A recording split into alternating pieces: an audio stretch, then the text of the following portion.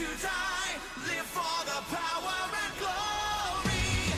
Reasons to live, reasons to die, live for the power and glory. Never give up, reach for the top, find your own path and the night will make it. Reasons to live, reasons to die, power and glory. Reach for the top, the night will make it alright. Whoa, find your own path and tonight will make it alright.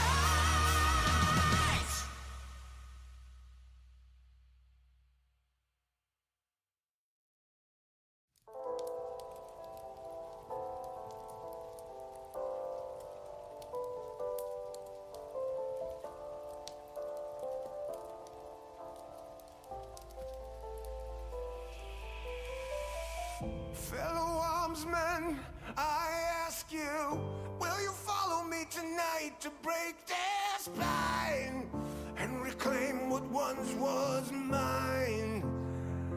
Those cravens backstabbed me, deceived me. Never shall I tolerate their crimes again. Now let the hunt begin. Oh, 7,000 souls scared and daunted, such a tale of woe. Not too long ago, this village was a golden scene of hope. Call down the reckoning to bring back hope and peace, restore our Gloria to live forever. Bring down the dark regime. I know how to unleash eternal power. Lead us to order. I am the light bringer. Fellow warriors, I ask you, should my campaign come to an end, there's way more to avenge. Oh, 15 million souls living in this realm without much hope. Not too long ago, this kingdom was a golden state of hope.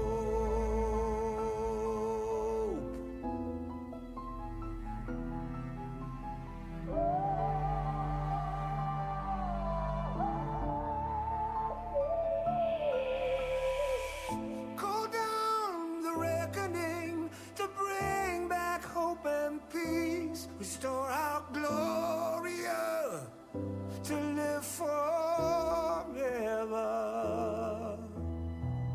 Bring down the dark regime. I know how to unleash eternal power. Lead us to order.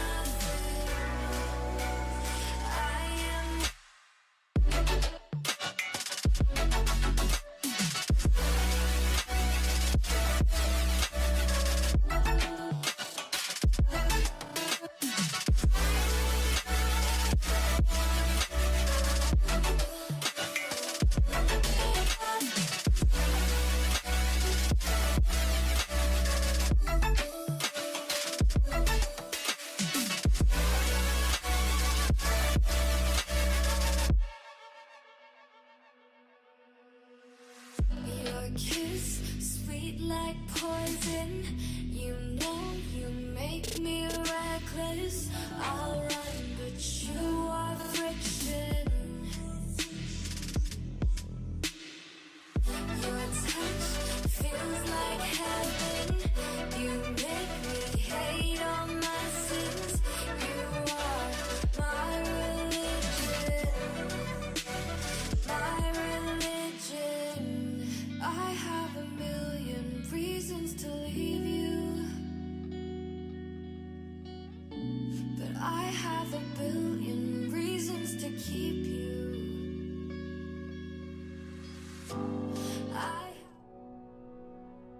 Hello, everyone, and welcome to the day one of the Amateur Global Championship of Legends of Runeterra of 2025. I am Zero, and I'm joined here by my good friend Lava, and we are here to cast this event. How are you, Lava?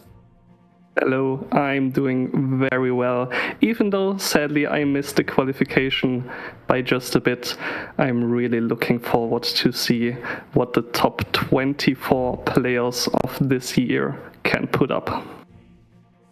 Yeah, well, as they say, when you can't make it as a player, you're making it as a caster anyway. So Of course. yeah, it's the way, to keep everything going. So as a player, you become a caster and so on. But yeah, 24 players are gonna battle for the title of Global Champion of Legends of Runeterra for the year 2025. And yeah, we're gonna start off with the Swiss, with 6 rounds that we're gonna watch today. This is gonna be what's in store for us tonight. And so I believe we can start off watching a little bit of the stats that we have for the decks that have been brought to the table. What do you think about them? Because the meta is relatively recent, because rotation was, basically 1 week ago, and so the players didn't have as much time to test, and the meta wasn't, fully stabilized yet. What do you think about what you're watching? Yeah, there are a lot of old staples, but also some nice new decks. These stats don't really look like the correct ones, but we do have Jananila on top, of course. 11 people brought it into the tournament, and yeah, it is a powerhouse. Even after it got nerfed so many times, it is still like the top dog. Mm-hmm. Also, we have seen a lot of players, especially from the Americas, are bringing in Fearsomes. And there has been a little bit of discourse over, the Discord server and stuff. If Fearsome turns out to be that meta-defining, and the America server is going to do very well in this tournament. Do you think it's going to have an impact on the standings at the end of it all? Oh yes, that is definitely one of the biggest questions of this tournament. How will Fearsomes perform? Are they gonna just fall apart, or are they gonna put up the stats we can see on ladder right now? And I think it all just depends on how good they are into Jananila. But as I always say, you cannot counter Jananila.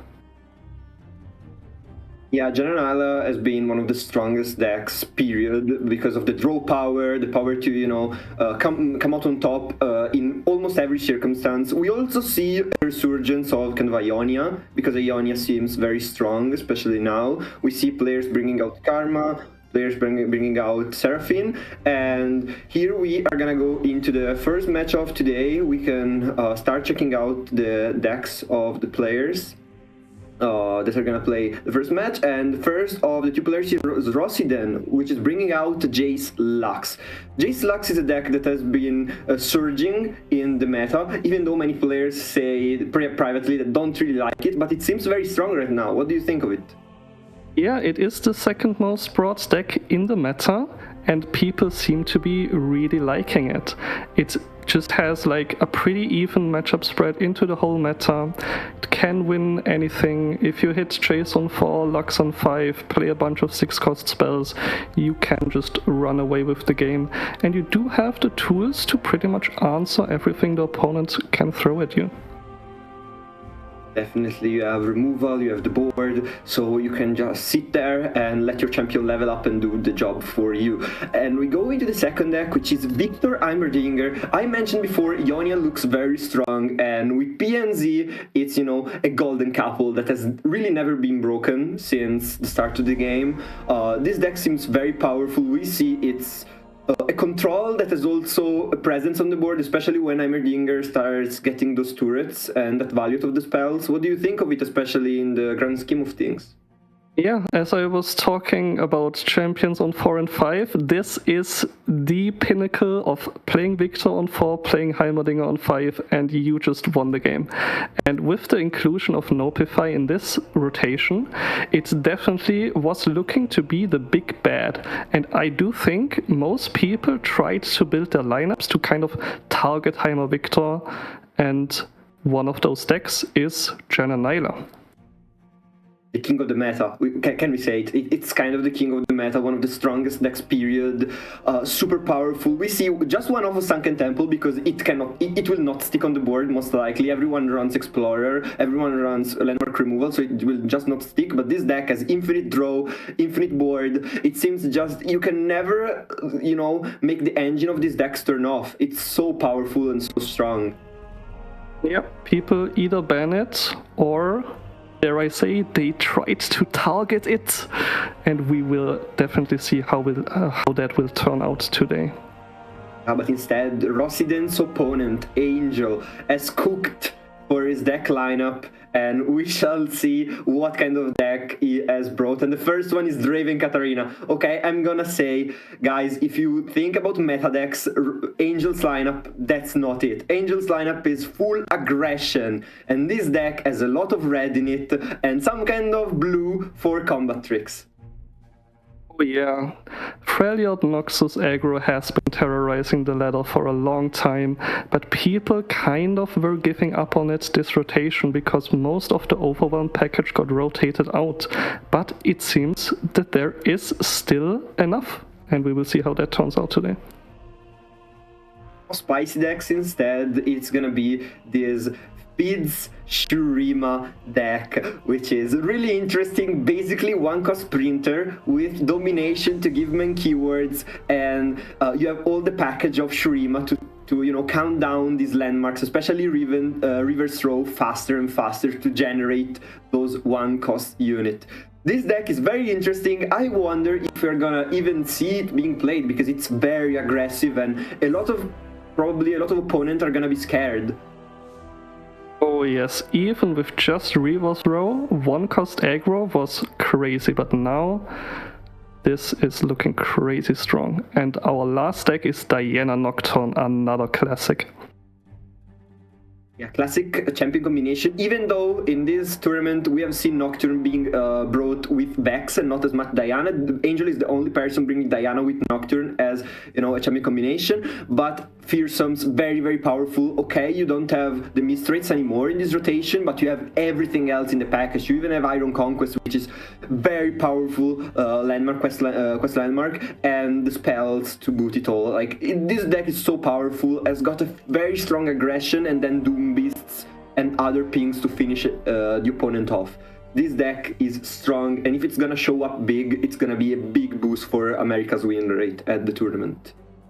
Yeah, Angel pulled out all the stops, brought triple aggro, and Rossiden on his soft target Heimer Victor lineup. We will see how that matchup plays out. But here we are in the ban screen, and what do you think each of these players is gonna ban? I think probably Rossiden might be scared by the aggression, and if I were him, probably, I don't know, I would be scared about Fearsomes, but you also have a lot of bodies kind of to block Fearsomes, and we shall see the Fizz Shurima is being banned to stop the one cost printer, and on the other side, Angel decides to ban the Lux Days. No, I'm so sad. But we shall go into the game of Janna Nyla versus Freljord Noxus. And the mulligan, I think Angel is gonna mulligan something. I don't think you keep probably two Dravens, maybe. Yeah, one Draven is gonna be mulliganed out. The curve is kind of good anyway because you have a lot of 1-drops. You kind of need a 2-drop to fit everything in, but it's fine with Omenok. On the other side, Rossiden. Very good curve, kind of. That is what you want. Drawing 3 cards on turn 2 and enabling that crucial buff on the lookouts. That is maybe gonna be even more aggressive than his opponent. Yeah, also you're not even losing the Nyla because because you can just shuffle her back in the deck and then it's fine. But Angel starting to build up this attack with the Crimson Pigeon, with everything on the board to deal damage. That's a 3/3 1-drop. The other one is a Legion Rearguard. Rossiden can't value trade anything, and so 3 damage is gonna pass through. He even sacrifices his 1/1 just to push the damage here. And we are off to the races with an aggressive start from both players. But Janna Nyla has the staying power, the draw power. Can Angel finish this game quick enough is the question here. Yeah, because right now, draw, not so much, because it feels so bad to play those 5 drops for the full cost, you know? You really want to play them when they are discounted because of their effect. So right now, not the best situation even for Janna Nyla, but with a couple of draws, everything can, you know, be turned upside down. Divine Whirlwind would be the top deck. That doesn't really help this turn. We don't have enough mana to play it. I think we will just see an Aftershock probably being played on the Draven even, potentially. Yeah. Yep, that's a clean line here. Not taking too much damage. And then we can start putting our engine online next turn with the draws.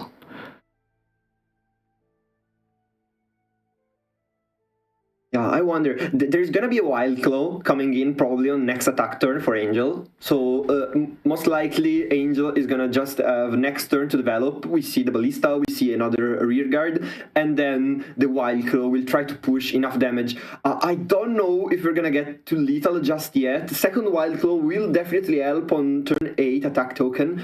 But I wonder if at that point Janna Nyla would have, you know, already become the biggest deck on the board.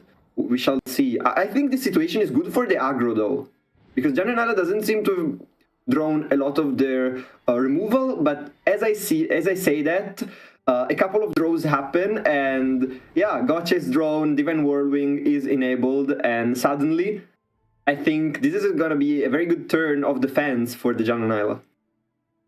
Yeah, it is very close, so and that Ica in hand is ticking. If we do get another Ica in hand, this game is over. So you basically just have to remove the Razor Mace here and try and block as much damage as you can. There is one X. Isn't this literally in a couple of turns? Because Icor must be played, but Icor now is gonna cost so much and gonna do so much damage. It's gonna keep doing 1 ping per turn. It's 1 from Ica, 1 from the X, so alive at 1 HP here.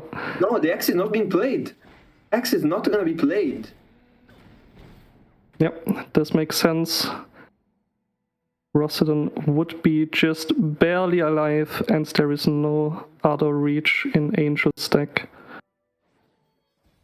There is to be said, there is kind of no way to heal back up if you're Janna Nyla, so just 1 attack could spell the end for you. And now, will Rossiden be able to generate a powerful enough attack to, you know, respond to Angel's potential next turn? Because Angel is threatening lethal.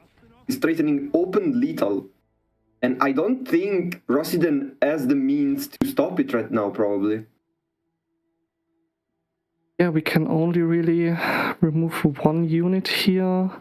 Okay, no, with this we can remove kind of 2. It depends, I guess. It just... it depends.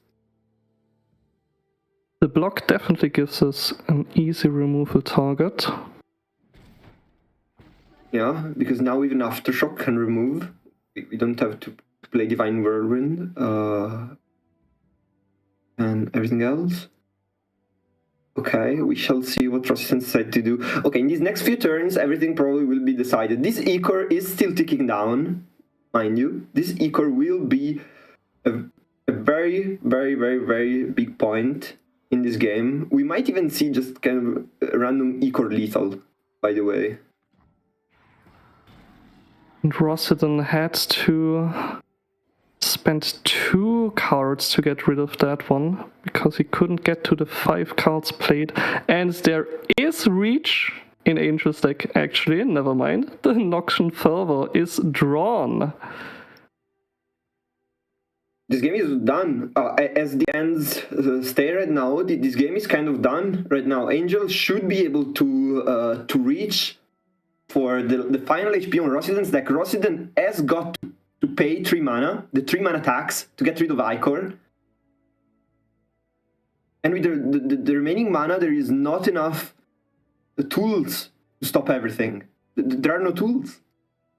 Yeah, Giant Nyla, we said as everything, but in this game, we haven't really seen it. Yep, just a crucial delay on turn 4. Did not get to start the draw chain. And overwhelmed.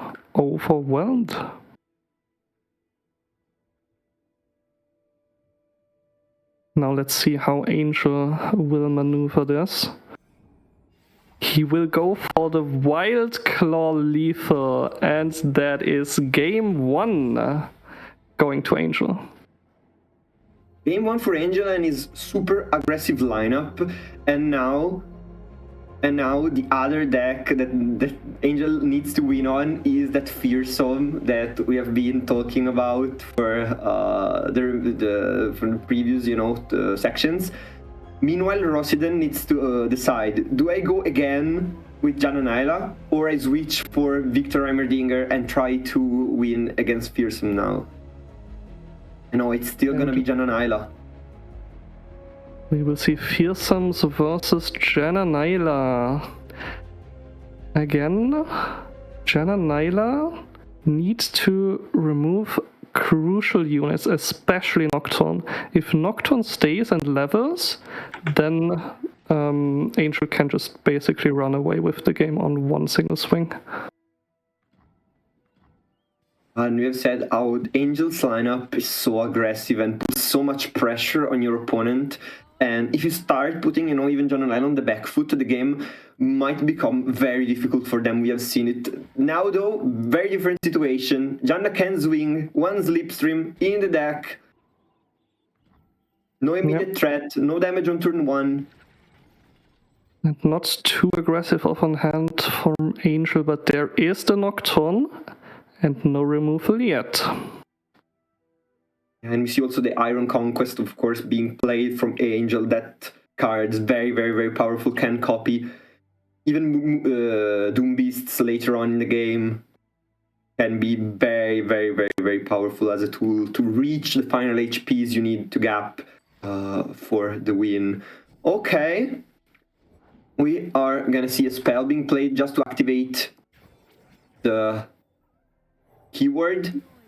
The Nightfall keyword, Evans aligned, generating 1 more Pale Cascade. Of course, that might be very big later on, especially when Nocturne comes in and you start value trading and something that gives you stats and draws you cards might come in very useful. But yeah, as we said, not that much damage being dealt to this Jana Nyla this time around. 18 HP on turn 4 and can start generating value. Yeah, Rossiden just taking the trade into the Doom Beast, saving HP, stacking the Slipstreams, 2 Marinas in hand, nice fearsome blockers, and the value train is revving up. Let's see what Angel can do with this hand. Now, Rossiden only plays 2 V-Crash, so this is one of the 2 V-Crashes, and very, very, very powerful cover, of course. It's an elusive unit, which is going to be able to almost always push damage against Fearsomes, generates 1 Slipstream in the deck, of course, so very good also for that.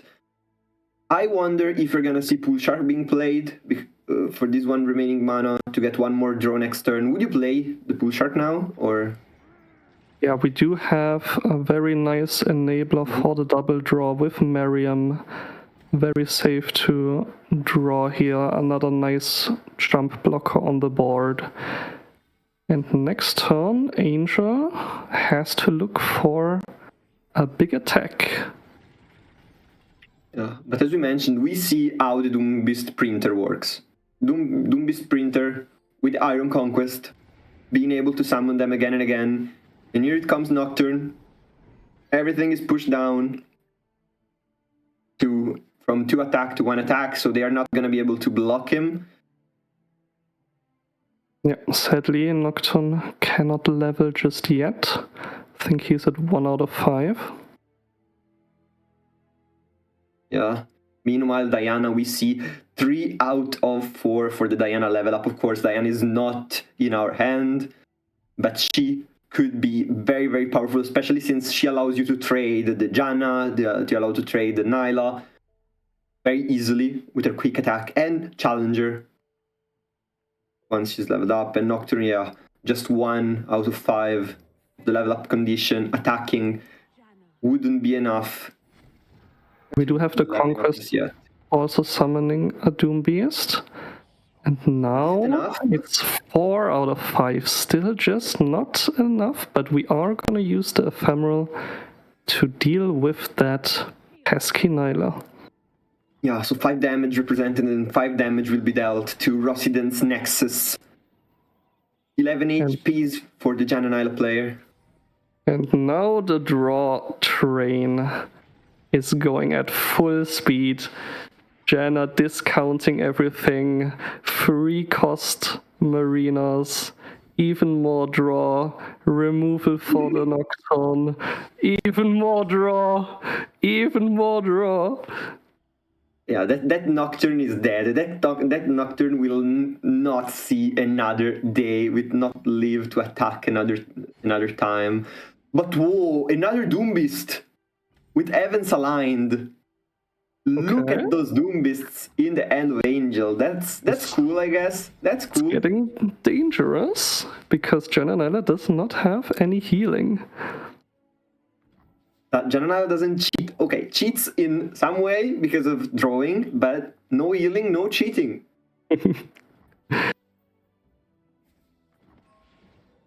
Alright. Let's see if the Pale Cascade comes through. After which point Rossiden does have to make a decision. Will he go for even more removal? No, we just saved the Pale Cascade here. Yeah, I think especially since you have drawn an elusive unit, you might save the Pale Cascade, try to trade down the V-Crush and then go maybe for an elusive attack later on. Or since you will have 2 elusive attackers next turn, you might try to push the last kind of damage. Yeah, there is 4 damage from the Doom Beasts in Angel's hand.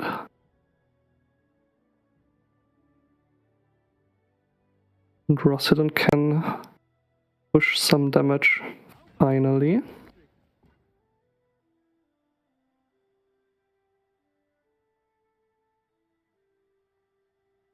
Of course, doesn't want to attack into that big ephemeral unit. Ooh, does actually want to attack into that ephemeral because we are simply getting rid of it and pushing 6 more damage that way, giving up on the Janna and racing. Yeah, this is a race, and look at how much damage is being done now. 11 damage in one single swing for Rossiden. Now, one thing that could happen is a Nocturne top deck would be very powerful, but there is no Nocturne top deck. And Angel is again on the back foot now because of how big the board from the side of the Janna Nyla is. Janna Nyla this time around could get his engine running, wasn't, pressured as much in early game, and so now we are turn 7 and 9 HP on the Nexus. That must feel good. even if we do connect this turn with an elusive, we do not have enough actions to play the Doom Beast next turn into an open attack.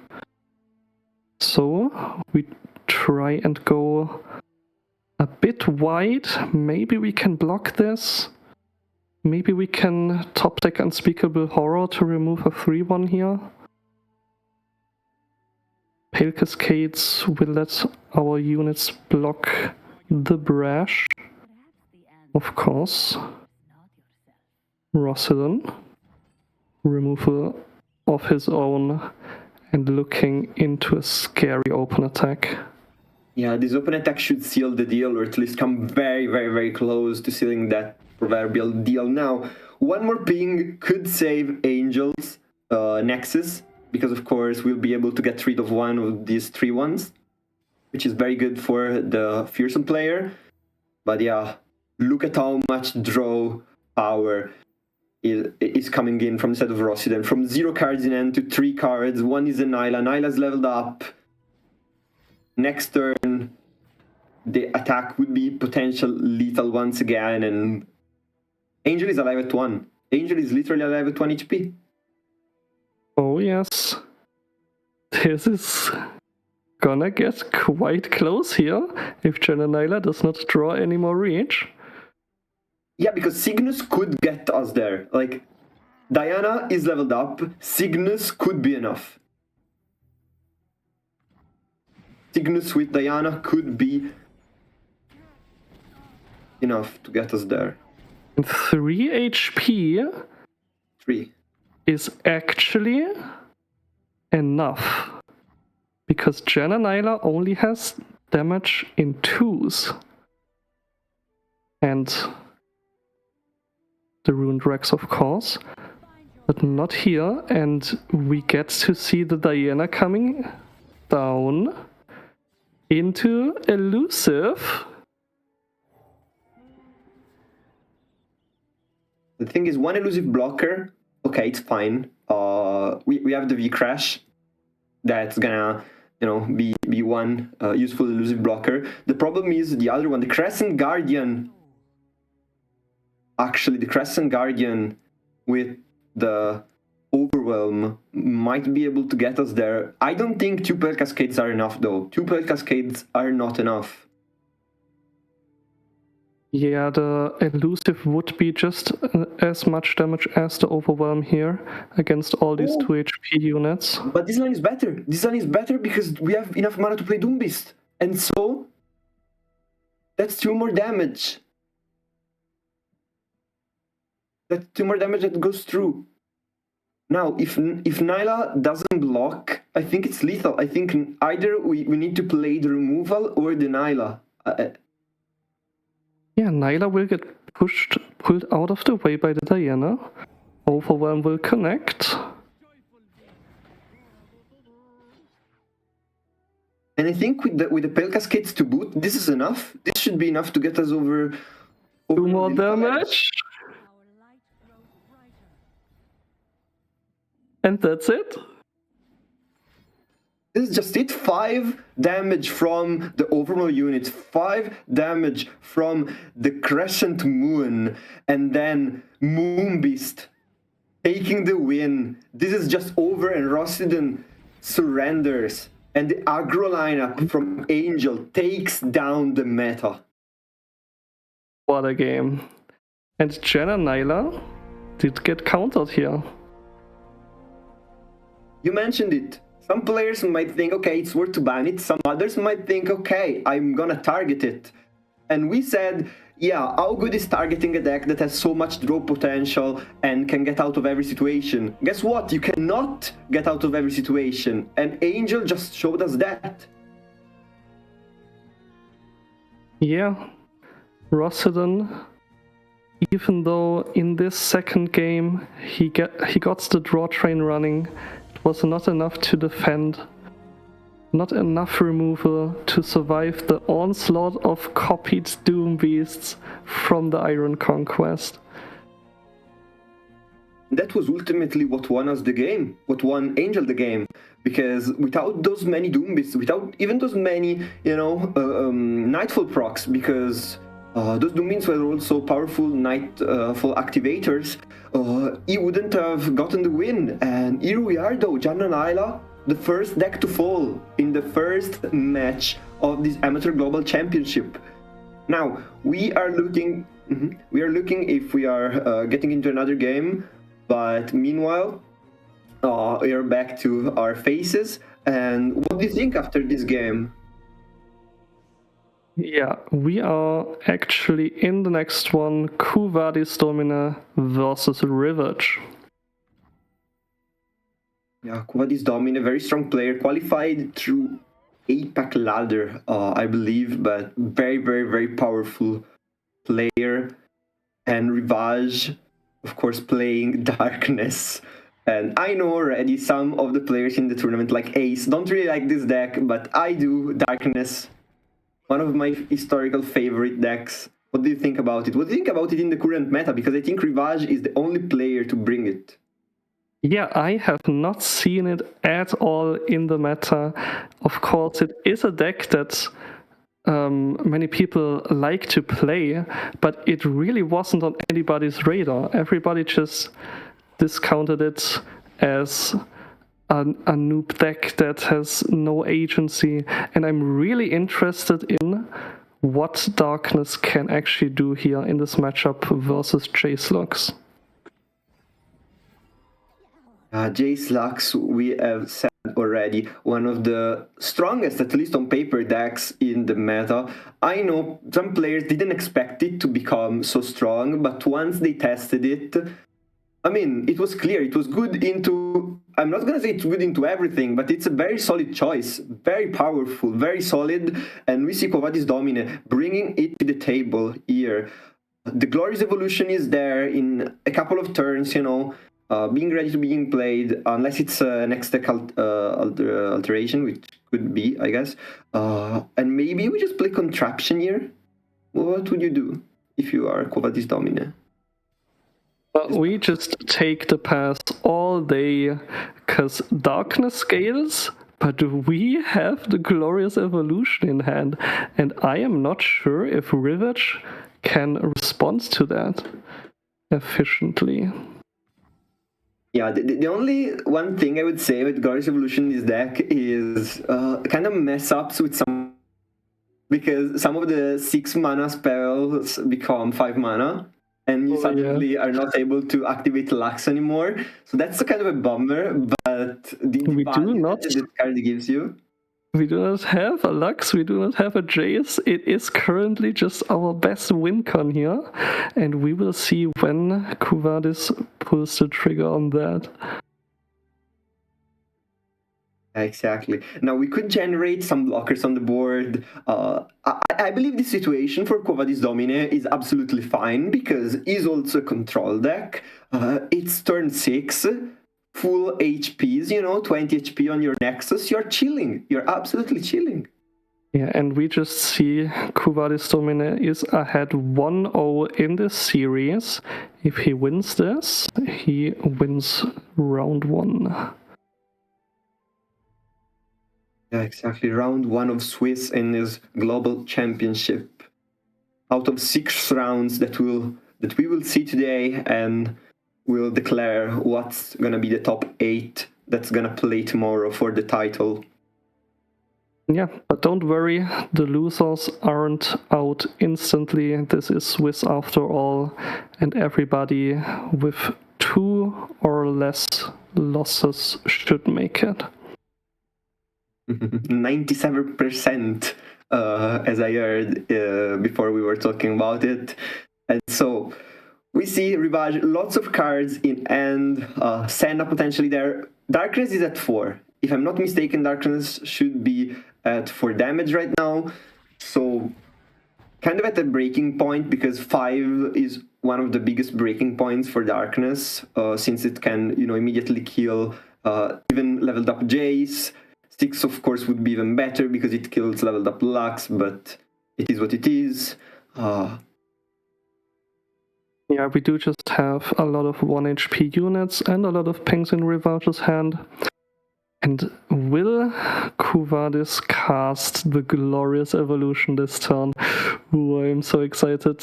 Let's see if Rivage puts on the pressure or just a pass. Would you? Because one other thing I've seen in this deck that interested me a lot is the Albus Ferros, because it gives you another potential win condition, you know, especially to get through the last few HPs that your opponent might have, because you play like 3, 4, 5, 6 mana spells in this deck, and then Albus comes in, 7 mana, attacks, deals like 4 burn damage out of nowhere, and wins the game. Yeah, some people do say Jace Lux is a burn deck, and I'm not disagreeing with them. Ferros is definitely a powerhouse, and Kuvadis Domina thinking, and goes for the Albus Ferros here. And it's not just a powerhouse, it's also both. Yep, puts the Jace directly into his hand. And next turn, there is the potential of Jace and 6-cost spell. I'm not sure if Jace is leveled though. I wonder. I don't think it is, because I don't think we've seen those many spells being played. I don't think Jace is leveled already, but I might be wrong. Of course, we have used a lot of mana this turn. Rivage has the option to play the Robe Maker or to play even the Ishtali Sentinel. Yep, lots I mean, you need to discount of Darknesses at some point, because if you have a Senna, to utilize Senna, you know, at most efficiency, you need to discount the Darkness. Darkness at 3 cost is very heavy to play. Very heavy. Could just remove the Albus here. Could also just keep the Darkness in hand for the Jace, as that does seem to be the only removal for Jace in hand right now. This kind of signals that he wants to go for the Albus kill, but instead Robe Maker is being played, and this is good because it gives us kind of, if you're Rivage, now you're threatening to insta-kill Jace whenever it comes down on the board, because if Jace is not leveled, only has 4 HPs, you can't play him into a Darkness unless you're willing to also pay 6 mana for the back-to-back. Yep. And actually decides to go and threaten the Ferros here. Everything at 1 HP. There is no Withering Whale in Rivage's list, so he's not even bluffing that.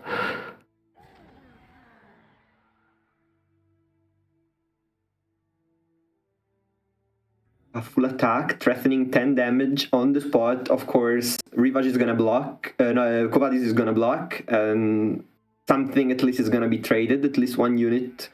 We will see it being traded. And so keeping the Ferros is smart, because Ferros forces your opponent to always play that Perilous Pastry on him, waste 2 mana to avoid getting burned by the attack that unit can pull off. Yeah, we will see if Kuvadis can... Ooh, there is another 6-cost spell.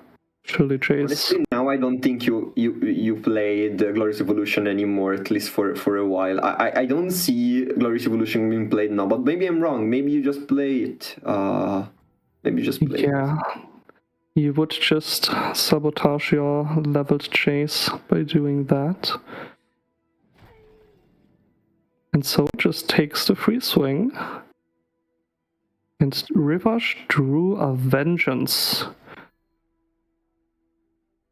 Also, I'm checking if Rivage plays any Deny in that dex, and no, doesn't play the Bundle City Deny. Okay, nice to know. it could always be an option. Of course, that's not the best deny ever, but it is one potentially. And so Quo Vadis Domine could always play it whenever it kind of feels like, because there is nothing on the opponent's side that could deny it. But yeah, Jace, as we mentioned, not leveled right now and will be vengeanced. No back-to-back could ever save him. And so gets the level up through the formula, cycling a little bit of cards, cycling some mana as well, getting 3 back. Could also go for single combat to get full value out of this Jace potentially, but decides not to do so, and so Jace dies. Yeah, we do have the acceleration gate in hand now. Remember, we're the ones who make progress happen. And maybe we are back to our glorious evolution wincon. Yeah. Now that's actually wincon, because there is nothing else you really want to do. I guess there is always the option to go for full massive amounts of removal against this Senna whenever this Senna comes down on the board. Now Rivage could even decide to play, Robe Maker into Senna or something like that, discounting the Darkness even more. But Ishtali Sentinel could be pivotal to get some HPs back. And instead, Senna is going to be the play. And she is deathless, so even more annoying to remove.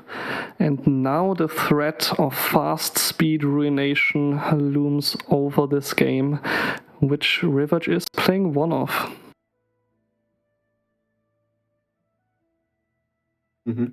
Fast speed ruination. I mean, I really like the concept of a card like ruination that would never be played, of course, in fast speed. It needs to be slow because of the power it has, being warped into fast speed spell by Senna, and so everything changes basically in the game.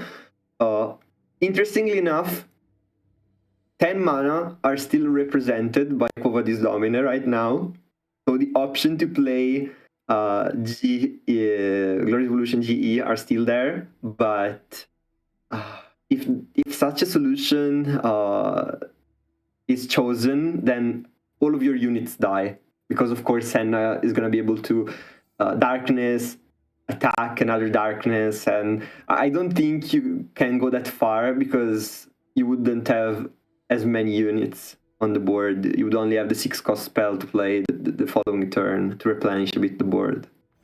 Yeah, sadly, Glorious Evolution only increases attack power and not HP. And so Thankfully, I would say. Rivage, yeah, thankfully, yes. And so Rivage does have just enough removal to deal with pretty much all the units that Quo Vadis Domine could play here. Now, double single combat could be the play if you want to remove the Senna, because there is not much else you can do to remove it, because one single combat gets answered by simply another darkness. So you need to commit both. I don't think it's worth it, to be fair, but maybe Quo Vadis Domine is thinking differently. And okay, if he does this, it means he's willing to use both of them. Okay, we will see both single combats here. You do just have to get rid of that Senna, and this seems like the spot for it. Yeah, this also means investing the Aftershock though. Like, this means investing 2 single combats and 1 Aftershock, because Senna is not gonna die permanently. Of course, Deathless will bring her back to 1 HP. So we'll need still to use another removal to get rid of her. And here it goes. Another darkness is gonna be played. Is gonna be generated anyway. So yeah, this Senna.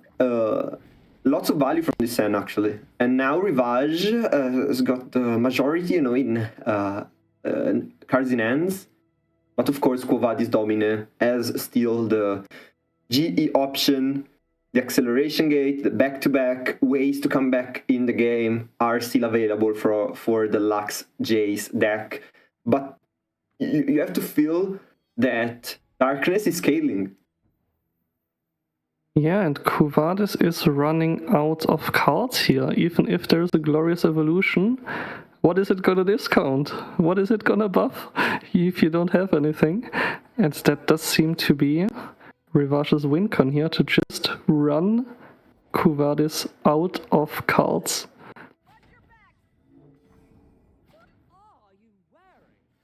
Yeah, of course, we'll be able to push 3 damage, at least 3 damage being pushed, and now Rivage is gonna go to 9 HPs, but that Ishtali Sentinel is gonna come in clutch in the next few turns, precisely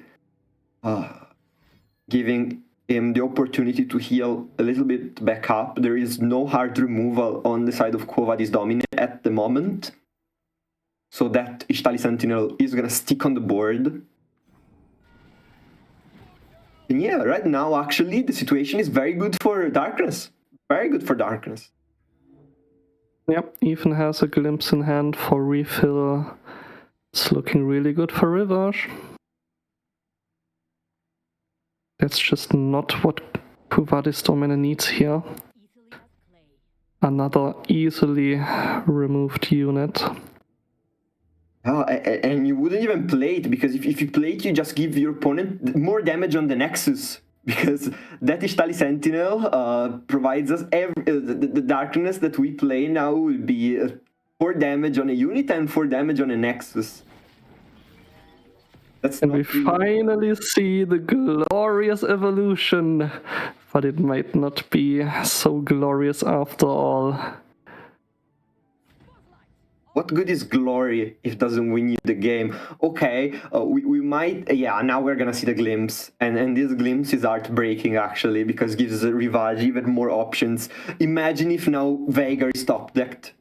That would mean almost the end of the game. No Veigar, thankfully for Quo Vadis Domine. Can't know that. Now he knows, I guess. Now he knows. And can we get anything here? Bit more removal. You know what? Maybe both players just run out of units, but there is another glimpse top-decked. I think you always play it. You want your opponent to waste cards. If you are Rivage, you see your opponent only has 2 cards in hand and acceleration gate, and yeah, this spells almost defeat. Another Ishtali Sentinel could come in. Robe Maker discounts Darkness to 0, and now the Darkness is everywhere. Looks like that is enough for Rivage. Let's see if he just pulls the trigger next turn, sends everything, how he's gonna maneuver this endgame. And another Senna. I will say it, I'm happy that we see Darkness perform in a match at a global championship, because this deck hadn't seen play in so much time, and I'm an enjoyer of this deck, and watching it win against one of the favorite decks in the meta really gives me a little bit of joy, I would say. And now Quo Vadis Domine surrenders. And we go to game 3. 1-1 with 10 minutes on the clock. And we have Jace Lux versus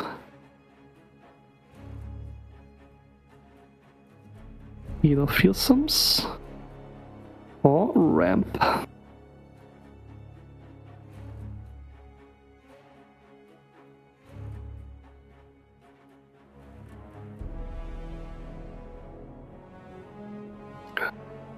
What do you think Quo Vadis Domine banned here? I don't know, might be the Trundle Volibear ban. Maybe we see the Fearsomes. Yeah. I think so too. Yeah, it appears to be, so we shall see. Yeah, and it's gonna be Fearsomes against Jace Lux once again for the last game in this series. Another deck that still needs to prove itself. Both of these decks weren't the top contenders going into the meta, but players have definitely favored them. The Mulligan looks good, kind of for both players. Because Quo Vadis Domine has got already both of the champions, of course, no 6 mana spell in end, but we can work with that, okay? We have 1, 2, 3, 4, 5 kind of core. Yeah. This is pure Demacia, you know? 1, 2, 3, 4, 5 versus 1, 2, 3, 4. But Rivage, of course, doesn't want to use the Stygian on turn 1 yet. The butlers are gonna start coming in on the side of Rivage, of course, with that allowed keyword. Even if you value trade them, you're kind of happy because your next attacks are gonna be boosted. At least your first units are gonna be boosted, probably Nocturne or some elusives if you need them. And now I guess we will see the Badge Beer being played just to be able to block the Fearsome, yeah. And the Stygian Onlooker will be the development for Rivage. Would you Aftershock here immediately, just to to take 3 damage? No, Aftershock is too important. Okay. I think we keep it for the we keep it for the Nocturne. Rivage does have 2 Sentinels in hand, no removal, but a very nice alternative for his turn 3 attack here. And now Quo Vadis definitely has enough tools here. Aftershock, single combat, can deal with at least 2 threats. Oh, look at that! Would you pick Sputtering Song Spinner for Demacia? Because I think for Demacia is good. Is very good for the board, you know, to do the attack. But Sputtering Song Spinner is one of the best cards in the game, probably. Yeah, for Demacia can just shut down 1 attack of Rivage or push a lot on its own, and it seems to have been a choice here. Now we do have the Sentinels developed, and Quo Vadis just has to play around all the very efficient SI removal now, Glare, Soul Harvest, and PNZ for Mystic Shot, Aftershock, and Rivage actually also plays 1 Rocket Barrage. Yeah, I've seen that. You play PNZ to activate the Sentinels, since when they're activated, they're super strong. Now, of course, we see the Sentinel, the 1-cost Sentinel being played as a Nightfall activator for the Nocturne. And there is going to be a big attack now, at least. Rivage is going to try to do a big attack, pulling away the Badge Bear. I'm not sure if Nocturne is the play here, because he is still 3 HP, and Chase Lux just has so much deal 3 removal, 2 of those in Quo Vadis Dominus hand. And so maybe you just predict for removal here and try to buff your Sentinels. It is interesting because you always, at least I think, always the Fearsome deck as an aggro. But if now you go for Predict, you're playing more like a mid-rangey, you know, mid-game deck. And so the Nocturne is played by Rivage, who feels, I guess, that needs to attack, needs to put aggression, needs to put pressure still. It does actually give us a spell that we can play to activate the Sentinels, which does have a pretty nice target here, but Quo Vadis Domine does have the answer with the single combat, denying the spell kill, killing the Nocturne, and he's looking very safe now. Yeah, here would you kill the Butler or the Sentinel? The 1-cost Sentinel, if you are Quo Vadis with the single combat? Well, since the 3/3 Sentinel is gonna die anyways to the Shock Blast, you can just choose whatever else you want here. Chooses the Butler. Yeah, I was thinking about the other Sentinel potentially, so we could utilize that. We could, you know, negate the future proc of the Sentinel, but yeah, makes a lot of sense. We do have 1 really nice Fearsome blocker left still. Now, Fearsome has pretty much run out of gas, unless they can find the Harrowing. We don't see what they are watching, but there is no arrowing there. I guess if you skip, would you skip for the arrowing? It may be your only way out of this game, but instead decides to draw a discounted Grim. Now, Grim is very strong. If you play Grim now, Jace will not die because of the 4-map, but would have died otherwise. Yeah, Grim is just a crazy tempo swing. But even if everything goes through and we don't actually save the Jace, because he wouldn't have been a fearsome blocker. And whoa, now we have it to punish the Soul Harvest. Oh my god, that was a really nice line from Quo Vadis Domine here. Yeah, this was very good, and also gives you enough mana to kill the Grim afterwards if you need, with the Aftershock potentially. So this is a very cool line. Maybe you don't even play the Aftershock because you don't need it. You have the Lux, you have the 4-2 drop to block Fearsome next turn, and Albus Pharaoh, not Albus, but the Reggie is one of the best cards that we could draw here, giving us even more things for next turn. And this wing could mean lethal, actually. It is time to push back here, make Rivage block, clean up the board. Let's see if Rivage can even survive this swing. I think... Oh, wait. I think it might... Yeah, should be enough to survive, actually, because even if Aftershock is played, I think there is enough room to survive with 2 blockers. Because, yeah, I think there is always room to survive. Yep, here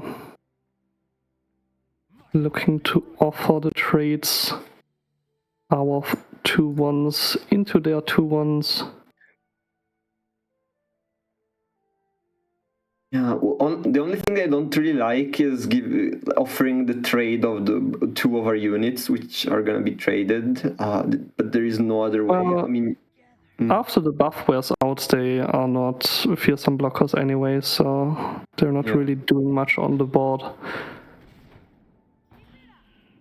So this feels fine. And now? Another Reggie coming in. Let's see what Reggie gives us.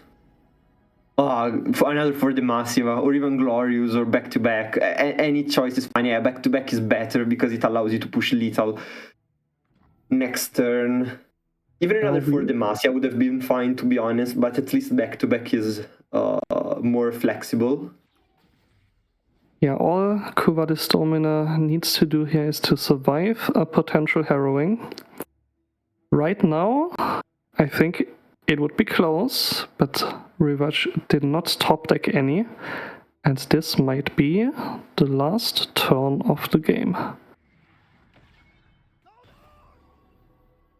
Yeah, next attack token, Quo Vadis Domine, will be able to push a lot of damage. I don't know if it's lethal because there is no other unit. I don't know if it's lethal, yeah, but it should be lethal. Should be absolutely lethal, yeah.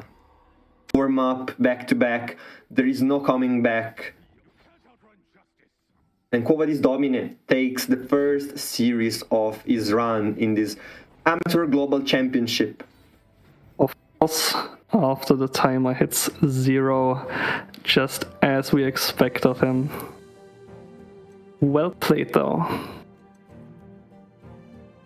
Yeah, well played. I was happy because I saw Darkness win, and then we are happy because we saw Fearsomes lose, I guess. So Hey, I like Fearsomes.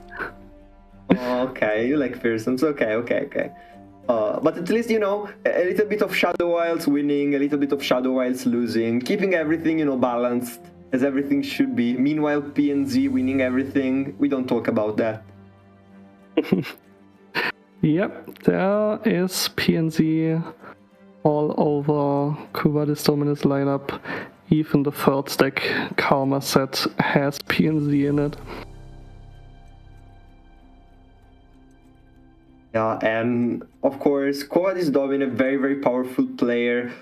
Rivage as well. I hope they go a really long way in this tournament because they're both incredibly powerful player and very skillful player. And so I think we have no more matches to watch for this round because Kovadis always likes to take a little bit of time for his matches, and of course he had another control opponent with Darkness in Rivage.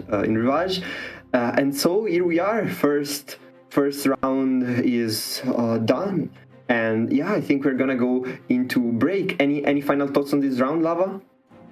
It was really fun to watch, and I hope round 2 is gonna be even better. Yeah, and we're coming back with round 2 in just a few minutes, so stay there and see you soon.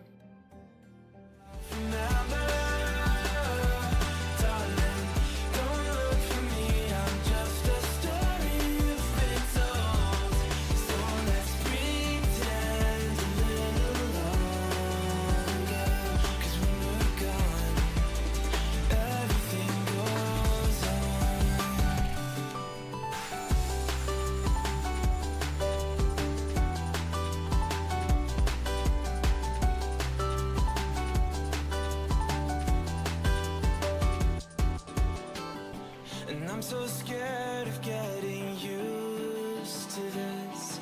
All the vines that keep you tethered in your room. Well, someday both of us are leaving here, but for now I'll just bring this seed to you. Will you meet me in the daylight like we did before? Then I felt you on my shoulder, and you weren't suffering anymore. You said, I'm sorry that you worried, but don't apologize. I told you to forget me, but you stayed by my side when I said, don't try to make yourself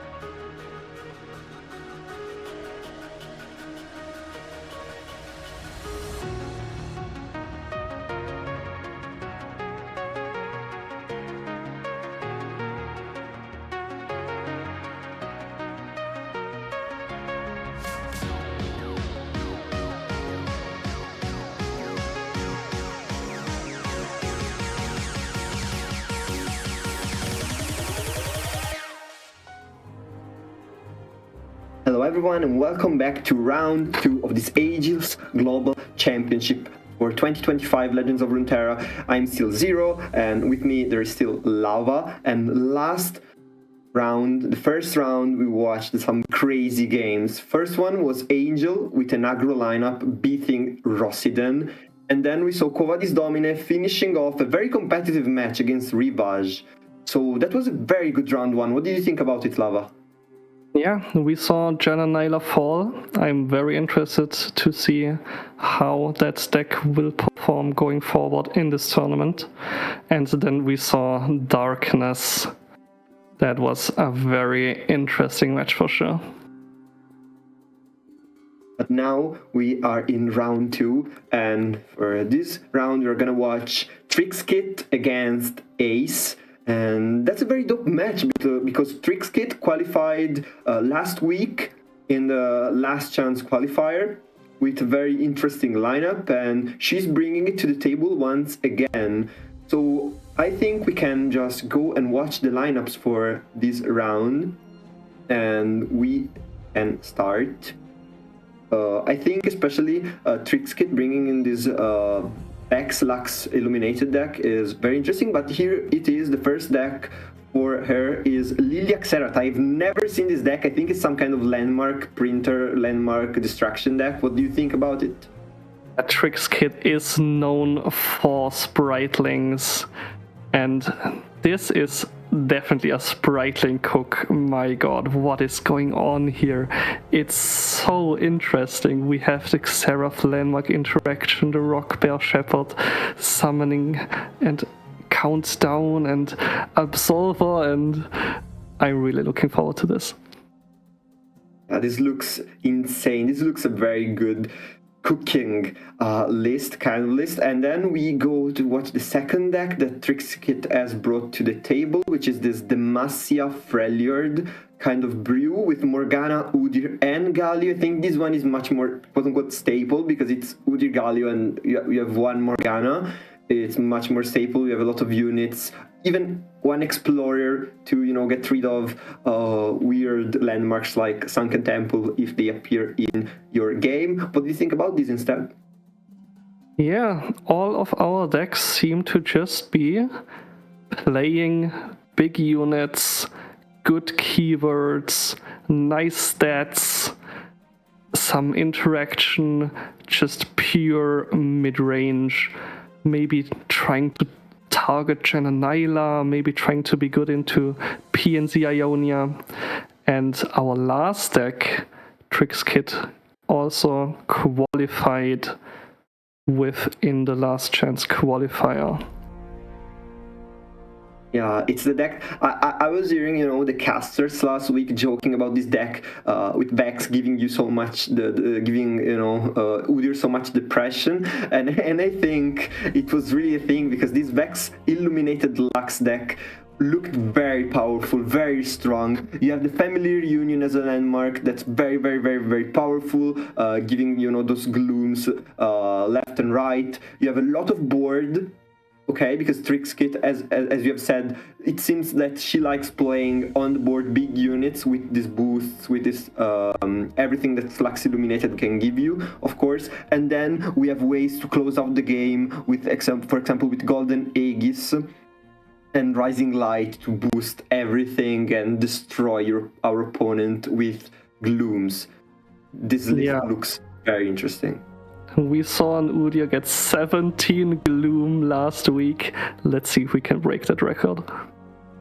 Yeah, and on the other side of the ring, there is the Snail Ace, which brings to the table as his first deck Jace Lux, which we have already talked about. It seems like one of the strongest deck in the meta. Very strong, very staple, very solid. Do you see anything in this list that interests you the most? We are only playing one Broadwing, which is a very good card against Janna Nyla, but Ace actually chose his lineup from a random wheel, and he hit a ban Janna Nyla lineup, and so we are banning Janna Nyla, and we are playing the best cards into the other matchups.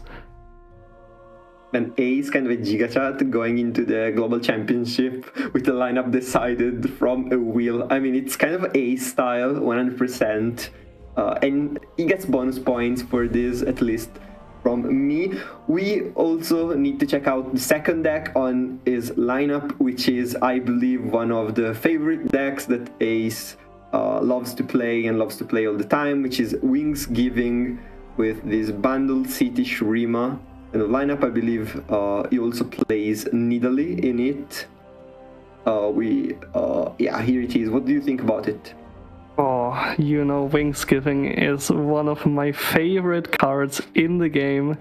It is the logo of the LoR Never Dies Discord for a reason, and I am so glad it has found a home in all of these new metas. I think it never got rotated. It's been in standard ever since it was introduced in the last patch of the game. And you know what? One thing that gives Wingsgiving this kind of plus is that even though it's not rotated, it never feels stale because everything else rotates, and so the pool that Wingsgiving can generate rotates as well. To me, that's a plus to the card. What do you think? Oh yeah, this season we have a 100% chance to hit Attacan if we get to 10 cost units. That is crazy. Yeah, absolutely crazy. And for the last deck that Ace brings to the table in this Aegis Amateur Global Championship is the Seraphine Ezreal Janna with Bundle City. Okay, with Bundle City and not Ionia. Okay, what can you tell me about this? Because I'm used to see, Seraphine Janna, Seraphine Ezreal with Ionia. Sarah Queen, my beloved. I do think this just plays into this Janna Nyla ban a little bit by targeting more controlly PNC Ionia lineups that just cannot do anything once a leveled Seraphine and a leveled Ezreal is on the board. The game is just over. And look at how many spells, 25 spells in this deck, of course. You get full value of the Ezreal to level up Seraphine really quickly. I believe like more than 50% of them are under two costs or under. So that really speaks on how much Ace is banking on those two champions doing the heavy work, doing the heavy lifting. And I believe we might be going into ban selection soon. What would you ban if you were Trixkit? Because Ace's lineup is interesting. I don't know what Ace would ban against Trixkit because, as you mentioned, Ace has got a ban TF Nile, ban Janna Nyla kind of lineup. And what does he decide to ban? We see the Galio Udyr and the Jace Lux ban. Definitely makes sense. Jace Lux just the best answer into all those mid-range units. And then the Galio Udyr, just the most meta deck out of Trixkit's lineup. Yeah, I was about to say it's actually the one meta deck that they play, and Ace banned it. So Trixkit, she starts off with Nyla. Okay, with Lilia. Immediately Lilia being played, being on the board, generating those sleep spells. And Ace starts out with Nakotak, a Bash on the board. We don't know if that Bash is a Nidalee or is anything else. But this looks a very powerful end for Trixkit anyway. Yep, we do have a cheeky attack here. Just bluffing the Shaped Stone? Maybe. Maybe there's no Shaped Stone. Maybe there should just be a block coming through, but no. Ace decides against it.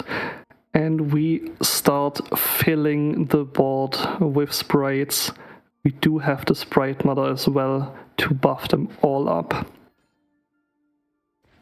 Okay, that was a Nidalee actually. That was a Nidalee, and so Nakotak does its job. Nidalee gets buffed. She's a 6/4 now, which of course she's gonna be able to trade basically anything on the board. Nothing can really block her. One vulnerable gets played out. Nakotak will be used to tackle on that 1/1. And so some trades must be done now. Yeah, Ace is offering up as much as he can, tries to trade off those units early before they can grow, and Trix Kit takes that. Yeah. One thing I'm wondering is, okay, next attack turn for Ace, Nidalee, she's gonna be leveled. And so that's gonna be a lot of damage that Trixkit needs to deal with. Of course, she has got the Unworthy Soul now, which will be a very powerful tool to avoid getting so much damage being dealt from Nidalee. Yeah. Yeah, Ace does play 1 Rite of Negation and 2 Avenging Vastayas. There is 1 Vastaya in the hand, which might come in clutch here. There's also the Wings Giving and the Neck Attack, so we could try and grow our 1-drop, but we just go for the most damage next turn with that big Overwhelm Pyrophant. I went for Paraphant. Meanwhile, Trixkit, she went for the landmark route. Of course, she needs to find a way to play the tree, because that heart of the tree will be very, very powerful, of course, in stabilizing the game, buffing everything, but that's going to be difficult to find, especially with the amount of aggression that Dace is putting in. Yeah, but as long as we survive that next turn attack, it definitely looks possible. We go for the sleep on the Shepherd, summoning more Does the landmarks. self-summon count for the landmark? Yeah, it does. Okay. No, the one, And wait, it doesn't, okay. the one landmark ticked from countdown, and then the other one got summoned after the countdown, so it didn't tick down. Okay, I see how it is.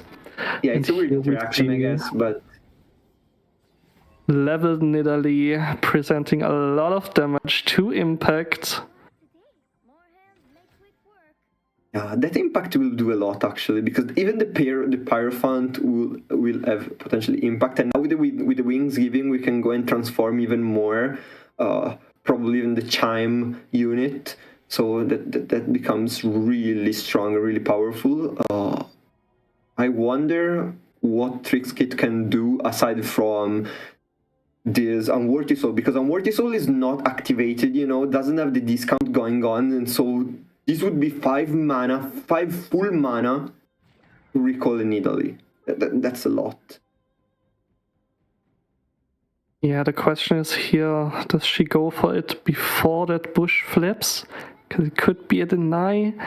Does she just try to block down as much as possible and saves it? And now we do get a safe recall on that Nidalee to save a lot of HP. Yeah. Safe recall, it's still 5 full mana being paid for that, but at least we are safe. At least we haven't died from the Nidalee attack. That would have been heartbreaking. And now Trixkit, she has a little bit of time to do her combo. There is the next attack looming over you though, with currently no answer. Tries to trade off a unit here just so there's space for the tree to summon the Spriteling. I don't think Ace is gonna trade. I mean, Ace is chilling right now with this much damage being represented. Doesn't really. You could just press OK. What are you afraid of? It's not like Trixkit deck has got burn. Am I wrong? Oh no, actually she has burn with Xerath, but it's just Xerath. Yeah, just has to think and decides to not block here. This was a gamble, and the gamble is actually paying off because, of course, the tree is able to give back some HPs, but that's not enough to stop this. That Nidalee, she's angry. Yep, and still leveled.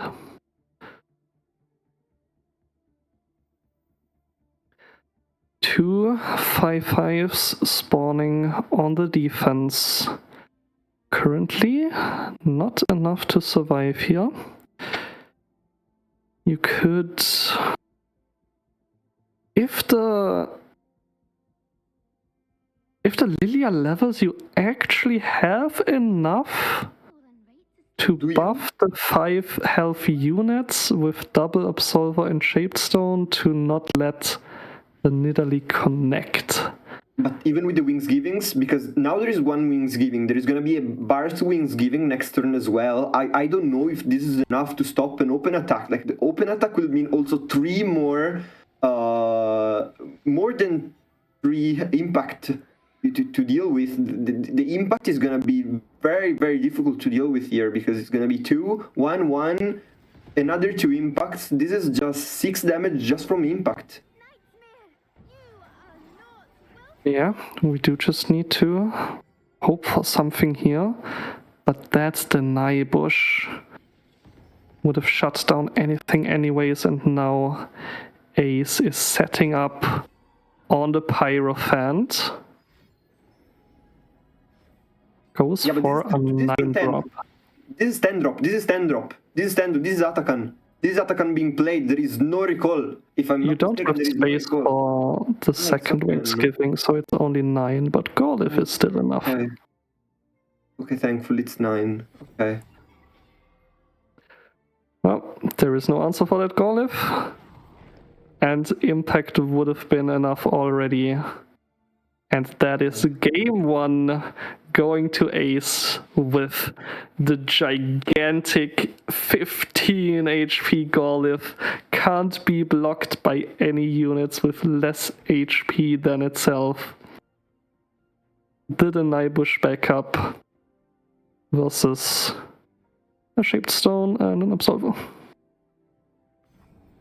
An Ace with his signature Wings Giving deck, getting the first win against Trixkit in round 2 of this Amateur Global Championship.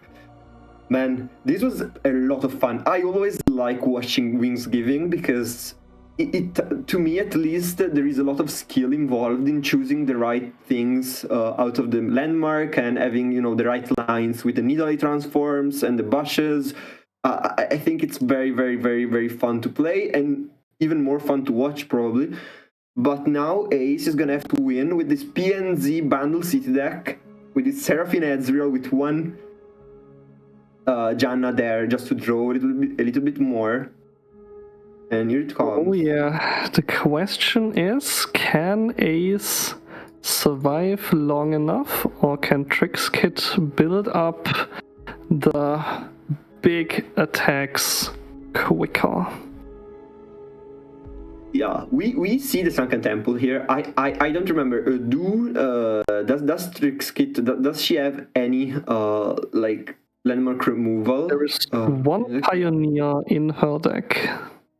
Okay, 1 Pioneer, because we don't see a lot of Sunken Temples in at least in the meta right now, because there are a lot of removals, and so we have seen even Janna and Hylos play just 1, just in case maybe you're in the dream scenario, your opponent doesn't have, or maybe you just want to force removal, you just want to force mana out of your opponent. But yeah, that might prove to be a very, very resource for Ace.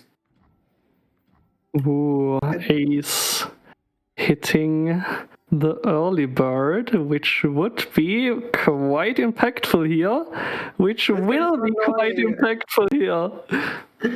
That card is so annoying. It's so annoying when early bird discarding 1 card out of your opponent's hand. That card is so annoying. I'm gonna say it again because it just is. And okay, another. And it hits the win con of Trixkit's deck. The Sprite Mother already has 2 Spritelings, but now they are just gonna trade into this Yordle. Yeah, and there is no 3 inside, you know, because with Archer the 3, you buff everything 1-1, it's fine. It becomes fine, you know, later on. But right now, nothing of the sort in the end. And I think just Janna here might be the play. You play Janna, next turn you play the Sunken Temple, and if there is no threat inside, Sunken Temple is just gonna do Sunken Temple things. Yeah. even combining it with the Janna discounts every turn. If there is now we see it no... with 3 cards in hand, but those 3 cards in hands are so fake. Like there are gonna be so many more cards in the end of Ace. We already see the Janna discounts coming in. Yeah, do we see the temple slammed here? First, a little pie toss. Maybe we can tickle something out here. And Trix Kid not much else to do than just sleeping the Lilia here. I think Ace just goes for the temple. I think Ace not going for the static shiv. Just goes for the temple and there is no removal. This temple is gonna stick on the board. Okay, 2 Lilias though. 2 Lilias. 2 Lilias are powerful.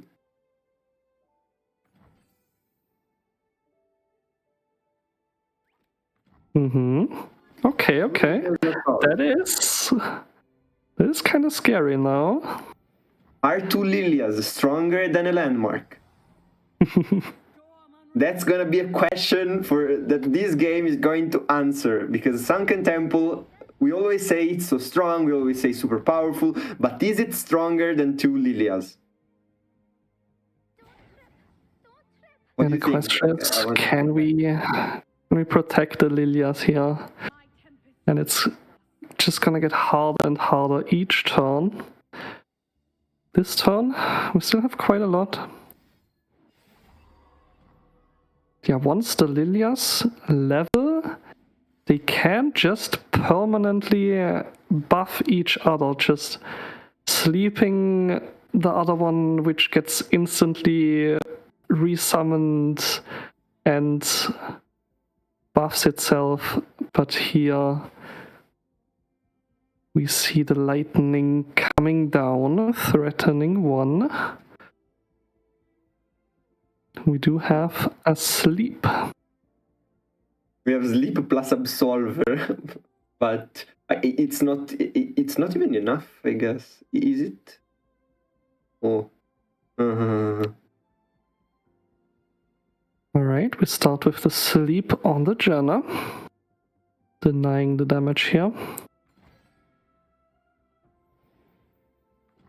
And a recall, I think we just take that. But the value is just building up for Ace. And now we do only have 1 Lilia on the board. And that is not as threatening. And Ace might even go for the Aftershock on this Lilia. Yeah, Aftershocking this Lilia. And would you play Absolver? No, Absolver is not played, and so only 1 Lilia remaining. Yeah, Absolver definitely is our win con here. Even though it's looking grim. Trix Kid playing to her outs. Leveling the Lilia. And then going for the Absolver.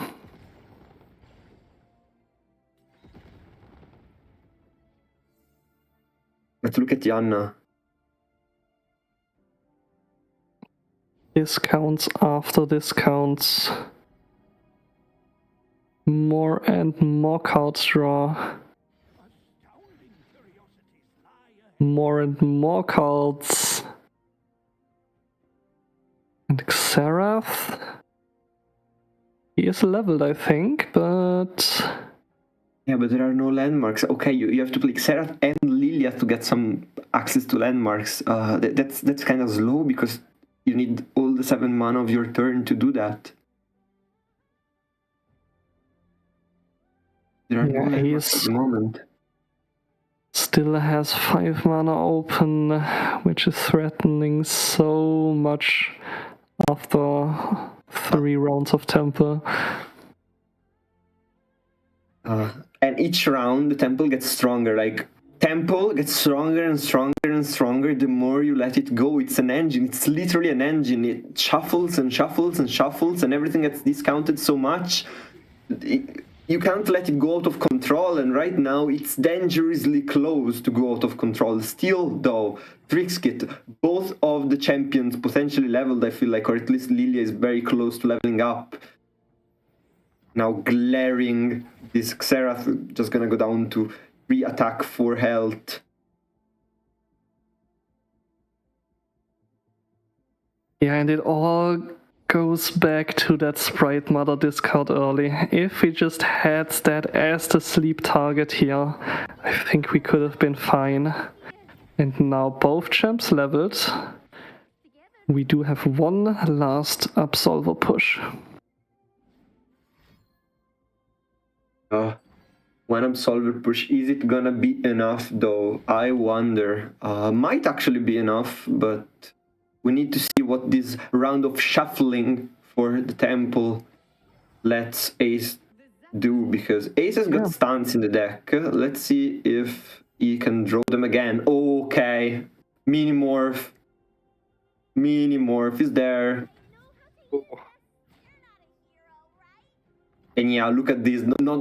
She doesn't even go for the Absolver potential win condition. This is just getting out of control. Now Ace has got all the time in the world to do everything he needs. Can even play the Otterpus now. Can prank. Whatever. Finally, the Sprite Mother hits the board. But it's just a little too late. Too little too late now. If it was like 3 turns ago, if it was 4 turns ago to see her again, that would have been a thing. But on turn 8, when your opponent has had 4 turns of shuffling, 4 turns of temple, that's too much. And she is gone. And the thing is, if Trixkit goes for the sleep, actually, she would have gotten probably even Minimorph. She would get Minimorphed, I think, because at this point Ace doesn't fear really anything. Like, you just Minimorph here, and what's the matter? Yeah, you just Minimorph the Lilia. There is nothing left to do, kind of. And Core is gonna give Ace even more access to healing and spells. And now Jan is leveled, and from here on out, you can't really go back. Jan is too strong. Level Janna, Temple. What more do you want? Seraphine and Ezreal, I guess. Yeah, look, maybe Temple is gonna give you Seraphine, because Temple gives you everything you want. Two Ezreals, a Seraphine, everything you want, sir. Temple gives you everything. You wanted something, you just need to order it through the Temple fast mailing service, you know? Oh, thank you. Just what I needed. And Seraphine hits the board. Ezreal right behind her. And the fireworks will start. I don't think there is much to say at this point other than, guys, we are about to watch fireworks go, you know. we are about to watch a leveled up Ezreal with a leveled up Seraphine and a leveled up Janna. All 3 champions that Ace plays in that deck are leveled up, are ready to go. And there is nothing much that you can do. Now, I remember, because I'm old, when Ezreal would do 2 damage every single spell. Now, he's not that powerful anymore, but still, he's gonna be able to raise to the ground this board with a sputtering Song Spinner, giving access to even more spells, if those were not already enough.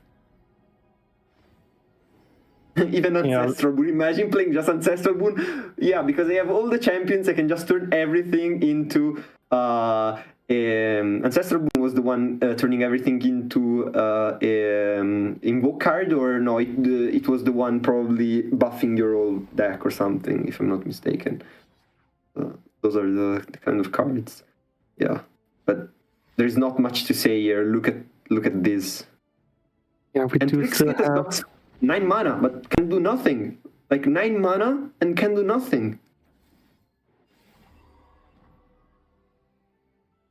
We do still have the attack from Ace. Can he find the lethal this turn? That's just the question here. Doubled +2 attack. Another doubled +2 attack. I think it's doable.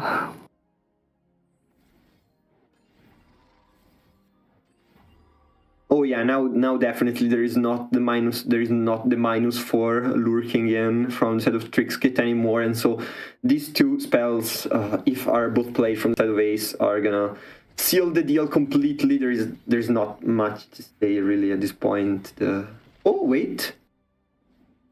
Maybe we can even complete Yeah, the it's not. blade. Yeah, imagine doing the Riven quest without Riven. That would be cool. But yeah, Ace sweeps this round, sweeps Trixkit with Wings Giving and Seraphine, Janna, Ezreal. And I'm sad for Trixkit because she brought to the table a very interesting lineup, but it was not enough to defeat the Snail. And so this is the first match of round 2, and Ace comes out victorious. Yeah, Trixkit moving on to that 0-2 bracket.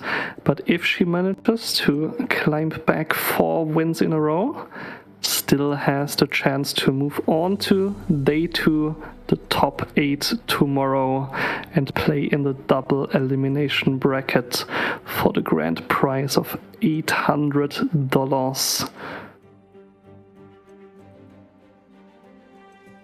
Exactly.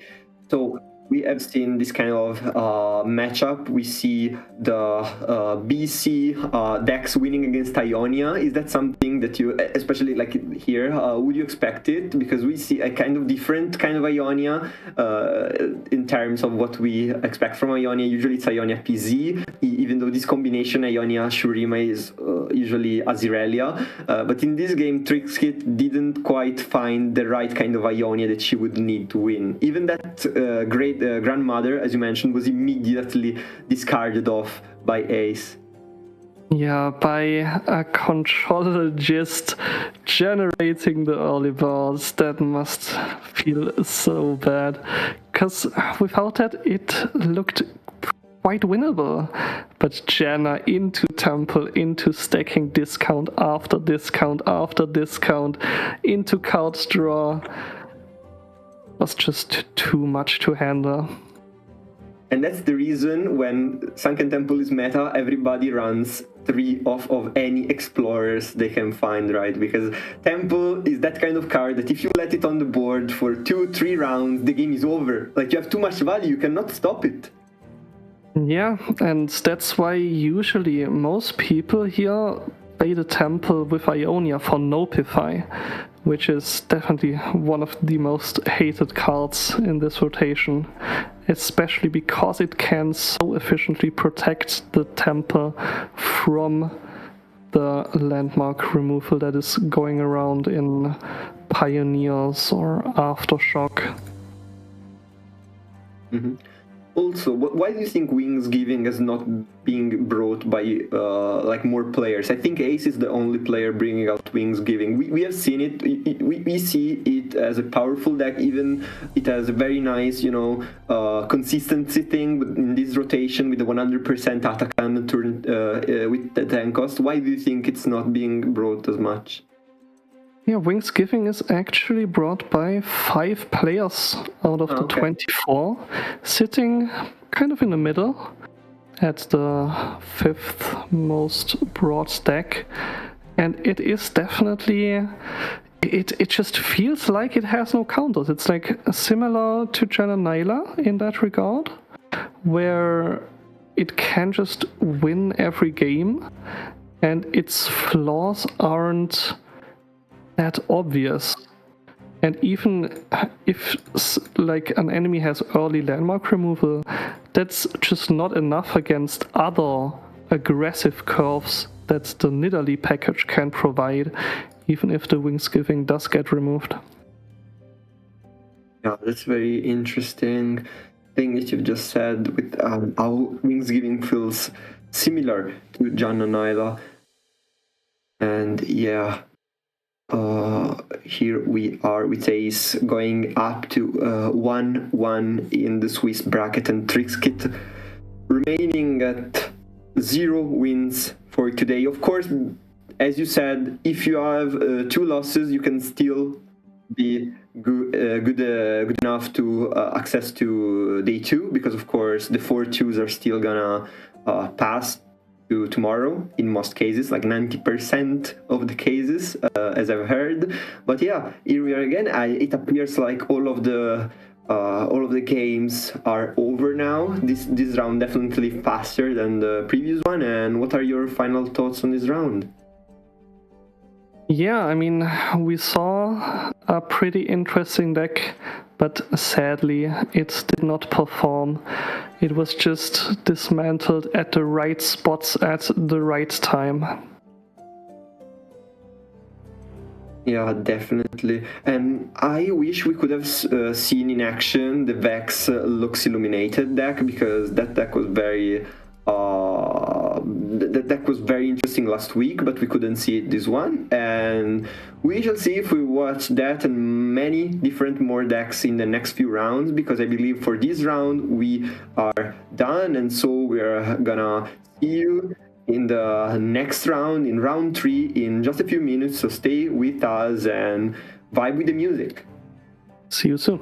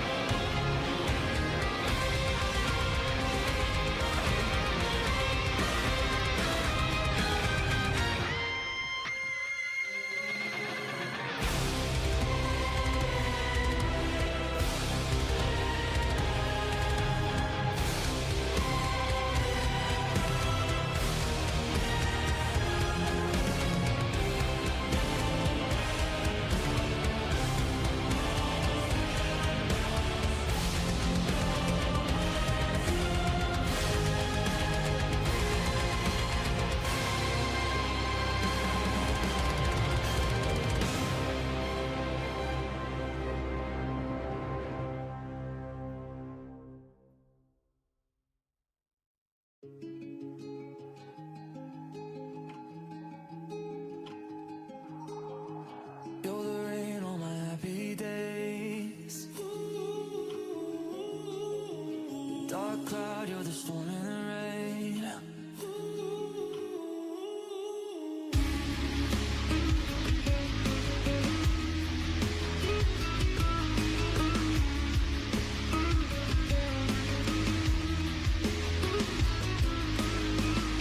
In the intoxicated storm, if the sunshine let me know, all my thoughts move in the darkness of pouring downpour of a stone.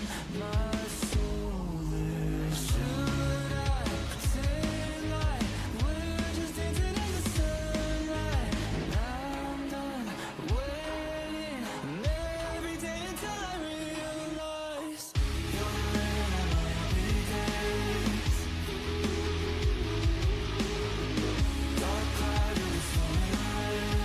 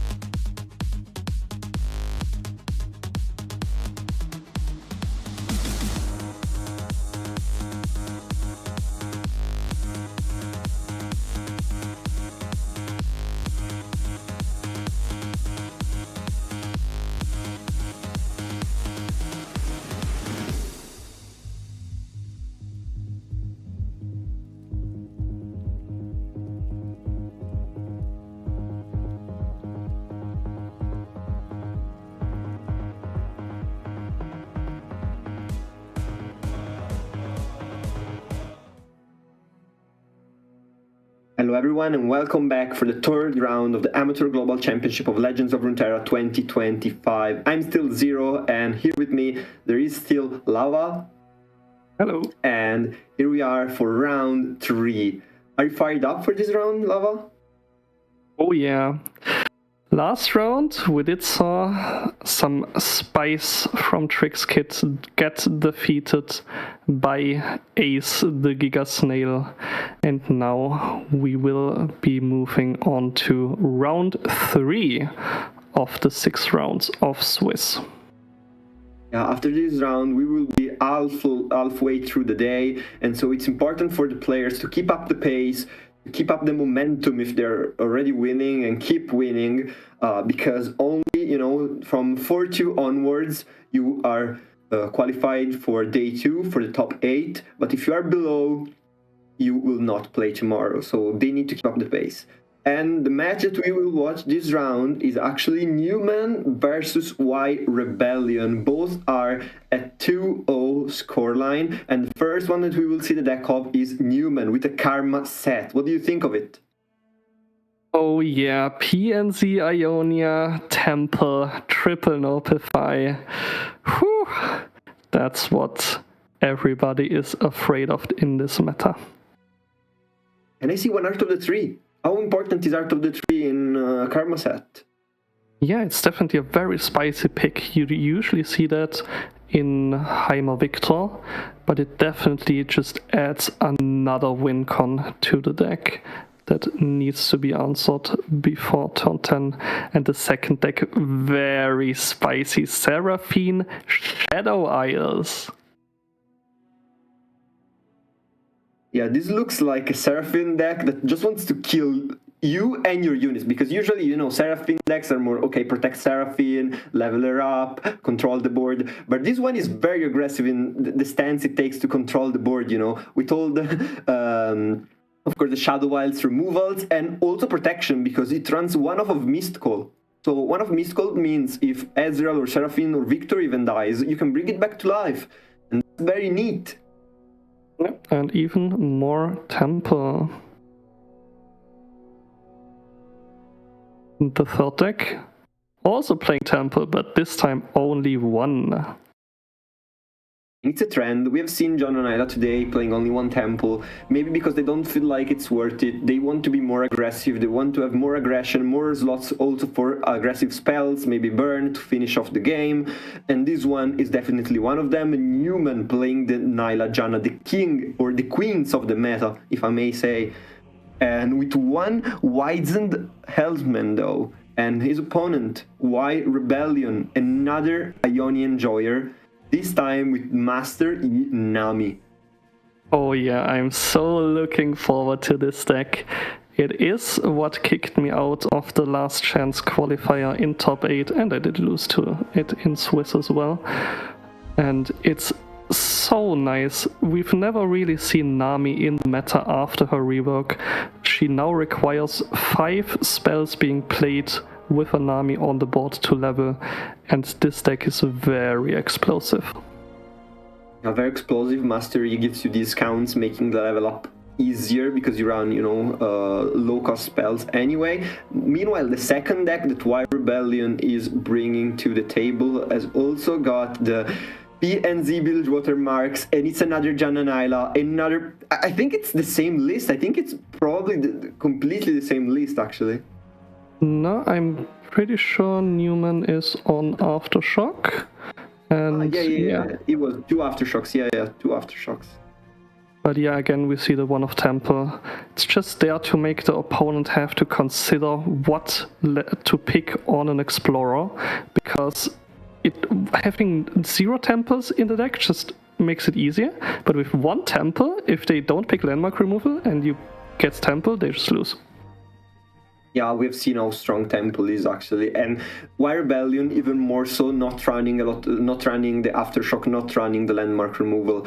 And the last deck that Y Rebellion has brought to the table is Victor Lee Sin. So a variation on the team, we've seen Newman, Ionia PZ, but Karma set. Here, Ionia PZ, Victor Lee Sin, and Lee Sin in the meta at the Amateur Global Championship. Yeah, this is the Y Rebellion special. He's pretty much known for this exact deck, and it's probably his favorite deck to play and bring today. Yeah, and I love when players have, their signature decks and they bring it to the table, even if it's not, the most meta deck, even if the others don't believe in it, but Y Rebellion, believing in Victor Lee Sin. And is it gonna be banned? Because if you know that Y-Reb is an enjoyer of that kind of deck, would you ban it? Yeah, it's definitely always a consideration, but I do think it's just the Jananila bans from both players. Not sure though. You see gentleman's agreement, both players banning Jan and Island, and we battle it out with our control decks. Is it just what's gonna be? Yeah, Newman might have built his lineup to be favored into Jananila. That's maybe why he went for the Seraphine Shadow Isles version. And yeah, leaves it open and goes for the Nami ban instead. And we are in game 1. Jananila against Seraphine, Victor, Ezreal, Shadow Isles. This is gonna be the first matchup of round 3 today. And what do you think of the ends? Once Uncle Temple is already in the end of Y Rebellion, there is no landmark removal in sight for now for Newman, but two of the 3 champions of this deck are in his end. Okay, full mulligan, apparently for Y-Reb, and that full mulligan didn't go very well. Yeah, maybe... Oh, no. Okay, I wanna look away. That kind of fixes it, maybe. Playable. This makes it playable, okay? But before, that was turn 1, turn 2 draws were not it, absolutely not it. And then very clunky, very slow from the side of the Jan and Ayla. Meanwhile, Newman has time, and that's all that deck really needs. Time to develop, time to build up your win conditions, and next turn, Victor is gonna come down and start getting keywords. Yep, for now, just taking the block. You don't really care about your first Seraphine. That one usually just dies, and she definitely is a really nice early blocker. Yeah, she gives you a spell. This time, I believe she's given us an Encore, if I'm not mistaken, or a suppression even. Yeah, So, that suppression might come in clutch. yeah, very good suppression. 1 damage, very good for the side of human. Of course, when you push with the Seraphine 1 damage against the Jan and Nyla, you know that Jan and Nyla hasn't drawn very well. Because Yeah, there's no other way to push. There's also the Temple now in Newman's hand, and as we talked about earlier, Y Rebellion did choose to cut the aftershocks from his Jananila.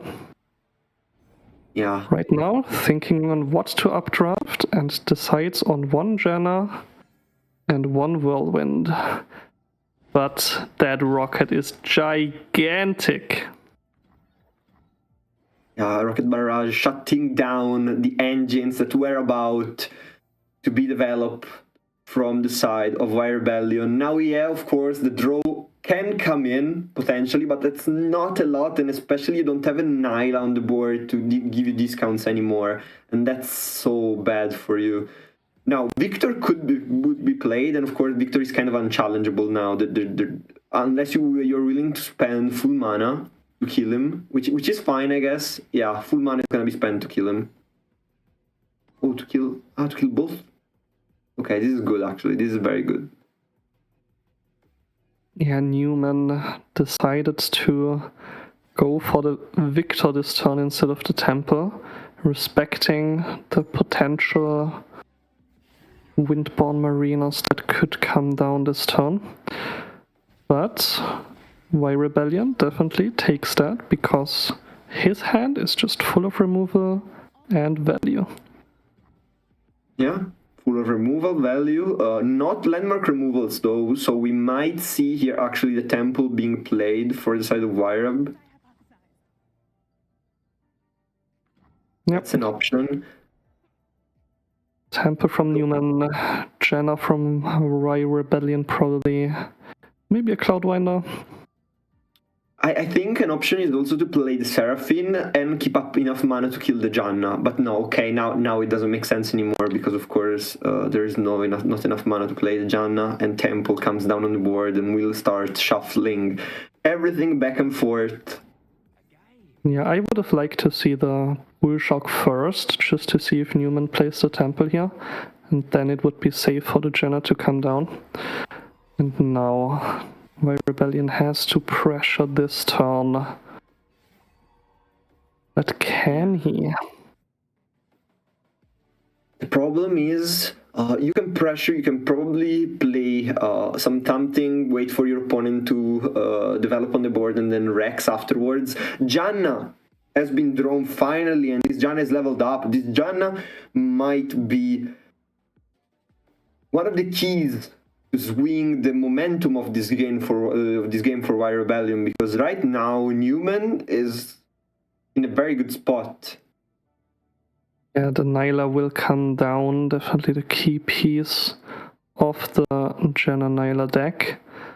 Newman could remove her, would cost 6 mana here, utilizing the Withering Mist and the High Note. Let's see if he goes for that. Withering Mist, of course, very powerful, especially against an aggressive deck like Janna Nyla. But instead, Newman decides to pass. Oh, I like it. Side of Wirebell. And here it is. And Wire Rebellion pulls the trigger. That is a lot of damage. Let's see how Newman will defend this. Yep, now he goes for the removal. Perfectly played from him. Gets the maximum value out of the drain. And now we'll even have the tempo to develop the Seraphine. Yeah?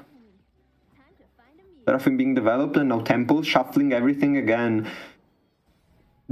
These next few turns are gonna be pivotal because this Seraphine can level up very quickly. We have a suppression to stop our opponent from playing a lot of spells without first paying the tax. Oh yeah, especially if that gets doubled, it's gonna be really annoying. How is Seraphine level up condition? Because this is very important to know. Okay, I believe we are basically there. We must be kind of there. Yeah, we are going for the mana here.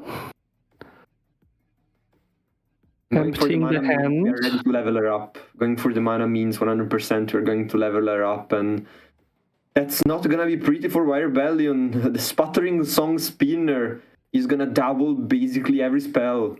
Let's see what we can find off of that one. Yeah, that's gonna be pivotal. Would you actually play first Formula, then the Sputtering, or you would want to still have enough mana for that suppression?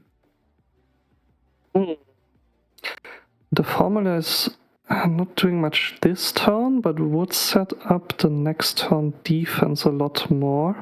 Maybe that's the reason why Newman went for this line of emptying his hand first a little. I don't know if it's worth it though. I think Sputtering is very strong in this turn because it gives you the opportunity to go a little bit on the offense and get rid of the bodies that are on Wireb's side, but we shall see. Yeah, and in fact it's gonna be played immediately. Absolver, Unspeakable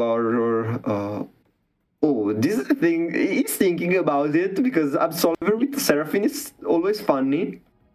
Okay, I believe here it's gonna be Sleep with our Bubble probably. No, retreat. You keep the Seraphine safe. Okay. Oh no! Retreat to go for even more mana this turn. Oh my god, Newman is maneuvering this turn with elegance. This is disgusting. This is a very cool way to level up Seraphine, have even more mana to play with.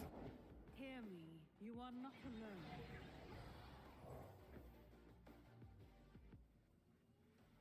alone. Look at this, the updraft is gonna come in, giving us access to 3 more mana, and now it's playtime for all these spells. First, Okay, you want an extra? even the portal. Was the boon got wasted, but not that important. And with the 3 mana we gained, we can just remove the Janna now. And we can kill something. I believe we can just kill the quick attack unit probably, or if it gets doubled, right? If the unspeakable order gets doubled. Yeah. And 2 more cards in hand to shuffle into the deck. Get even more next turn. You don't even care about what card you actually get. You just want more stand-ins that lets you draw more of your core cards this turn. And yeah, Janna Nyla is not finding another Janna. There need to be another Janna for there to be, I believe, a chance. Or another Nyla. Against a doubled Caustic Riff, nothing can really get through here. We see the power of the PNZ kind of core being there with the Seraphine snowballing the game. It took just 1 turn, Sputtering Song Spinner, Miriam, and the combo to remove everything that was really powerful on the side of Warrior Rebellion. Remove the Janna immediately when the Janna came down, and yeah, this looks awful for the Nyla Janna player. Yeah, Newman could have even saved the fated unit here with the Eye of the Storm, but just wants to double it for drawing 4 cards. It's usually Janna Nyla's job. I wonder if the Helmsman can actually do something here, because it gives us access to do different elemental spells that we have played this game, but I don't know if it's enough, of course, to spells. They are probably enough to remove at least the Seraphine, but the value was already, done, so I don't know if it's enough. Newman setting up for that Caustic Riff here, but has to use it now that the Seraphine is threatened. And if this turn is not the win for Warrior Rebellion, we do have the pursuit at 20.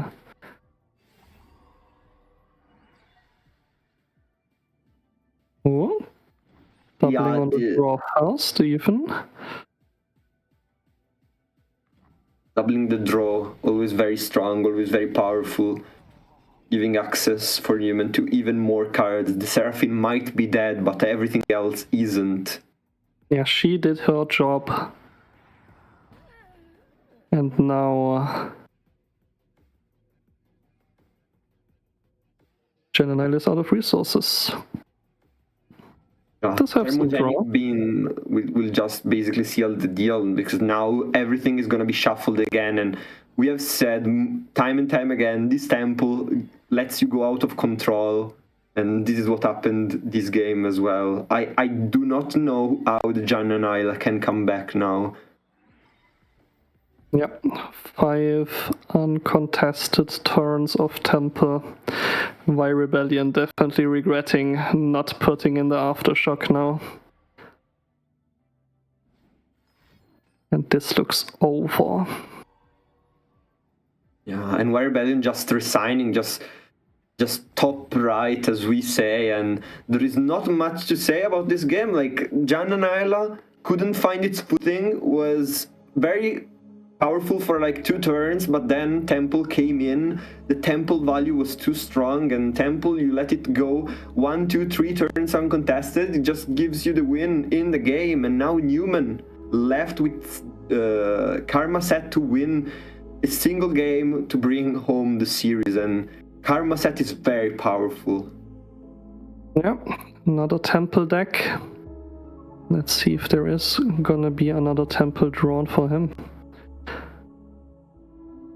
If I'm Rebellion, I would be playing Lee Sin Victor probably, because I would need to, you know, some moral backup, some kind of rejuvenation or something like that. I would need to play my signature deck and get a win on it before going back to this Jananaila, because it clearly wasn't it that game. The player played as best as he could, but the deck didn't answer properly. Yeah, I mean, it also was definitely a mulligan issue. It was a temple in Vi Rebellion's hand, but didn't pick it. And now we are in-game Karma set versus Victor Lee Sin. Already seeing a trade happen. Devastator and Disciple getting killed. Yeah, and my Rebellion followed my advice actually. He's playing the Lee Sin deck.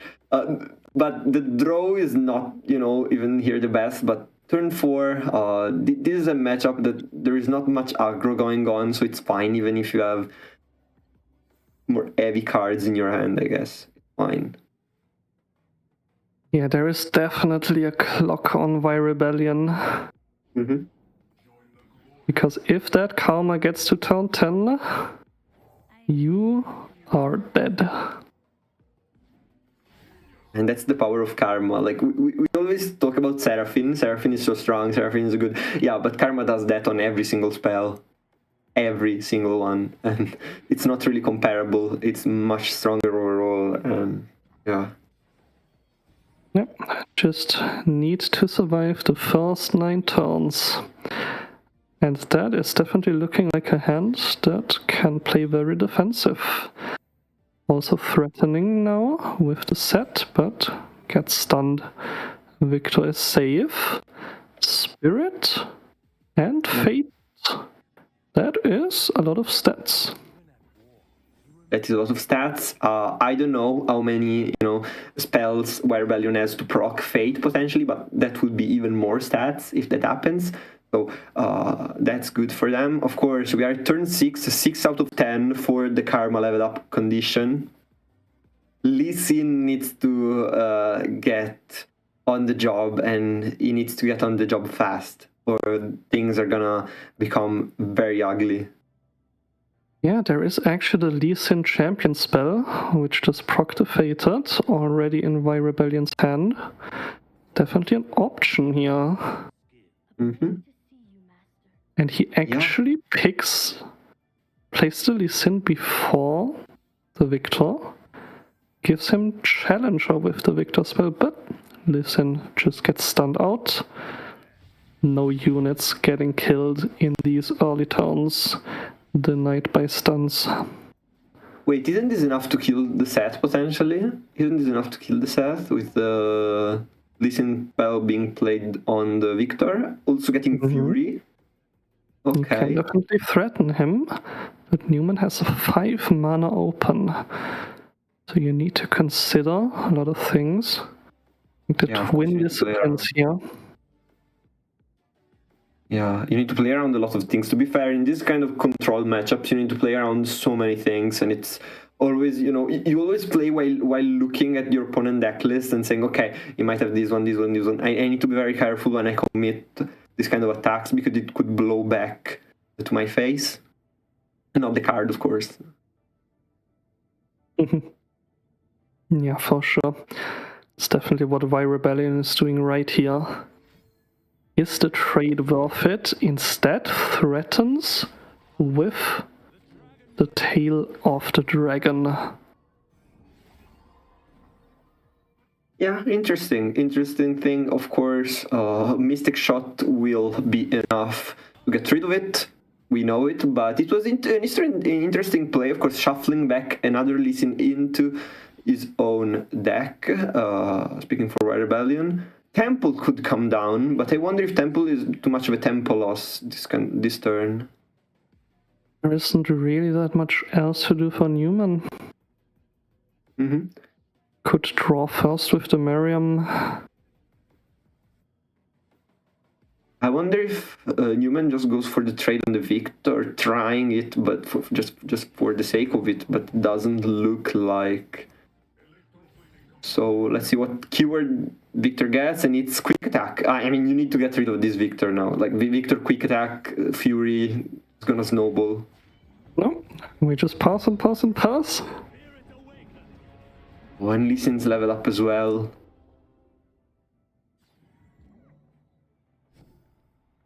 Oh, the Aftershock. Yeah, Aftershock is gonna be able to answer this temple in kind. We have seen temple today. And the deny doesn't have enough mana to being played, and so this temple is gonna stick. But I wonder, is this enough? Because both champions are gonna be leveled the next turn from the side of Warrior Rebellion. Like both champions. Oh, now you can go for it. Okay. You have drained your opponent's resources, you have drained Warrior Rebellion's mana pool, and now you can go for the trade. I still think this Lee Sin is gonna be a massive problem, but at least you have gotten rid of the Victor. Yeah, sadly, in this Lee Sin version, Lee Sin doesn't really do much damage. He's mostly just like a control tool, because there's not really any cards that buff his attack, except for maybe a Twin Disciplines. Or something, yeah. You're completely right. And the Victor was traded off, so it means that Warrior Rebellion has gotten, the control 101 kind of setup here, but doesn't really have that much else going on for him at the moment.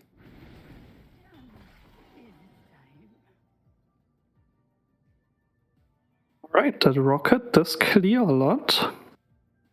My Rebellion can push some damage here.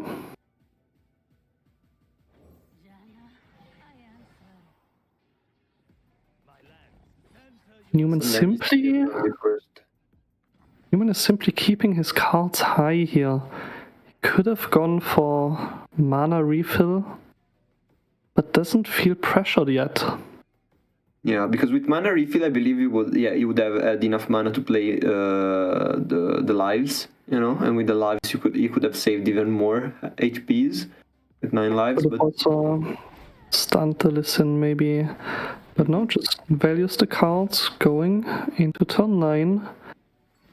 There is a Karma. Oh! Yeah, but we have an open fight, thankfully. That was a cheeky play from Warrior Rebellion. Actually, very good try, but was not enough. Second turn of Temple. Yep, and now we do have the Karma into turn 10. Oh my god, Karma played here on turn 9 because your opponent doesn't have any means of art removing her because already played the Rocket Barrage. Set here to follow. Set levels up. I believe they can get the... Can they get the set spell this turn? I don't think so. Wait, is this X-Core? No. 9 would have been 11. Yeah. So even if you nullify this, it's not enough, sadly. But we do have the combo on the board assembled. Now we just need to not whiff on this Temple cycle. And Karma leveled up, probably the most powerful champion in the game. Leveled up Karma, turn 10, Enlightenment, well, giving her the power to double every single spell. I think that's everything we need. Have everything. Ooh, wait.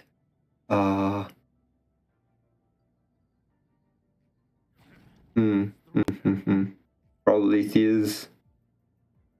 Because we will have 2 denies. But how strong it is that you have actually 1 deny, but it's 2 denies. So your opponent only has 1 puny deny and cannot do anything. Look at this.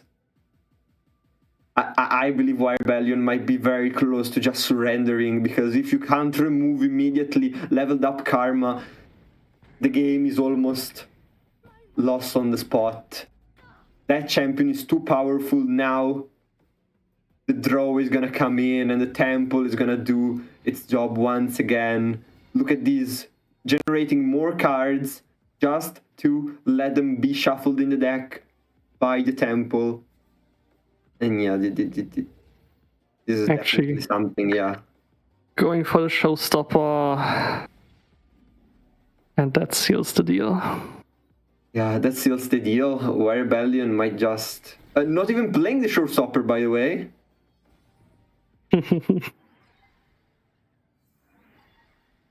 Gentleman's agreement, not even playing the showstopper.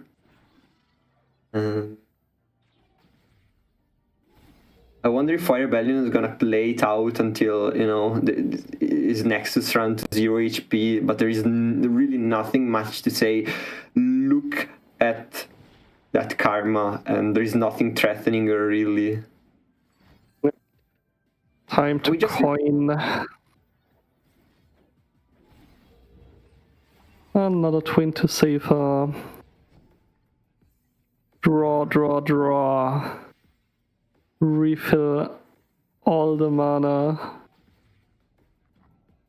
One more Karma to potentially generate infinite Karmas. Even deck out to win condition is no more. Everything is accounted for the side of Newman, and only question is now, can you lethal this turn? yeah, that's the only question, literally. That's literally the only question left. You can stun basically everything, and Rebellion just says, okay, I can't. I need to mental reset a little bit, and I just surrender to the set and Karma. Newman takes it, going to 3-0 in Swiss. If he gets to 4 wins, he is basically guaranteed to move on to day 2 tomorrow. 8th final day of the Global Championship. And Newman sweeping Rebellion. Both players were at the top of the standings, were 2-0, but Newman clearly winning out this matchup in great fashion. And so I really enjoy watching also this kind of control, more slower matchups going at each other, because we have more time to talk, more time to commentate. You can maybe for 1 or 2 turns nothing is happening, players are just passing, but for one of them there was a clock. For the other one, the clock was in their favor, and it appears that for this round even we have kind of gone out of matches, because that match was kind of taking its time, kind of slow. What do you think, Lava? Yeah, Newman just played meticulously. Every decision from him was just perfect. And yeah, it's definitely becoming of someone who did finish 25th in the 2023 LoR World Championship. I think we're in a match, and I think this is Ace versus Robomaster, probably. I would need to check again, but it's Robomaster against someone, and it's Robomaster against Ace.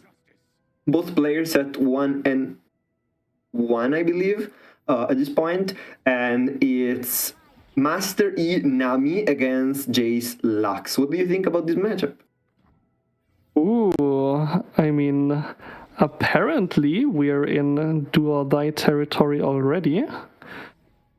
Robo running out of cards before getting to run away with the game. Yeah, and so but Ace... This is also, do or die territory for Ace. Needs to trade down his own Lux, his own champion, to the massive coral creatures that are on his opponent's side. And okay, Bedbird comes down. Let's see how much board can Ace make to avoid going down. It seems like the board is gonna be built right now. Yeah, Ace is gonna have 1 full turn next one to seal the deal. Turn 9. with leveled Chase. Let's see what 6-cost spell is the spell of choice here. We see Core Admiral Shelley getting Okay. drawn by Robomaster, but maybe it's too little, maybe it's too late. And we fill the board with 3/3s. Ace saying, I don't need this turn to play the a 6-cost spell to actually deal with my opponent board. I'm just gonna build up my own. I'm just gonna build up my own board, and here it is.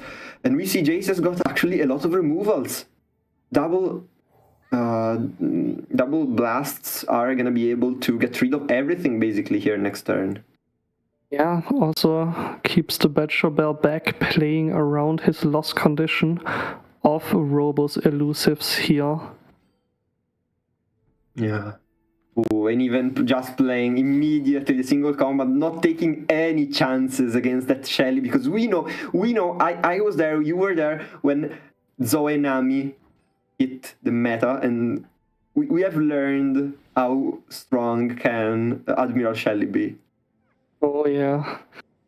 Losing a tune, but still a powerhouse, and Robo surrenders. We move on to Game 3. Move on to Game 3. And I believe, I wonder what Robomaster has banned. I believe it may have banned the Seraphine, Ezreal, Janna deck, but also the Wings Giving is possible. Of course, we see Ace apparently has banned the Morgana Udyr deck from Robomaster side. So it would leave Robomaster with only, of course, the Nami Mastery deck to play with. This Nami Mastery deck, have you played it a lot or haven't you? oh yeah, after losing to it in the last chance qualifiers, I did try it a lot, and it seems like Wingsgiving was banned, so the last matchup is Nami versus Seraphine. Yeah, I really like this Nami deck. I did lose to Mana on it, who actually decided to not bring it. And yeah, it's definitely working out for him as well. I think he is at 2-0 right now. But we are in the game, Seraphine versus Master Yi, discounting this Nopify here. You know, Mastery, every turn that passes discounts a spell. And that's gonna come in clutch probably for Robomaster. You need spells to be discounted in this deck to get the full value, because you want to play a lot of them in one single turn, to proc Shelly, to proc the Nami, to kind of proc everything. So yeah, Nami comes on the board. The only problem is there is only one spell and the second Nami. Second Nami is very good because it gives us 3 more spells basically, but other than that, our end is a little bit spell lacking. Yeah, Robo has the engine, but not the fuel.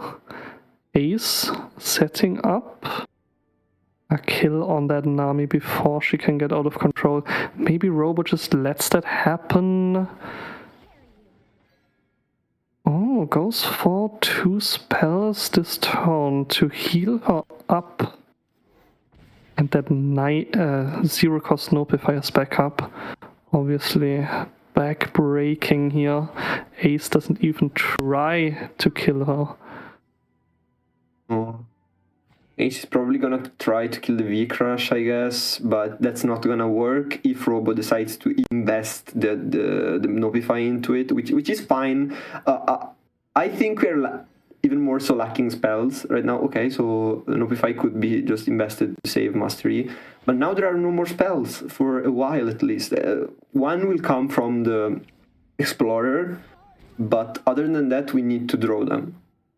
At least we know that one draw spell is in the top. Yeah, Slipstream has been drawn. Yeah, it was there. We knew that. That was clutch right here. Now does Robo play it safe? No, he just sets up all the engines And Ace now has to try and actually targets the Master Yi here.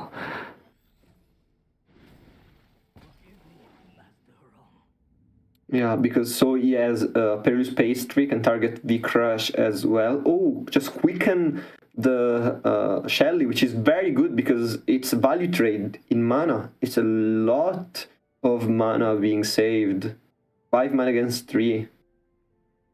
Yeah, very important to do this now before Robomaster can get back the mana to buff the Shelly up. Yeah. Nami and Shelly obviously synergizing very well together. Yeah, that's Now the it's combo. not really safe to play the Shelly again, so Robo just decides to test the waters here.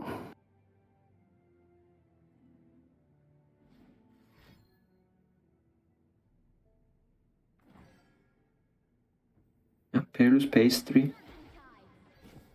Gonna be played to try and kill the B-Crash. Nami doesn't level up yet, so B-Crash just dies. The Slipstream was played, and Mastery is going to be the choice It's an against the B-Crash. interesting, very important decision here as well. Do you want the Slipstream in the top of the deck? Do you want to discount the spell here? Yeah, and the discount was chosen. Now, I get it. I think Slipstream is super strong though, so I get why the Mastery was chosen, but also V-Crush was, I believe, a good option. But of course, Robomaster, one of the strongest players in the EMEA server, obviously knows better than me what he is doing, of course. So, Yeah. Ace defends, sacking one of his explorers, and takes 2 damage. Yeah, Robo is putting on the pressure with that Master Yi. Can that Nami level? I think she's at 4. So. Ah, she's at 4, okay. She should get at 5 with the spell. Yes, she does. Yeah. And so you kill, you save the Nami, you get Seraphine to a very low HP bar, you get Seraphine to 1 HP because of course the prize fight doesn't kill the involved units. Ace has Seraphine leveled, but maybe he just needs to recall her here to find something because there aren't that many spells. Top decks, removal. Very This is important. very good. You can top deck, you can put removal down immediately. You can go for a kill on the Nami before Nami gets really activated, before there are a lot of spells for her to play with. And then you might even quicken Seraphine while she's blocking.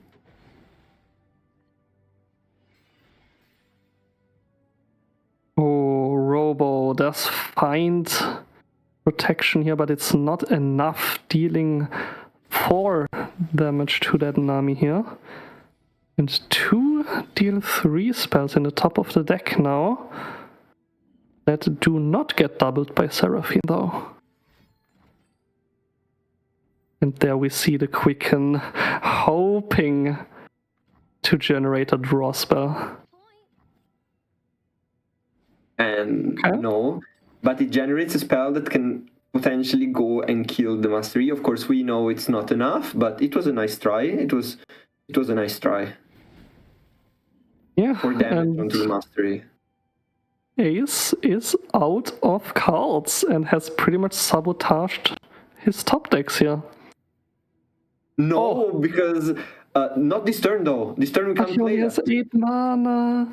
He needs 9 mana to play the Progress Day here. And Robo is threatening a lot of damage. If that stun gets answered, Ace is in deep trouble. We do know that right now there isn't any.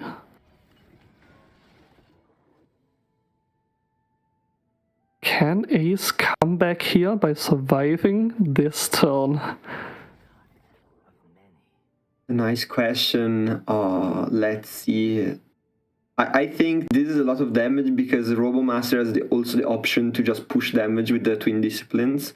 And it would also activate the Shelly. Is this lethal? No, it's not. Okay, it must not be lethal. Okay. Would be +5, which is exactly 1 of lethal. Sadly, it wasn't it, but now Poggers Day can come in.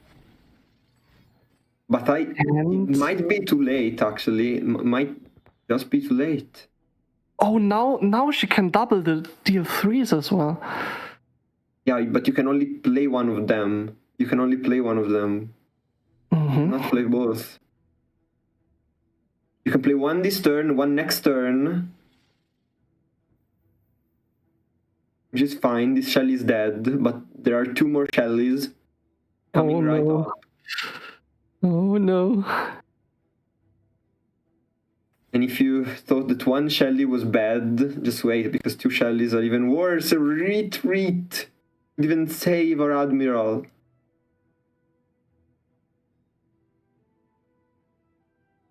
Nothing to resummon though. No. Robo thinking if it's worth it or just redevelop a Shelly. And he decides to redevelop Shelly, probably playing another one next turn, and then doubling up on that +1/+1. Honestly, if I was Robomaster, I was thinking about, is it worth it to activate everything here? Because if you just play the coin, you just activate everything. But I guess for him, it wasn't worth to do it last turn.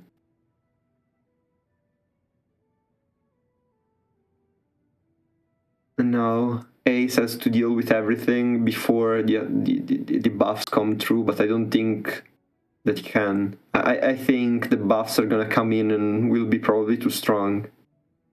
Yeah. Bubble as well, generating even more spells.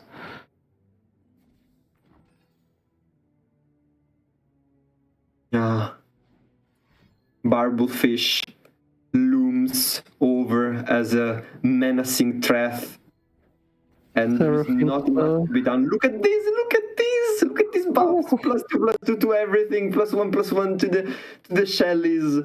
And yeah, nothing is enough anymore to break the strength of this Mastery Nami. And man, PTSD is kicking in, because when Nami or Nami decks buff this much, it only means one thing, but Mastery might die here, but this game is over, and this series will be won by Robomaster that gets the win over his friend Ace.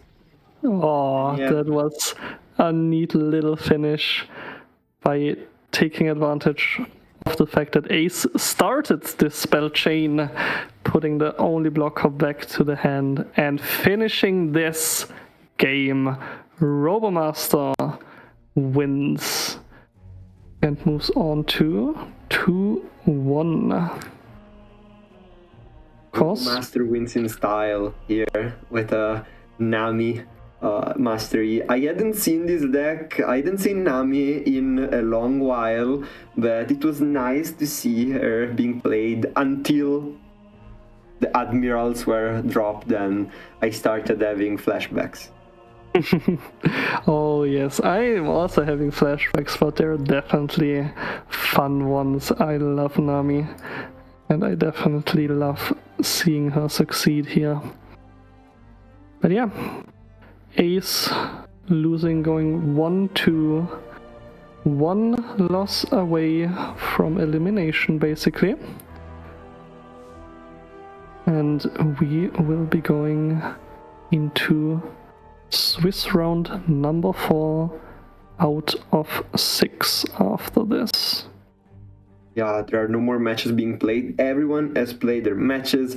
This round 3 was fantastic. We've seen some crazy decks and crazy plays. Newman versus Y Rebellion was intense. very intense, and Newman showed us how to play some control decks. And then Robomaster versus Ace. Ace coming back, but then Robomaster definitely saying, okay, with these decks I can beat you, and so he did.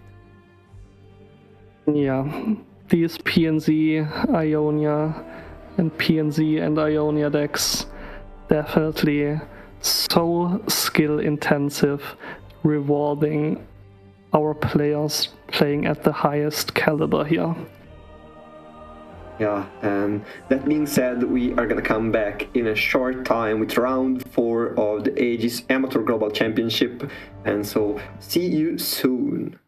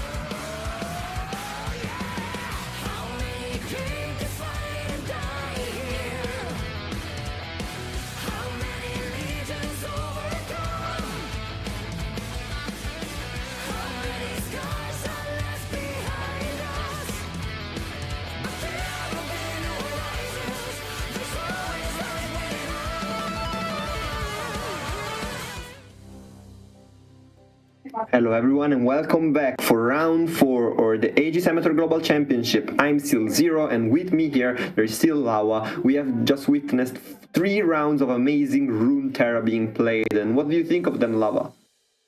Oh yeah, they were definitely something. We saw the spice and we saw the masterclass both happen today, and let's hope that continues as we go into round 4.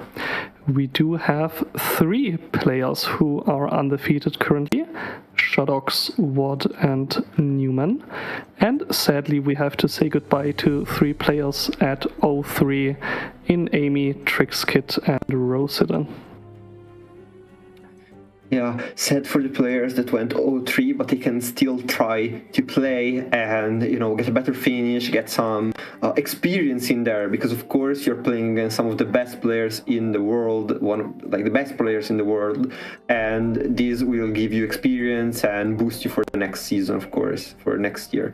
That's gonna be. But yeah, the match that we are gonna watch this round is between 2 of the players that are still undefeated. One is Wad and the other is Shadox. And here is the the deck that Wad is playing. Yeah, we are gonna check on them in a while. But yeah, what do you think of them? Because Wad joined this this tournament with allegations. Some say it wasn't as good as the other players, but he's definitely showing up and showing that he's very, very, very skilled. Yeah, I mean, I think many people just still think of Ward as this meme streamer, but he has improved so much over the last few months and qualified through the medal event going into the global championships against Shadox. And now we do have the decks Ward on Jenna Nyla with the Aftershocks, and the Wizened Helmsman seeming to perform pretty well for him.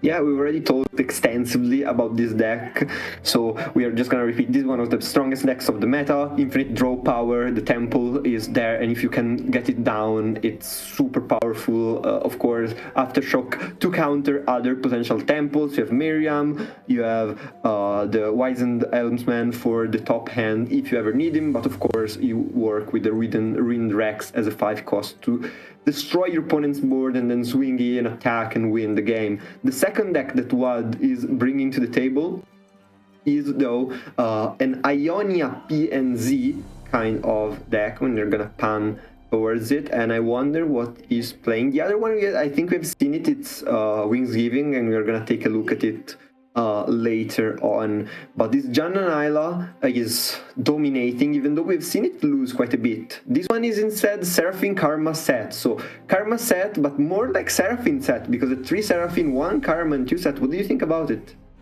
Oh yeah, this was my PNC Ionia deck of choice for the last chance qualifiers last week, and I definitely like that. But it did fall apart into Nami, which I just want to tease is in Shadox's lineup. But yeah, it's just another Temple plus Nopify deck. Only 2 Nopify though.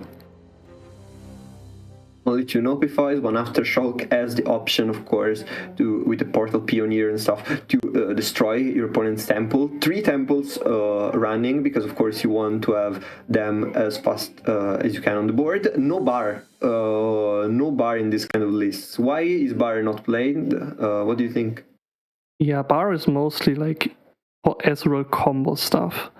But now we see his last deck, Wings, giving another favorite of the meta. And look at that 7 cost card, the big game Tycoon, being able to double everything's stat when they transform. That can lead to insanely powerful combos, and I hope we get to see them in this matchup. And of course, we're going to talk about... Yeah, Wings giving, very powerful. Little Birdie told me that Ward had a 70 attack unit last game. But yeah, maybe that will help, maybe not, into a vengeance from Shadox's Trundle Volley as I ramp. Very classic. Very classic, very ramp. very going to late game and do stuff. You have you have 6 units that are less than 8 mana. Everything else is more than 8 mana. Yeah, there's a lot of AoE, Avalanche, Withering Whale. I think this might be a Janna Nyla target lineup. That Shadox brings to the table is also one that we have already seen. It's very interesting, and it is that I believe it should be Nami Mastery, played by the Canadian player as well.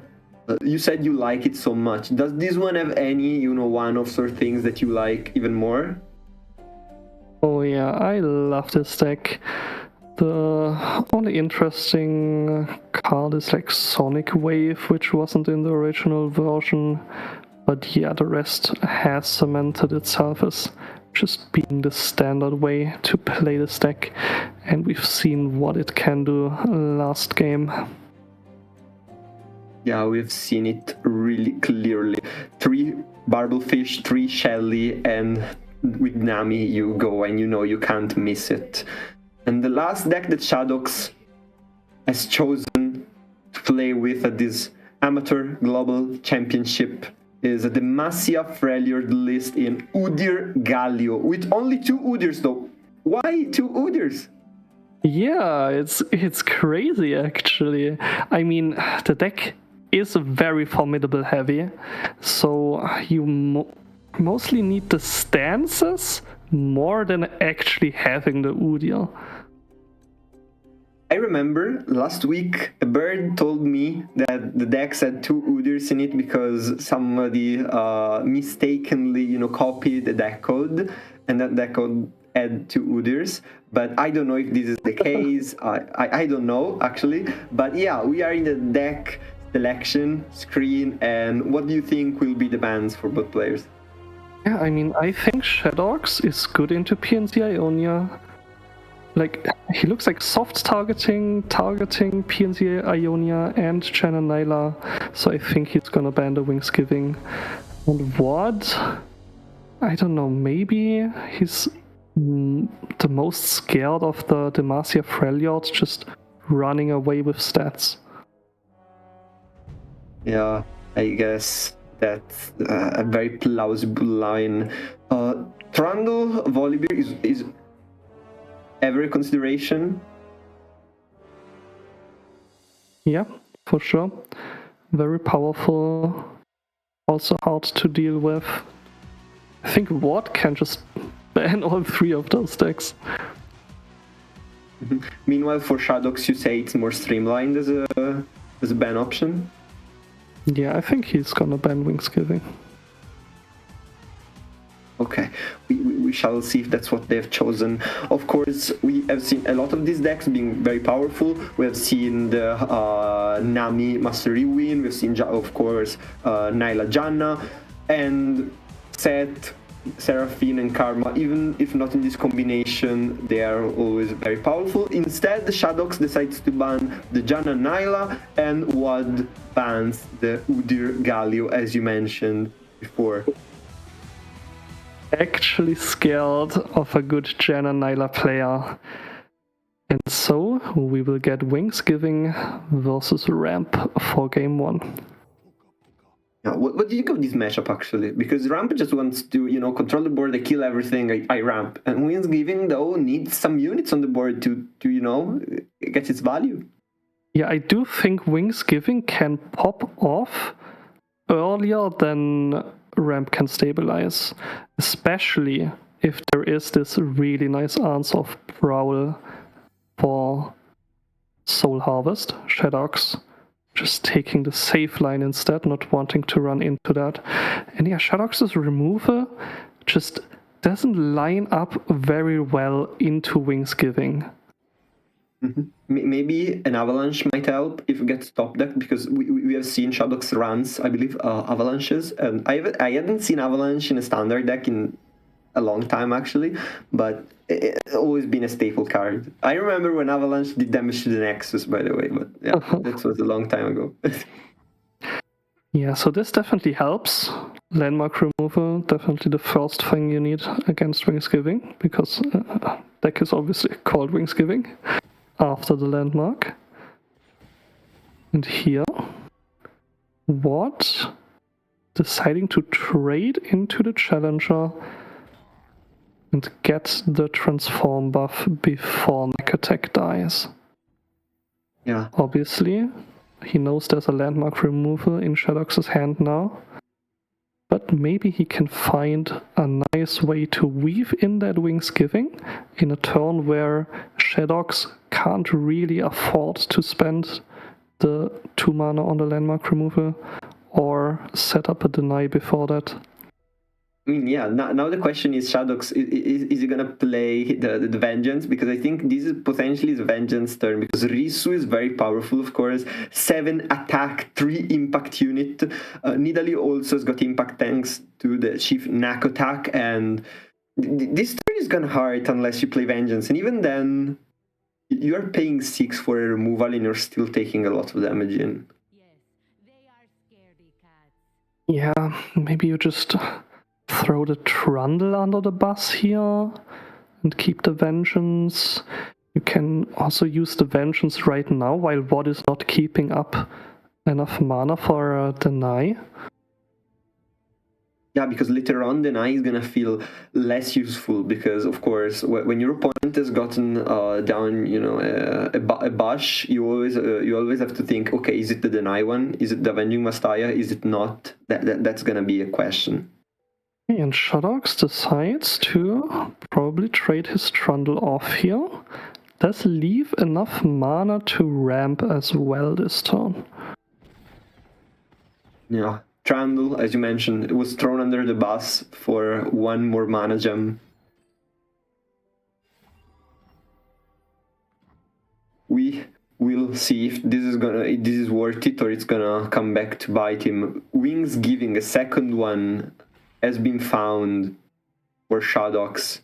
Now Shadox may start Wingsgiving everything. First of all, though, you might play the Avenging Mastaya just to have it, just in case.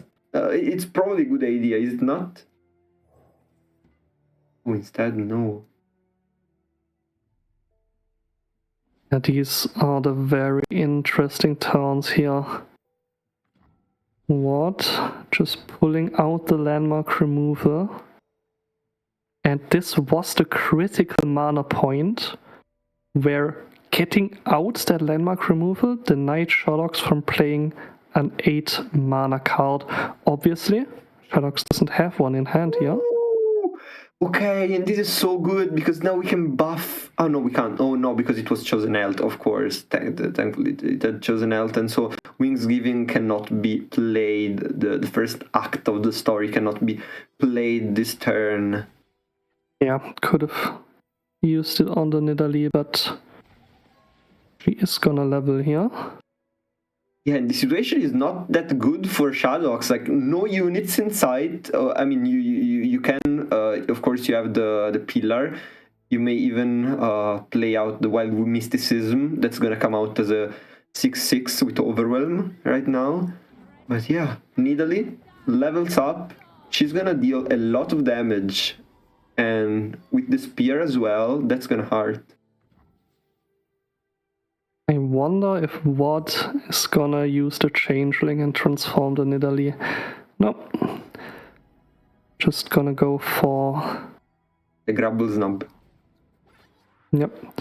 This way he can keep up the Prowl and the Deny here. Yeah, of course, now we might actually see, I think we will see a freeze, because you just don't trust yourself with that Vengeance. I wouldn't, like, Vengeance wouldn't really make sense here. Just open us to lose even more, but... Yeah, this Deny is quite telegraphed here, though. You could call the bluff. And Ward decides to push damage and deal 4 to the pillar here. And this kills the pillar. I believe this should kill the pillar if the Nidalee it comes through, which of course I don't think it can be denied in any way. And yeah, Nidalee changes back. transforms back in her old self, and now the spear might come in and kill the pillar, but Shadox has hit the critical point. Shadox has hit the critical point of 10 mana. Yeah, 10 mana, but no payoffs in hand. Just more ramp and a single vengeance against this Avenging Vastaya. Yeah, there is a little bit of draw, though. There is a little bit of draw. Needs be, of course, the spear coming down, killing the pillar that will not give those vulnerables anymore, and so Nidalee is safe for now. Okay. We do have a card that can stabilize, but what's next attack is gonna be crazy, especially if he develops that big game tycoon. Yeah, I don't think there is anything stopping him from doing so, right? Because he knows he has the deny. His opponent doesn't have basically anything to answer it, and so just develop the big game tycoon, and you're kind of chilling. I don't think this is gonna end well for Shadox. Maybe we can get to 70 attack in this game as well. Yeah, unironically, it maybe will happen. Nakotak sees himself transforming here for an extra little buff. Now the question is, do you greed and play the changeling before the attack here? I mean, with that deny, you are This is quite enough to level up Nidalee again, right? This levels up again Nidalee, and I think you're kind of completely fine, aren't you? Angel is coming in. You might just, oh no, okay, you read it out. Yeah. Now you could lose to a freeze or something, so you do just continue pumping this unit up here. Yeah. Would you even play the Pyrophant in the bush, the bush with the Pyrophant potentially, just so you have another win condition if needs be? I would at this point. The problem is that you have to give up the deny, or do you want to play it without the bush? I think you would just play the changeling and transform the 26 attack here. Yeah. Yep. Two big units. Overwhelm Ram. Yeah, the Ram is going to be chosen. And it's a 4266 Ram and 84 132 Ram. And yeah, we have broken the record. Oh my god, I love Wingsgiving. We are Wingsgiving all over the place, you know? Can even override it. Give vulnerable. The 3-1 alone is lethal. There is nothing else to do here outside, you know, clap for Wad, because Wad here showed us that he knows how to play Wingsgiving, and he knows how to choose the targets of his transformations. And look at these, just winning with 152 damage, overwhelming Shadox Nexus. And so game 1 is over, and now Wad is to win with his Karma set Seraphine, which is much more of a Seraphine deck than any of the other two, but yeah, I am glad that my Wingsgiving ban did make sense in the end. And now we will see if Shadox's lineup actually counters PNC Ionia, as I said. Well, we shall see, because this is the game that Nami has to prove herself to get Shadox back into this series, because right now Wad is at match point, on the brink of qualification to the debut of the Aegis Amateur Global Championship. And yeah, Mastery comes down and will start discounting spells left and right. Yeah. Seraphine doesn't really have much the right interaction against this Nami deck. Shadox's Masaki Nami just requires deal 3, deal 3, deal 3.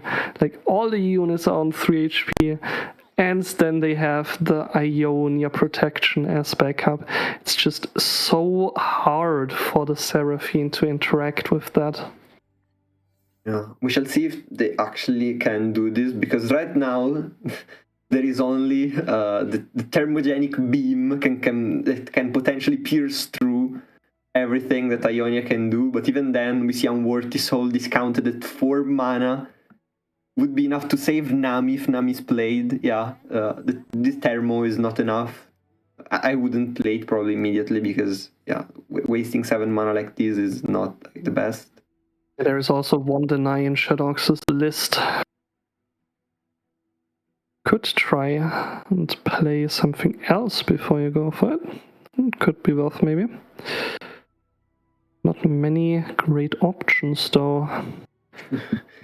An option could just be play retreat on Seraphine in this matchup actually. Like, you could just retreat Seraphine, player again, instead place your bets.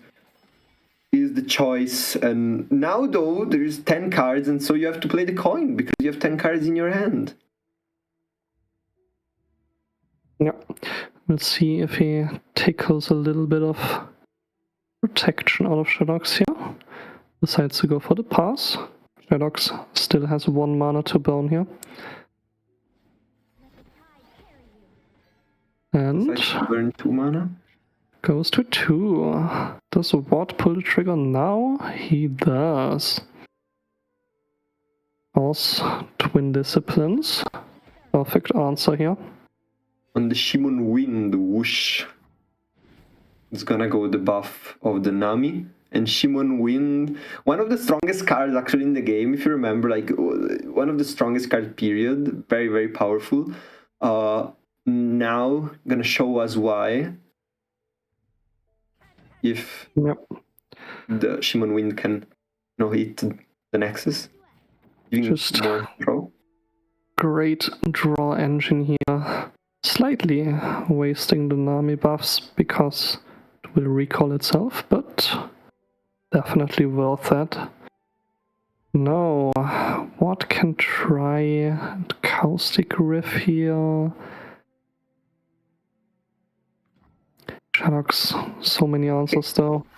Can't you do the Comet on the Nami because she has attacked later? Yeah, I guess you do just the Comet on the Nami potentially, yeah. What's just not really interacting with Shadox just yet here. Redder goes for his own game plan of saving the Seraphine.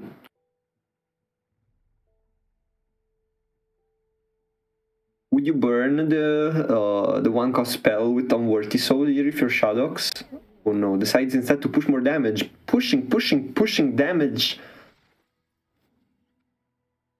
With Mastery Spell, just giving 2 damage to everybody, level up the Nami. And yeah, as you mentioned, this deck looks like to be the counter actually, because the Seraphine decks looks very weak, looks like that can do nothing against this aggression. This is already 8 damage, a very big board, and very difficult to deal with.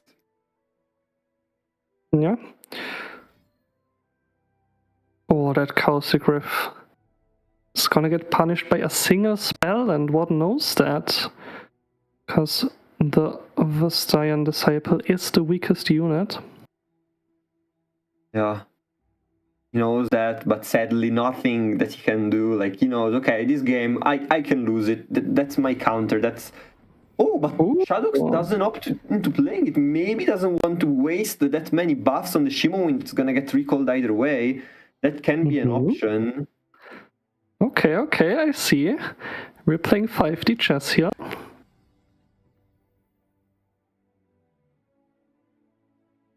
And now Seraphine actually quite close to leveling. Seraphine is close. Miriam can be used to give us more mana to work with if needs be.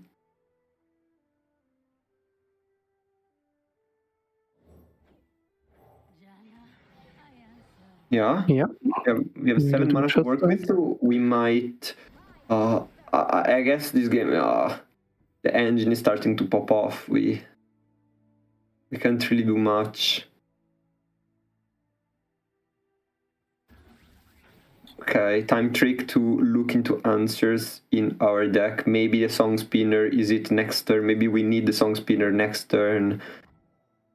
And Seraphine, I guess should be about to level up, right? Seraphine should be really close to the level up, but I don't know if this level up can really get us to the finish line, at least in this game, because it doesn't seem so.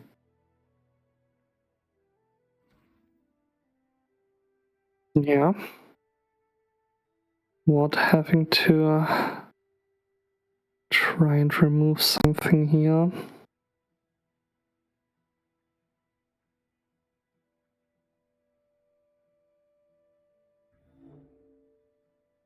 Could be fine with passing. Does have enough card slots in hand for that song spinner next turn. Ooh, thinking about playing the Tellstones. Okay, Tellstones, Gruesome Theater to level up the Seraphine. Gruesome Theater recalling one opponent unit in this case. I'm not so sure about that recall target. Coral Creatures will give Shadowx another 1-cost spell, and the 1-cost spells in this rotation are crazy. Yeah, this basically tells you how the game is going, right? If you need to recall a unit that you know your opponent can immediately replay and give him more value, okay, that means you are in a very bad spot. Yeah, another Wuju style. Like, this is not even close. The strength of the decks, at least in respect of each other, that these two players are playing, like, Shadox is seeing everything. The Shelly is gonna come in next turn, potentially. Look at this is so powerful. The buffs are coming in, and there is nothing that WAD can do to stop it. Like, even this one, okay, maybe you try to kill the Nami. I don't even know if you can.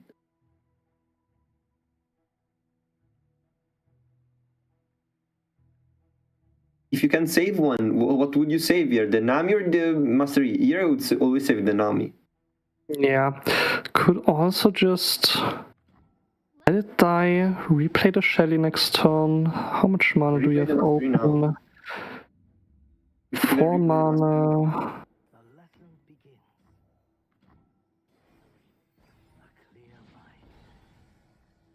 Yeah, now you can play Shelly.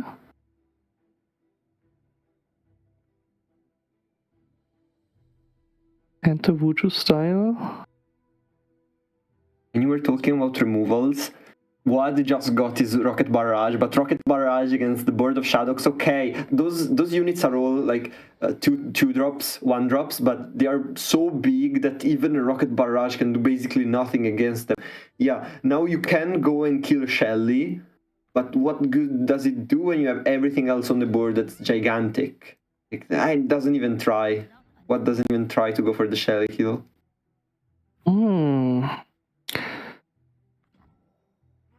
He seems to, yeah, he's just waiting for the buffs, and then he can commit a recall.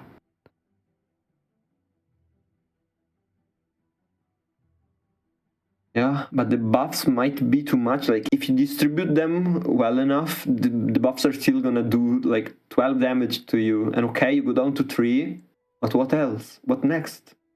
Ox has to decide between threatening the Seraphine. No, it's not even lethal. It's only 12. Oh, wait, he can play those. That does threaten lethal. And now is one of lethal. Oh, one of lethal. Okay. Is there any reach in his deck? Do you just press OK if you're WAD, or you recall actually something? Oh. Can you generate a reach in this deck? Now that is a good question that WAD has to answer now. And he says, okay, go for it. Show me. I have my Seraphine, and it is time for me to pop off now. Yeah, but interestingly enough, it's not the Sputtering Song Spinner that's chosen this round, but the Comet to get rid of the Mastery. And this Mastery is gonna die. This Mastery is gonna die. It's fine. Second Mastery death for Shadox. And so the Shelly is the only win condition that is present right now, actually. And Shadox deck is a little bit running out of cards, maybe. If this Shelly dies, it's a bit of a problem, I think.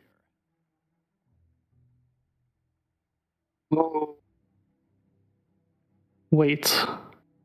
Isn't this the second time trick this game? Did we generate one before? Yeah, we generated one before. We generated one before with Seraphine, if I'm not mistaken. And now, though, with this Rocket Barrage plus something, the set levels up this turn, I think. I think this set might level up this turn. And if the set levels up this turn and is not recalled, that's a problem. Yeah, so you have to recall him. Sadly, he is recalled. And Ward, I think he's looking to keep that Song Spinner as his last out here. 1 HP and a Dream. Been a dream, definitely. But I don't know how long this dream is gonna last for, because this Shelly can buff everything before dying. And it won't even die with the HP buff here. 5 mana. Too far beyond the reach of the Rocket Barrage. It only deals 4. And so Sputtering Song Spinner is the only chance for WAD to survive in this game. I don't think... What can you even talk about this? Okay, Caustic Reef and then what else? Would need to predict into the... Oh, make it right. Maybe. Oh! No. Okay, whoa. Whoa. Wait, this is enough. This is enough. This is enough. You just block the 5/5 and this is enough. And your Seraphine doesn't even die. Your Seraphine doesn't even die. They need to hit, though. They need to hit. 2 on the 4 HP unit and 1 on the 3 HP units. No! No. Oh my god! So close. So close. No, it was so close to being possible, but Holy. sadly, it was not enough. The Octopus struck the Nexus, and they are going to game 3. Oh my god, that was crazy. I really want to see another Seraphine game now. And we will have Seraphine versus Rundle Volibear. Okay, what do you think about this matchup instead? Because you have seen Rundle Volibear before, and it didn't really hit the mark. It wasn't fast enough, but against this kind of deck, can it be fast enough? Or at least can it ramp and control the board good enough to, stop Seraphine in its tracks? Yeah, so I know this matchup mostly from Eternal, where She Who Wanders exists. And in that meta, Ramp just wants to run PNC Ionia out of denies. But here, this doesn't exist. So now I'm really not so sure who is favored. What we see though is 2 Temples and 2 Pioneers to answer them. So at least Temple is not gonna be probably an out this game. Well, let's see how many notifies what top decks. Yep, need Minimorphs. What needs Minimorph to counter those Pioneer spells? And eat that stairs to boot.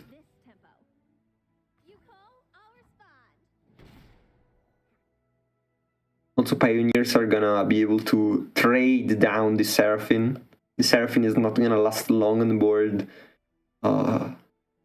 Either way, either because she's removed by something like an Avalanche, a Soul Harvest, something like that, or directly the Pioneer, which is the best option probably. Yeah. Right. Do have a retreat to save her. Oh! And the deny. That is one answer to the landmark remover. Yeah. Shadox, recognizing that he has to pick 2 landmark removers this turn to win against a potential Nopify here. And what? Just says, okay.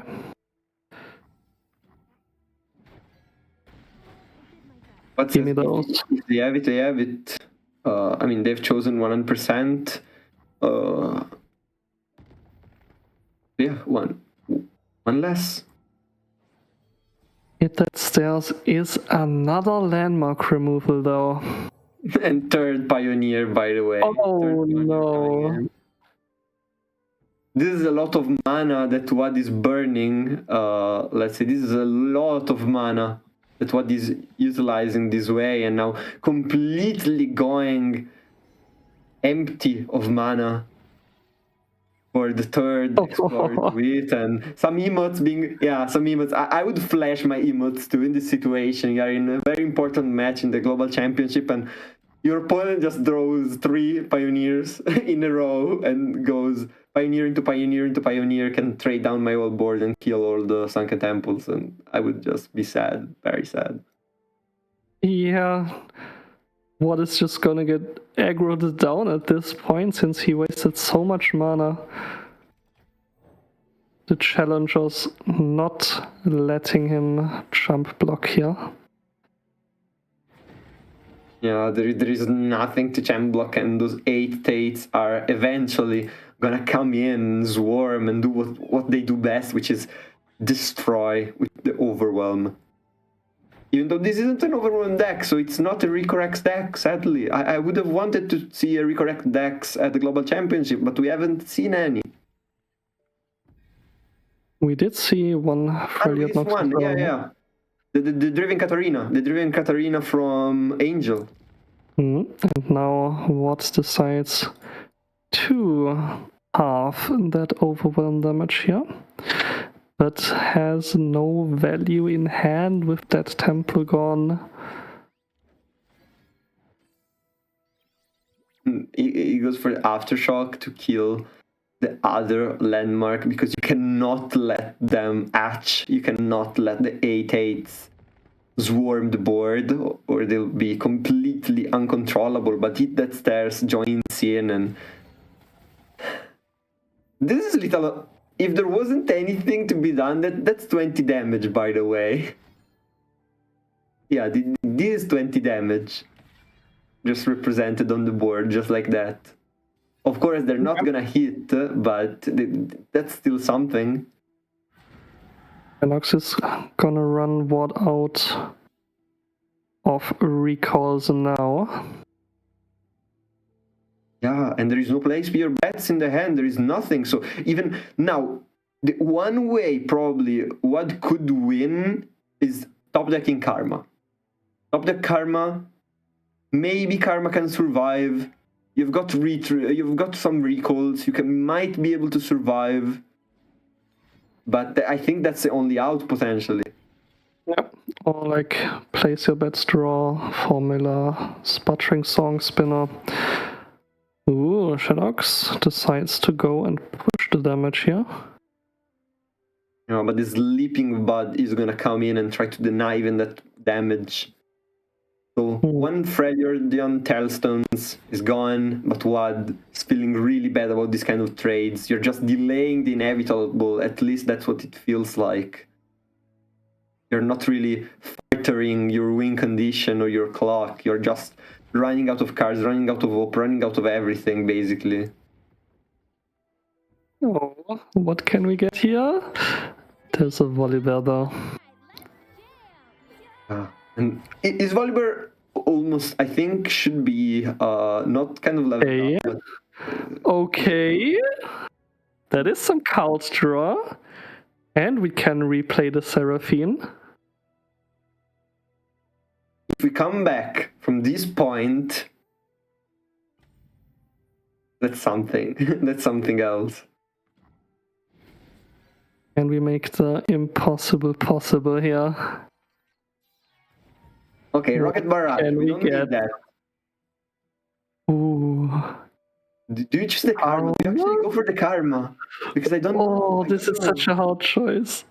You can't skip though, you need to pick something. Wait, did he skip? Did he forget how the spell works? Yeah, he skipped. He forgot how the spell works. No, maybe you get both at the end. Maybe you get both at the end. Yeah, you get both at the end. You get Oh, okay, thank God. Whew. because those spells kind of work like that. Even I believe time trick. When you double it, you get your cards drawn at the end of the animation. After the second one gets chosen and not immediately. The Yeah, question if I'm not is, do you save the Seraphine and replay her? Or do you just always drop play the karma. I think you always play karma. You've gone for the karma win condition. You go for the karma. Even if she doesn't win you the game, you have to trust karma. At this point, she's the massive late game win condition that you have. She's basically the insurance that you have. already have one recall. You just need one more thing to survive here. That's not playable on the open attack here. That can give you something.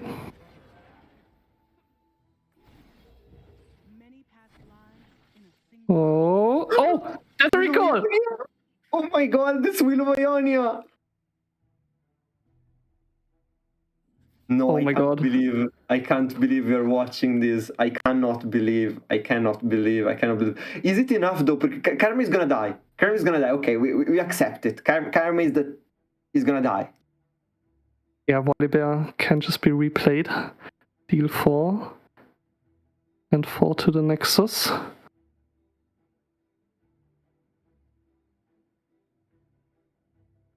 No, but you cannot wait for okay, no, yeah, you can because I was thinking about the coin, but yeah, if you replay Volibear immediately, you don't care about the coin. Oh my Shadow God. needs to not give Karma the opportunity to play the coin because the coin is the lifeline, is the Karma lifeline. Do you immediately go for Vengeance? No, you just, as you mentioned, you go and replay the Volibear. Wait, but now Karma gets an action. Oh, Karma gets wait, you get the coin. No. Oh You give no. Karma the opportunity to play coin. Now you can recall her. Yeah, now there is enough mana to recall Karma. No, you cannot recall her because Volibear, doesn't Volibear kill you? Oh yeah, then Volibear kills you. Oh my God, this game.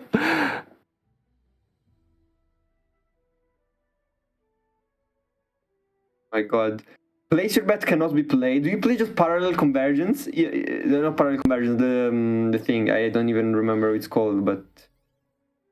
Well, you do get a parallel convergence off of You that. do get It one of just them. doesn't really do much here. Ooh, drawing again here. Oh, just accepting her death. Okay. Getting the drawing now, and there's a set. Not enough to get the showstopper next turn. Oh my god, it's so crazy that what is still in this game. Wait, is it enough to play the showstopper if you place your bets plus set? That would be... you can't play the coins and set as well, sadly. Otherwise it would be 12, yes. Yeah.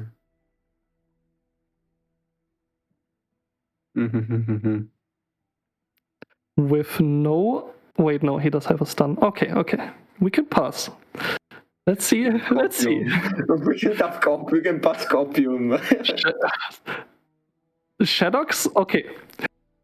What about vengeancing your own Volibear and replaying the Volibear in hand? That was the coolest play, but wasn't chosen as one. And now Oh my god. comes in. When Wad is trying, is you know, has grabbed, you know, onto this lifeline that Karma gave him, tooth and nails, you know, everything. We have to play at least 3 units on the board before we kill that Volibear. Otherwise, you're just gonna die to the relentless storm. That is a loose condition here for what?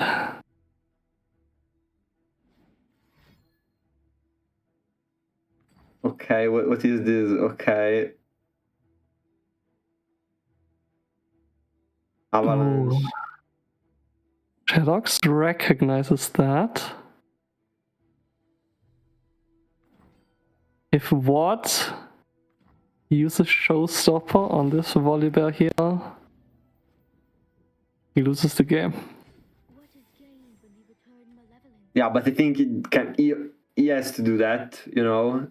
There is no way you don't do that. Okay, maybe he's realizing that passes. He realized. In end. Oh my god, my opponent might have another Volibear. I need to pass. Oh my god. By the way, Volibear is kind of an insane card that you prefer having a Volibear on the board, a 10 on the board, rather than killing it because another one is gonna come down. It's kind of crazy. Crazy. Now though, there are no karmas in the deck. Karma is not a factor anymore. Karma is death. 2 karmas got shuffled into the deck actually. Oh wait, 2 karma got shuffled. Oh my god, I didn't realize it. Oh my god, and now you can actually use the Showstopper. Yeah, but next turn you're dead. Ah no, because you will have 3 units. You will have 3 units, yeah, because of the dragon link. Okay. Oh my god, what a game. What a game. No, that was a bad joke. Okay. Seraphine, we have Song Spinner. Seraphine, we have Song Spinner. No, wait, okay, and we can attack actually because 2 damage are what we get back. Yeah, but now no mana for the Volibear now after that whale. Definitely have to set it up like this though.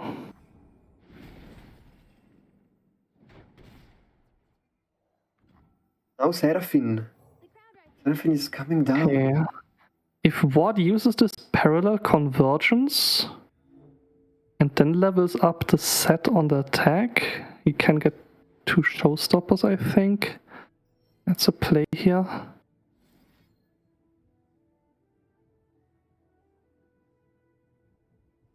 Parallel convergence here, giving him access to Showstopper.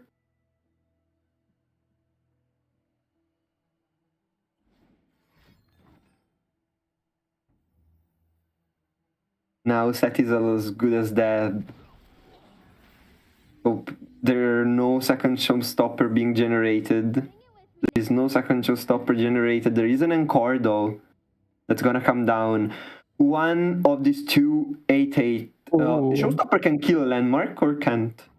I don't think so.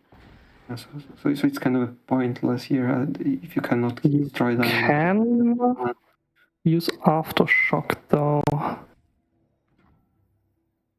Yeah. I mean, I think you kind of have to, right? Because you have 1 stun, and okay, that 1 stun is gonna come in clutch probably, but oh. No, not really what was needed. The HP is pretty good here.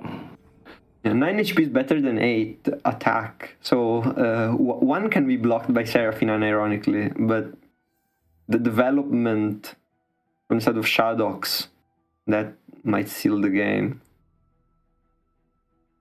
Okay. If he tries to kill the Seraphine here, you only have 8 mana left.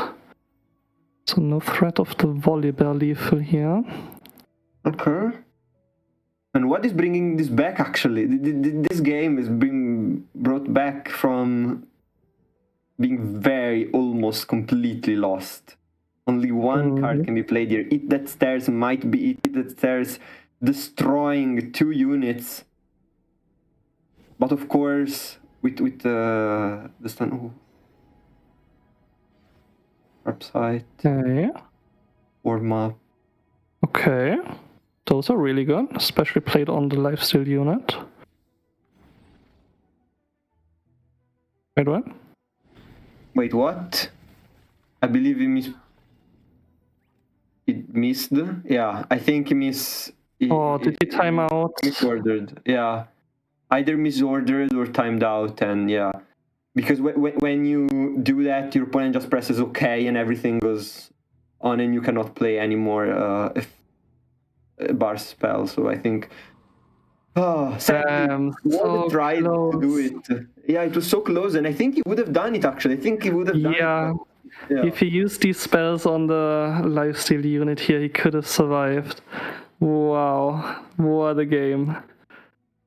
And this shows us how strong Seraphine set Karma is, but Shadox victorious on turn 4, one of the only few players, I think one of the only probably 2 players, or maybe even alone, be undefeated still in this quiz stage of the Global Championship. And GG to Shadox. This was a very difficult game, very tough. What tried everything, and the Egyptian player, I mean, Yeah. nothing to say, just so cool. That was crazy. At least I'm quite confident now that that matchup is not really that favored for Ramp.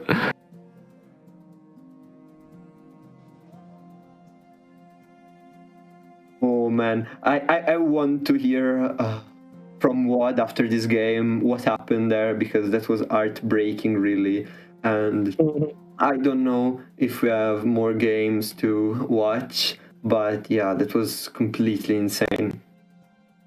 Yep, we will go to a break and see you in round 5. You guys.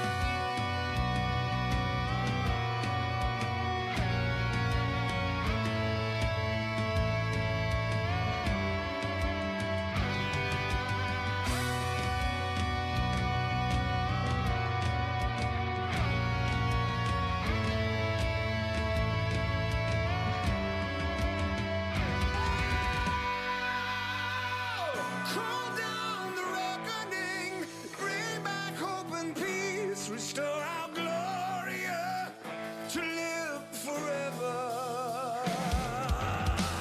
Call down the reckoning to bring back hope and peace, restore our Gloria to live forever.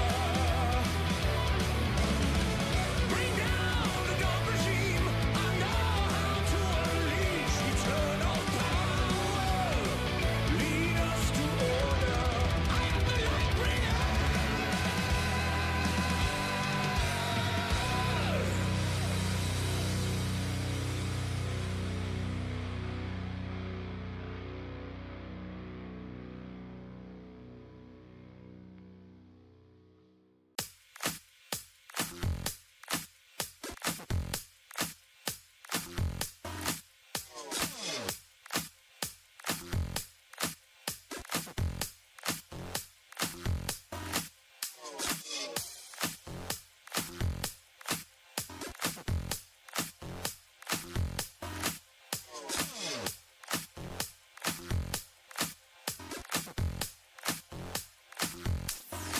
Like a bomb squad.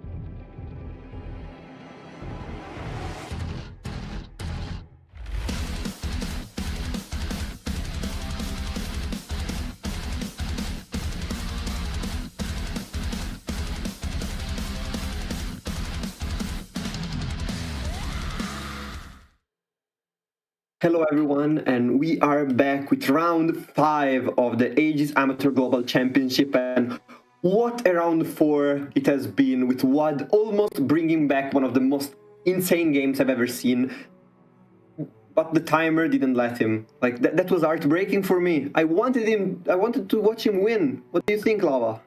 Yep, I mean, that's basically what my experience on Seraphine versus Ramp was in Eternal as well. In that tournament, I actually lost my deck out as Seraphine. So yeah, Ward lost by timer, and sadly, he lost the match because of that. But he still is 3-1, and Shadox, as 4-0, is basically qualified to the top cut tomorrow now. Yeah, Ian Newman are the only players that are still undefeated, and this speaks volumes about their strength. They deserve the spot that they've earned for themselves in tomorrow's top cut. So yeah, this has been a crazy game, I'm telling you. But now with round 5, we are ready for new games, new opponents, new rivals, and we are gonna watch AJ versus Easy to Win. Easy to Win, Brazilian player. First deck that he's bringing is Darkness. So the second player bringing Darkness in this tournament. And what's interesting about this deck for you, Lava? Oh yeah, it does look like a pretty standard Darkness list. We have seen this exact list before, piloted by Rivage. They both made their lineups together. Rivage sadly saying goodbye to us because he went 1 and 3. Let's see if Easy to Win can redeem him.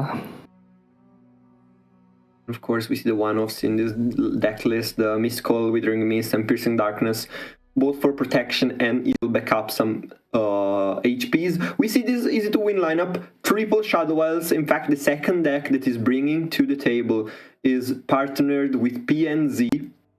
If we can take a look at that list, there is a lot of green in this lineup, don't you think? Lots of greens. We have Shadow Isles, and Shadow Isles. And this one, definitely the most aggressive version of them. Actually really interesting that they fit together such control and aggro into this single lineup here with fearsomes. Yeah, and we've seen, I believe, Angel bringing Nocturne with Diana. Instead here, easy to win opting for the Vex. We know Vex is very powerful. Vex can control the board. Vex has the Glooms, and the Glooms are always, good, especially with the Grim, and even one of Shadow in this kind of deck list, and of course 2 copies of Arrowing to completely overwhelm your opponent in the end game. This is very aggressive deck list, as you mentioned. The final deck list that Easy to Win brings to this global championship is another brew of Trundle Volibear. Is it the same as the one we have seen from Shadows, or is it different? Shadows was a little bit different. I think Shadows wasn't on Tavern Keeper or Scavenger. Easy to Win opting for a little better early package here. Even Archwinds. Even one of main deck Archwinds, of course, 5 mana spell that can Bars freeze 2 cards that your opponent has. Yeah, wait, was Shadows not on Archwinds? Yeah, Shadows wasn't on Archwinds. That's kind of crazy, because that's like the staple of this deck. Yeah, and of course you see that stairs, black body of black ice. And AJ the Pro instead, his opponent brings us another version of Nocturne Vex. This one plays one more Shadow, one more Grim, if I'm not mistaken. Maybe a little bit more rounded, I feel like, with more, three copies of cards, 2 copies of cards and stuff. What do you think? Yeah, we did talk about the America's fearsome gamble for this tournament. A lot of America's players did decide to bring fearsomes, and so far, I mean, they are in an elimination match, so maybe it didn't work out that well. Then the second deck, Wings Giving, we saw today produce 100 attack units already. Yeah, you say 100 attack units, and I am immediately happy, because that's, kind of when your kid goes to the Luna Park and has everything he wants. I want to have some hundreds of attacks and defense units on the board with impact to boost to attack our opponent. Yeah, we have seen Wings Giving being played a lot today, and it was very, very powerful. It proved itself to be one of the best decks in the format. Meanwhile, the last deck that AJ has chosen for his lineup is a PNZ Shadow Isles deck, and it is not Janna Nyla. No, okay, so it's Janna Nyla. Okay, so it's not Shadow Isles. Okay, perfect. We already saw the Shadow Isles one, that's fearsomes. Here we have Janna Nyla, classic list. Also not on Aftershock. We will see if that will come to bite him as well. Yeah, the Aftershock-less version feels extremely gambling on the fact that your opponent doesn't put down Sunken Temple and just runs you over, or, other kinds of a landmark, or even 3 health units that are good when they stay on the board. But yeah, definitely a gamble for AJ. And let's see what both players might have banned from each other's lineup, because I think triple Shadow Isles lineup from Easy to Win is kind of scary. Yeah, again, I'm really not sure what the Darkness matchups are, because it's just such a lesser played deck. I do think AJ is probably gonna ban the ramp. And Easy to Win, those 3 decks are all kind of similar. It really depends on how Darkness does into Jananyla. Obviously, I think Jananyla wins. But if they think it counters Jananyla, then maybe it's just a Wings-giving ban. Maybe Jananyla is too fast for Darkness. I feel like Darkness thrives when it has like, 4, 5 turns of breathing room, because you need at least to start discounting the Darkness, because plays Darkness at 3 mana feels so bad most of the time. So yeah, I definitely do not know the matchup, and probably Jananyla is just better. But instead, as you mentioned, Wings Giving gonna be banned from instead of Easy to Win, believes in its possibilities against Jananyla, and it's gonna be the first matchup, so we immediately see it. Okay, we are immediately given this matchup. Yay, I guessed correctly, and we go Darkness versus Jananyla for the elimination match. Whoever loses this is out. Yes. Now, Easy to Win has got some units, early game units. Over there goes for the Mulligans and gets a Ruination, which just can't really play now, of course, and needed to wait at least until turn 6 to do that, and an Ishtali Sentinel, which is always good to replenish a little bit of your health, even though with Howling Gale on the other side, that could be one of the ways to remove that. Yeah, that Sentinel is gonna be crucial to stabilize against Jananyla. Catalyzer is just gonna get blocked by the 2-1, sadly. Otherwise, it could have maybe forced a Nyla block or something like that. And AJ's hand is almost perfect. I'm very interested in if he goes for the draw 3 next turn.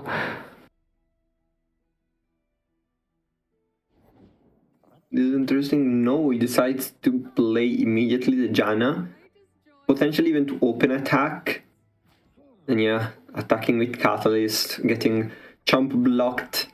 So Darkness is at 2. Let's remember that. We need to remember how much Darkness scales, even though I don't think that will matter a lot. I think the game will break on how much can Darkness slow down Jananyla and heal back up with Ishtali Sentinel, Piercing Darkness and all that stuff, more than how big is the Darkness counter. I don't know. Yes, What do you think? as long as Darkness is at 4, you are fine, because Jananyla doesn't have any bigger units than that. Yeah. Would you give Deathless to like Veigar, the rob maker? Oh, Veigar, okay. Veigar Yeah, is the chosen one. It could be lifesteal as well, but after the lifesteal dies, it's really hard to cash in on the lifesteal again against all the brash and quick attack and remove it from Jananyla. So just gonna try to run away on the Veigar here. Vcrush gonna trade. Vcrush is gonna trade, which is a very interesting choice for AJ. I mean, Of course, AJ can literally just play the value game. Like, AJ can trade cards, and Jananyla, with all the draw, is just gonna come out on top. Yeah, look at how slow Darkness is in this game. Like, you need to wait until turn 6 to play the Ishtali Sentinel. Turn 6? And we go into So much turn time. 5. Turn 5 is usually the crucial attack turn for Jananyla, because they play Janna on turn 4. This game, that didn't happen. But there is a lot of card draw in AJ's hand. Maybe even enough to level the Nyla.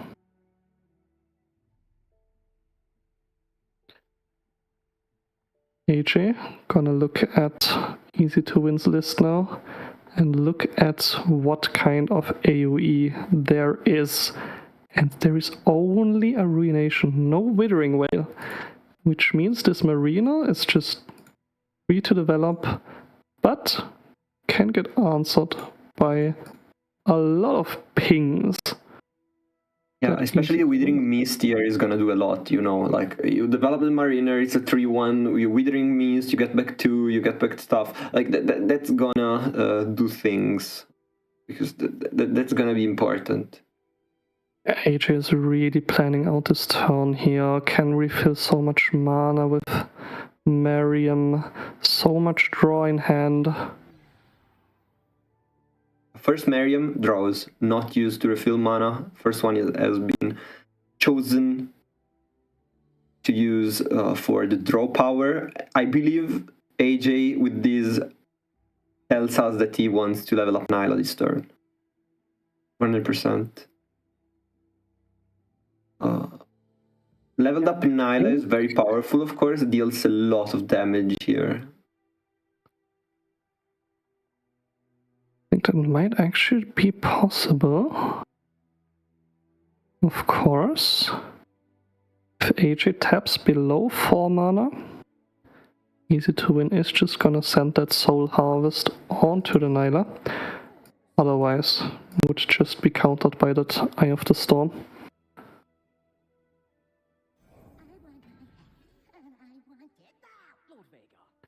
Right, that is not an option anymore. Instead, we play a Brash Blocker. We play a Brash Blocker, and we are working towards, you know, our win condition in the future. Our darknesses are gonna be 2, are gonna cost 2, but I don't know how good is 2 cost against this kind of deck, because yeah, you kind of need 0 cost to be efficient against a deck like Janna Nyla that can generate so much value, draw so many cards in such a short time. Yeah, it's not just the future though. This turn it's already very important. The next action will have to be to kill the Nyla. I do think the darkness is at 4 now, so even if she flips, she would die. I don't know why, but I think it's at 3, because one hit of Catalyst and one Vigon. Yeah, 4. Yeah, you're right. Okay, instead AJ attacks with that Eye of the Storm open. Not really sure how Nyla's level up progress is. If she's at 11, could have flipped her. It's probably at 10. I think 10 is when the second triangle starts glowing here, but I'm not sure. Okay, so do we just push more damage? Do we trade? Do we get rid of this Deathless on Heimer? Would waste? On Heimer, yeah, I see with backline champions, Heimer has snug into your mind, even though it's... yeah. We're watching another, like, yeah, those backline champions are all the same, right? Those pesky Yordles with 4 HP. And we trade here.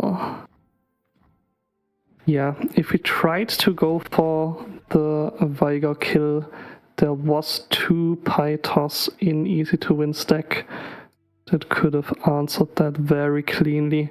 So AJ just takes the safe route here. And we see the importance of playing around cards, you know. Like, even if you don't have the card in your hand right now, your opponent can't know that. And in such an high-stakes situation, if you lose this match, you're out of the Global Championship. You cannot take that risk. Alright, we start with a darkness here. AJ's hand, a lot of value. Yeah, now it's kind of an easy to win's turn to try to build up a little bit of value, try to build up a little bit of what he wants to do, of course. That's now his choice to make. Not much attack potential in the end of AJ, but a lot of draw with another Slipstream left to potentially unravel. But I doubt it will be done in this turn, maybe, but you risk burning too many cards, probably. Yeah, AJ is setting this up very well. Just always keeping slipstreams in the deck, setting up that value into this darkness deck, and just taking it slow and easy, not playing into anything. And now can even put back the fleeting spell with Miriam. Could play a Vikrash, can go for the Rex next turn. So many options. As from the side of easy to win, of course, we see the Pioneer over there that can be potentially summoned to answer the Sunken Temple development. That's also something that AJ must be thinking about. Can I just develop the Sunken Temple? Can I just draw a lot next turn and do it like that? Start generating value. A quick look at the list will reveal there are 2 Portal Pioneers in Easy to Win's list, and AJ will think, yeah, no, I think I'm good. I'm not gonna into that. Instead, just fill my deck with slipstreams, keep going slowly but surely. Yeah, and here I think we'll start seeing Withering Mists being played. At least this Withering Mist is probably gonna be the choice. Killing the Vikrash immediately. I guess that's an option. Also, developing more either the Ishtali Sentinel or the Pioneer. Ishtali Sentinel is very good, of course. Open attack cannot be answered, and so you would be starting to regenerate a lot of HPs. But instead, the Portal Pioneer is the choice, with HP being the spell chosen by Easy to Win. Yeah, you just need HP. You're just withstanding the aggro-ish nature of Jananila. Yeah, this is what I was talking about earlier, making the opponent have to think about what they want to pick of the Explorer. And now, healing. And next turn from AJ, it's gonna be a lot of drawing again. Veigar levels up though next turn. I believe Veigar levels up because next turn it would be 6 damage on the Darkness. We play Ishtali Sentinel and doubles the damage. 6 damage on a unit and 6 damage on the Nexus. Ooh. That may be a Veigar level up this turn. But I wonder if that's gonna be the line that Easy to Win sees towards victory.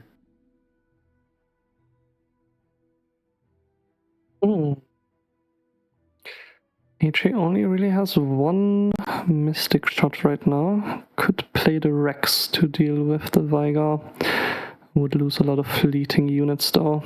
I think AJ can definitely just play more and more value, just continue developing, trading units for cards in Easy to Win's hand. Yeah, because we mentioned, like, Jananila just goes for the value game at this point. You don't even care, you go for the value game. Easy to Win, doesn't have as many units, doesn't have as many tools even, unless Senna is drawn, because Senna is the card that gives you basically infinite darkness, right? Like, when you have Senna in hand, you can attack, generate darkness over and over again. But right now, that's not an option. And yeah, this is gonna be the Veigar level up. I believe there is no way to stop it if the Miriam is the target, because otherwise you could self-Mystic Shot your unit to, avoid Veigar level up. Yeah, and then it gets dangerous. Ooh, AJ with the cheeky pet here. Wants to play the Jenna after the Darkness is played here, offering up 2 of his fleeting cards here, and Easy to Win takes them. But this is fine for Easy, I believe, no? This should It's fine for both players, honestly. They are just in a standoff right now. They are, but we are getting into the late game, and now even this Renation gets more and more real. Mm-hmm. So much removal for AJ to play around the threat of that Veigar. Veigar is at 7. Veigar should be at 7 now. It's gonna get higher and higher and higher. And at this point, as we mentioned, it's not about removing unit. You remove unit with like 3 HPs, okay, 4 at best. 5 if it's a leveled up Janna, right? So that's not the point. The point is how fast can Veigar level up? Because when Veigar levels up, that's when, you know, that killing machine starts going. And if Veigar is at 7, 1 darkness is enough. 5 out of 12. 5 plus 7 is 12. So incredibly, okay, there is a way, of course, for AJ to kill the Veigar, but it involves using multiple spells. Of course, you might play the gacha, you might play the Mystic Shot. I believe you always play the gacha. And then a Mystic Shot to kill him, or the Ruined Rex.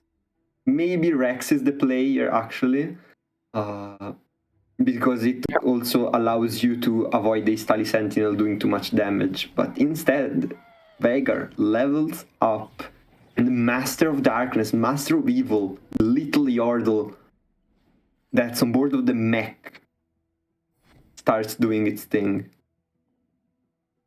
Yeah, I believe this one is a Rex turn, no? Yeah, it's looking like a Rex right here. We've drawn 3, this should be 5, could go to 6 with that Miriam here.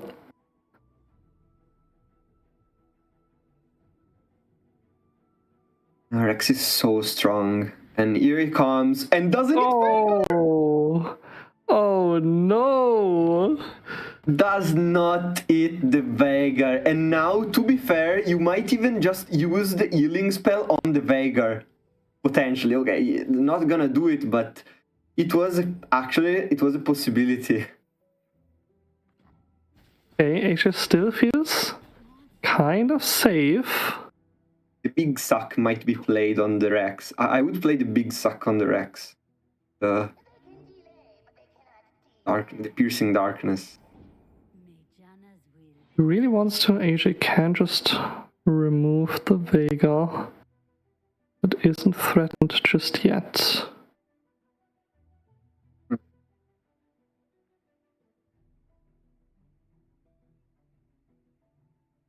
The thing is, though, if Easy to Win just passes here, let's say Easy to Win just uses the healing spell and his Nexus passes, the opponent doesn't have an open attack lethal, and Easy to Win then starts representing potentially Ruination next turn. Yeah, this is the same, like, representing Ruination next turn is so powerful because you know your opponent cannot develop Nyla here, you can just go next turn. Oh, but instead... AJ with the crucial pass here. Yeah, but this is let enough. the Nyla come down safely. And the game goes on, and Easy to Win has a Veigar, but not much else in hand. AJ doesn't buy. Because this is, you know, you don't represent lethal. The Veigar is stronger and stronger, deals 8 damage to the Nexus. 8. Next turn it's 9. It's very close to being lethal, very close. Yeah, AJ is playing this on the knife's edge. Just pulling the trigger on that Veigar is the last opportunity possible. This could be a window to try and answer him. Doesn't go for it just yet. I don't think you can afford, like, you need to kill this Veigar, but there could be the mist that brings him back in the end of Easy to Win. Like, those cards have been there for a long time, and you don't know what those are. You need to play around that, because if not, you're just gonna lose. But maybe this is the time. Maybe going below 3 mana now. Both spells can be used to kill Veigar. I think this Veigar is gonna die now. Yeah, this Veigar should be dead. Yeah, this Shen GG from AJ. Not sure if he thinks he's lost. No, surely not, right? You can kill the Viger. You can't kill the Viger.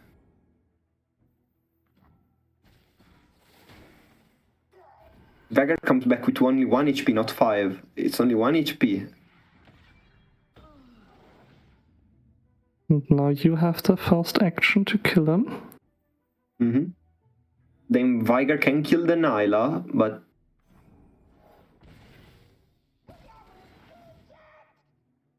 this is gonna be a Oof, very close match. This might be a deck out for Jenna Nyla at this point. Okay. Now I think we need to find a ruination angle here.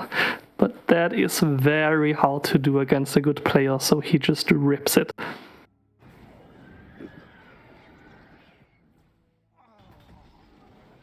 Sadly, we know that was not the best ruination angle, but Janna comes in and Janna sacrifices herself, actually. This is Janna's sacrifice. Because you know that Easy to Win might just rip this darkness again immediately onto the Janna. Yeah. And then you Could've play baited. to 3/3s, yeah. This is gonna be 6 draw plus 1, 7 draw. There's 7 drawn cards in one Holy moly. turn for AJ. Yeah, and Easy to Win is out of cards in hand.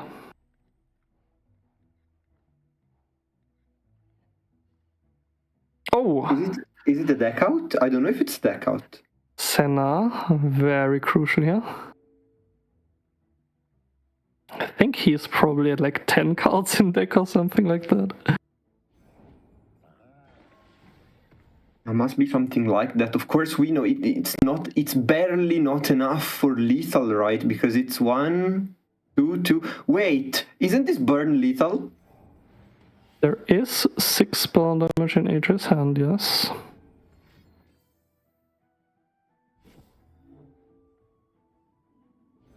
Cost. Rex? Developing is also just an option. This is just lethal. This is just lethal. Man, with Ruined Rex being top deck like this, the last possible turn for a lethal before the Senna gets in to do her things, this is GG, and AJ gets the first win in this best of 3. That was a really well played Nyla Jenna game by AJ. Honestly, really nice to watch how he strung together all of that value and simply just ran the darkness out of cards. Darkness just had no more answers, just had no more things. And you mentioned this Jan and Nyla can always get out of the most, crazy situations, and that was it. But we see again Veigar, Senna, Darkness, this time against Fearsomes. What do you think of it? Ooh, I'm thinking that there are a lot of nice answers to Fearsomes in Shadow Isles, but the only answer to Harrowing is a Ruination. And I think that will be crucial here. Okay, immediately starting with the prevention of damage prevention machine that Darkness can access to. Of course, now the Catalyst is also a fearsome blocker. And Ooh, I would just love to see the Catalyst here being played and cheeky pass. I love the cheeky pass from Easy to Win here. If AJ just develops that Sentinel here, he might just have to block with it. And yeah, AJ is thinking a lot about this choice now. Yeah, because of course you have the temptation to play the Sentinel. You're like, oh, he's giving me a free Sentinel turn, free Sentinel development, but instead decides to, oh, I don't need that. I can just play the Vex, play the Vex, I'm fine. Yep, this Vex just doesn't really have the answers in Easy to Win's deck. There isn't really anything that deals cleanly with her. You would probably have to spend at least 6 mana. Instead, we just let her connect. And she is 6 damage. That's a lot of damage. Next turn, though, we will be able to make up for that 6 damage with our Piercing Darkness, potentially. That's definitely something we are looking forward to do. Yeah, I mean, if you remove her here, you can also just remove her next turn, recoup the health.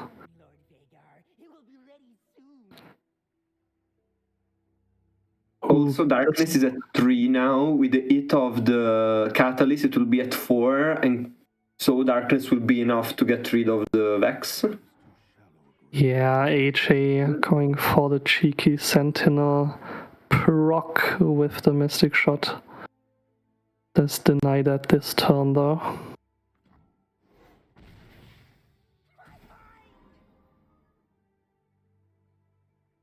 And Easy to Win is facing some very well statted units. Yeah, I think you need to play Piercing Darkness on one, maybe even Vengeance on the other. Like that's an option because Vex is gonna come down again next turn. There is a second Vex waiting in the end of AJ, and if you use Piercing Darkness now next turn, you will be forced to use Vengeance. Or I guess it's also the opposite is also true. You can just use the Darkness for 4 damage next turn. After Vigar has buffed it twice. Opts for the Vengeance instead of the Piercing Darkness here. That is kind of interesting. Huh.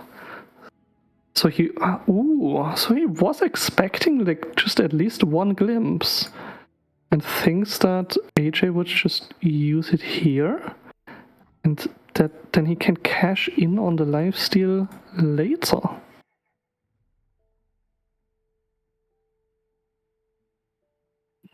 Now Darkness at 4. And this turn will be painful for it to win either way. This turn will be painful, but next turn there is a chance to stabilize the board. Yeah, honestly, might just be this turn already. Unless AJ presses the button on that open attack.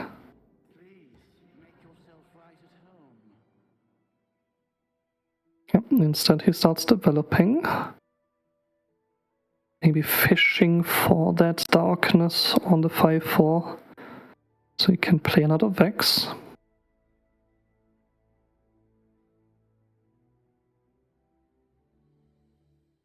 Yeah, that's what I was thinking about. But instead, the Ishtali Sentinel is gonna come down. But yeah, no Darkness generated because they already have one Darkness. I think that's what the facepalm is all about, honestly. I think that's what it's about.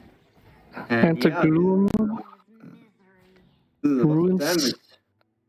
Yeah, the Gloom ruins any good blocks here from the Ixtali Sentinel. Ooh. Yeah, this play wasn't one that I expected to see this turn, of course, but even Easy to Win knows after what happened. Yeah, not even Easy to Win expected this play. It's fine, it's fine. Darkness is big, Maybe there's still a chance, but it's gonna be very difficult for Easy to Win to convert this now because Darkness doesn't wait. Is big enough to kill pretty much any unit from AJ now. Yeah, the problem is tempo. Like right now, I feel like the problem is tempo from the side of Easy to Win. Like, yeah, you have a very big Darkness, but Darkness still costs 3, so it's still a very big investment. And you don't have enough mana, you don't have enough blockers, you don't have, I feel like, enough answers. Unless you play the Withering Mist. Withering Mist can solve you at least 2 of the problems you see on the board, gives you back 4 HPs. That's a way to stabilize everything. But then again, Grim is gonna come down and kill the Vigar. Withering Mist is definitely the start of the answer. How to get back into this game here. safe for now. We did top deck another Vengeance to be used on the open attack.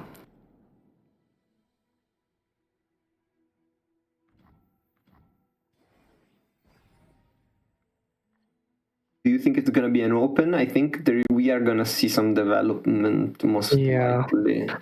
No mana for Ruination means we just play more cards here. I mean, we can play two. Like for AJ, we have two cards that we can play. We have to decide which, like Stygian Onlooker and something else. We play something else and then we play the Stygian Onlooker. And Shadow is gonna be the choice. Okay. And no more Vexes in the deck though.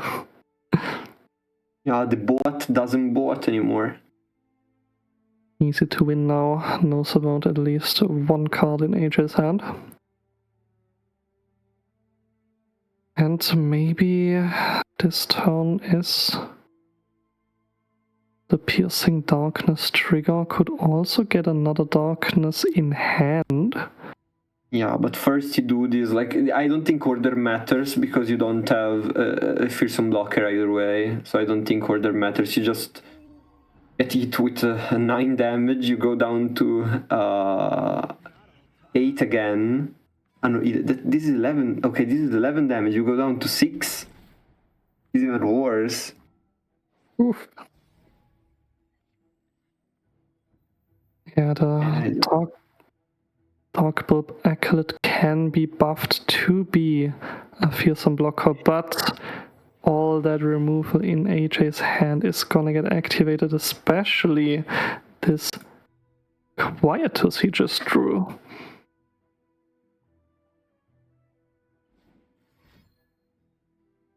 Yeah.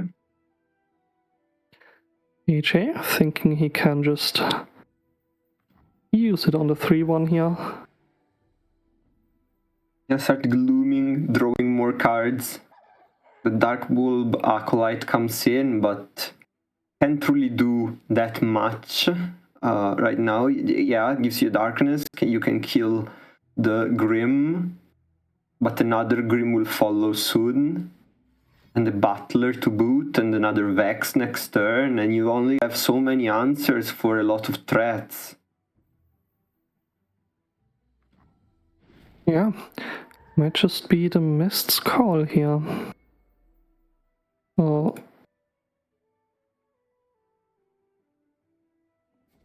Getting back. Would have gotten 2 fearsome blockers here.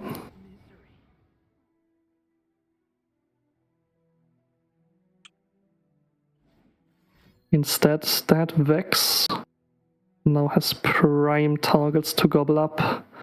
Those 1 HP units are simply gonna disappear on attack.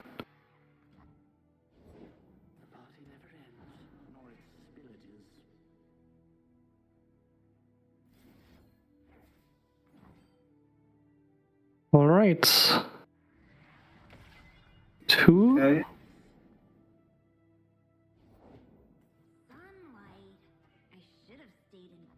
Too hollowed for AJ. Not enough for lethal with the onlooker. This is not lethal on the spot, and now Easy to Win can start building back up his board. This is gonna be 4 damage, 4 or 5 damage. How much is it gonna be? Is it gonna be? No. This is actually. Wait, it's 3 hollowed. Oh, damn. It's one of lethal. Yeah, it's one of lethal. It's 1 HP. Oh, okay. That's scary, but yeah, it is what it is. Yeah. Do have the Vengeance. And now I think AJ is just gonna be hoping for a harrowing top deck, playing 2 of that in his deck. Now it is a grinding game. Who can top deck the best? Kind of can swing the game in his favor. If Easy to Win, for example, top decks like Ruination and Senna, stuff like that, you can start building back up towards the win condition. Actually, so Yeah, step 1, not lose to a Mystic Shot. So we go for the heal on the Nexus. Step 2, remove all of AJ's units. Ooh, You're gonna I get don't that. like this. Now the Grim is gonna kill this fearsome blocker. If You can Grim bring him back up, by the way, but yeah, that would give the Sentinels the proc, right? Yeah, you want to revive the Dark Bulb Acolyte here, actually.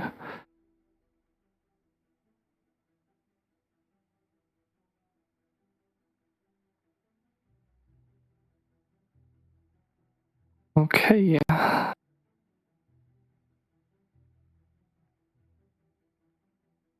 With the 3 hollowed,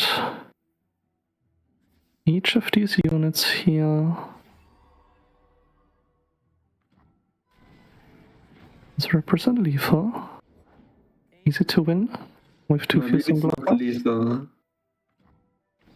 I believe it's not lethal because we can either revive No. it or we can heal back up to HPs, right? We can Yeah, we either of those We things. either have to go for revive or we pick the blunder and remove fearsome. Deciding to bring back the unit. Now darkness costs 0 though. This is important. This is a breaking point if darkness cards are drawn. This is a very important breaking point. Oh my god. So close. Yeah, this is just top deck for top deck, right? This is just top deck for top, tit for tat, because if Easy to Win didn't top deck this card, actually, that would have been really scary. But now if you're AJ, I don't even know if you attack, because if you attack, you're full trading, and I don't think you like full trading. No, I think you have to full trade in case Easy to Win top decks like Hasena, because then your units just get cleaned up. I think you just need to set up for your harrowing top deck, but AJ decides to pass instead. Oh, and more draw. There is draw potential. Oh. Okay. Ooh, okay, no, yeah. This is better. Okay, looking with caster vision gives us the chills, because, oh man, if he does that, he's gonna be blown out. Now instead the Grim is gonna be the one getting killed, and it's of course better for Easy to Win, and now Easy to Win knows he did the right thing, but also they're both on the verge of top deck, because the Easy to Win draw still goes through, right? Or does it fizzle completely? No. Glare actually does fizzle, which is why AJ used the glimpse here. They're having a little fun with their modes here. They're having fun. It's such a pivotal part of the tournament, You're at the global championship, you're against the best. You're one of the best yourself. And these are the kind of cool things that can happen in these moments. I really like them. AJ didn't get the best cards here, but Glare is another draw. Would you glare the Pioneer or Acolyte? Because I think I think the Acolyte because it's one less Pearson blocker. But yeah, I would either keep it for the next turn or use it on the Acolyte in case, pretty much for the same reasons. Easy to Win could have a glimpse or just deny the draw with a Pythos himself. But AJ goes for it, enables his 2/1 to also threaten lethal. oh, this is actually massive. This is massive. This gets rid of one of the 2 fearsome blockers. Now we know it's not gonna be enough because we have a Pioneer, but this is heartbreaking. This is anything can happen at this point. Really, anything can happen. The Deathless Pioneer. Oh my god. And what is it? No, it's an Ooh. turn. Oh, Easy to Win is not gonna take this well because he top decks a Robe Maker, useless Robe Maker now that every darkness is at 0 cost and you don't have a way to generate it, but your opponent just plays Nocturne, which is leveled up, everything has got to have the Fearsome Keyword, and now these match is just over. AJ takes it home.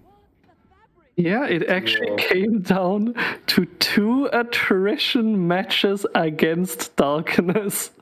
Oh my god, and this one with fearsomes of any deck.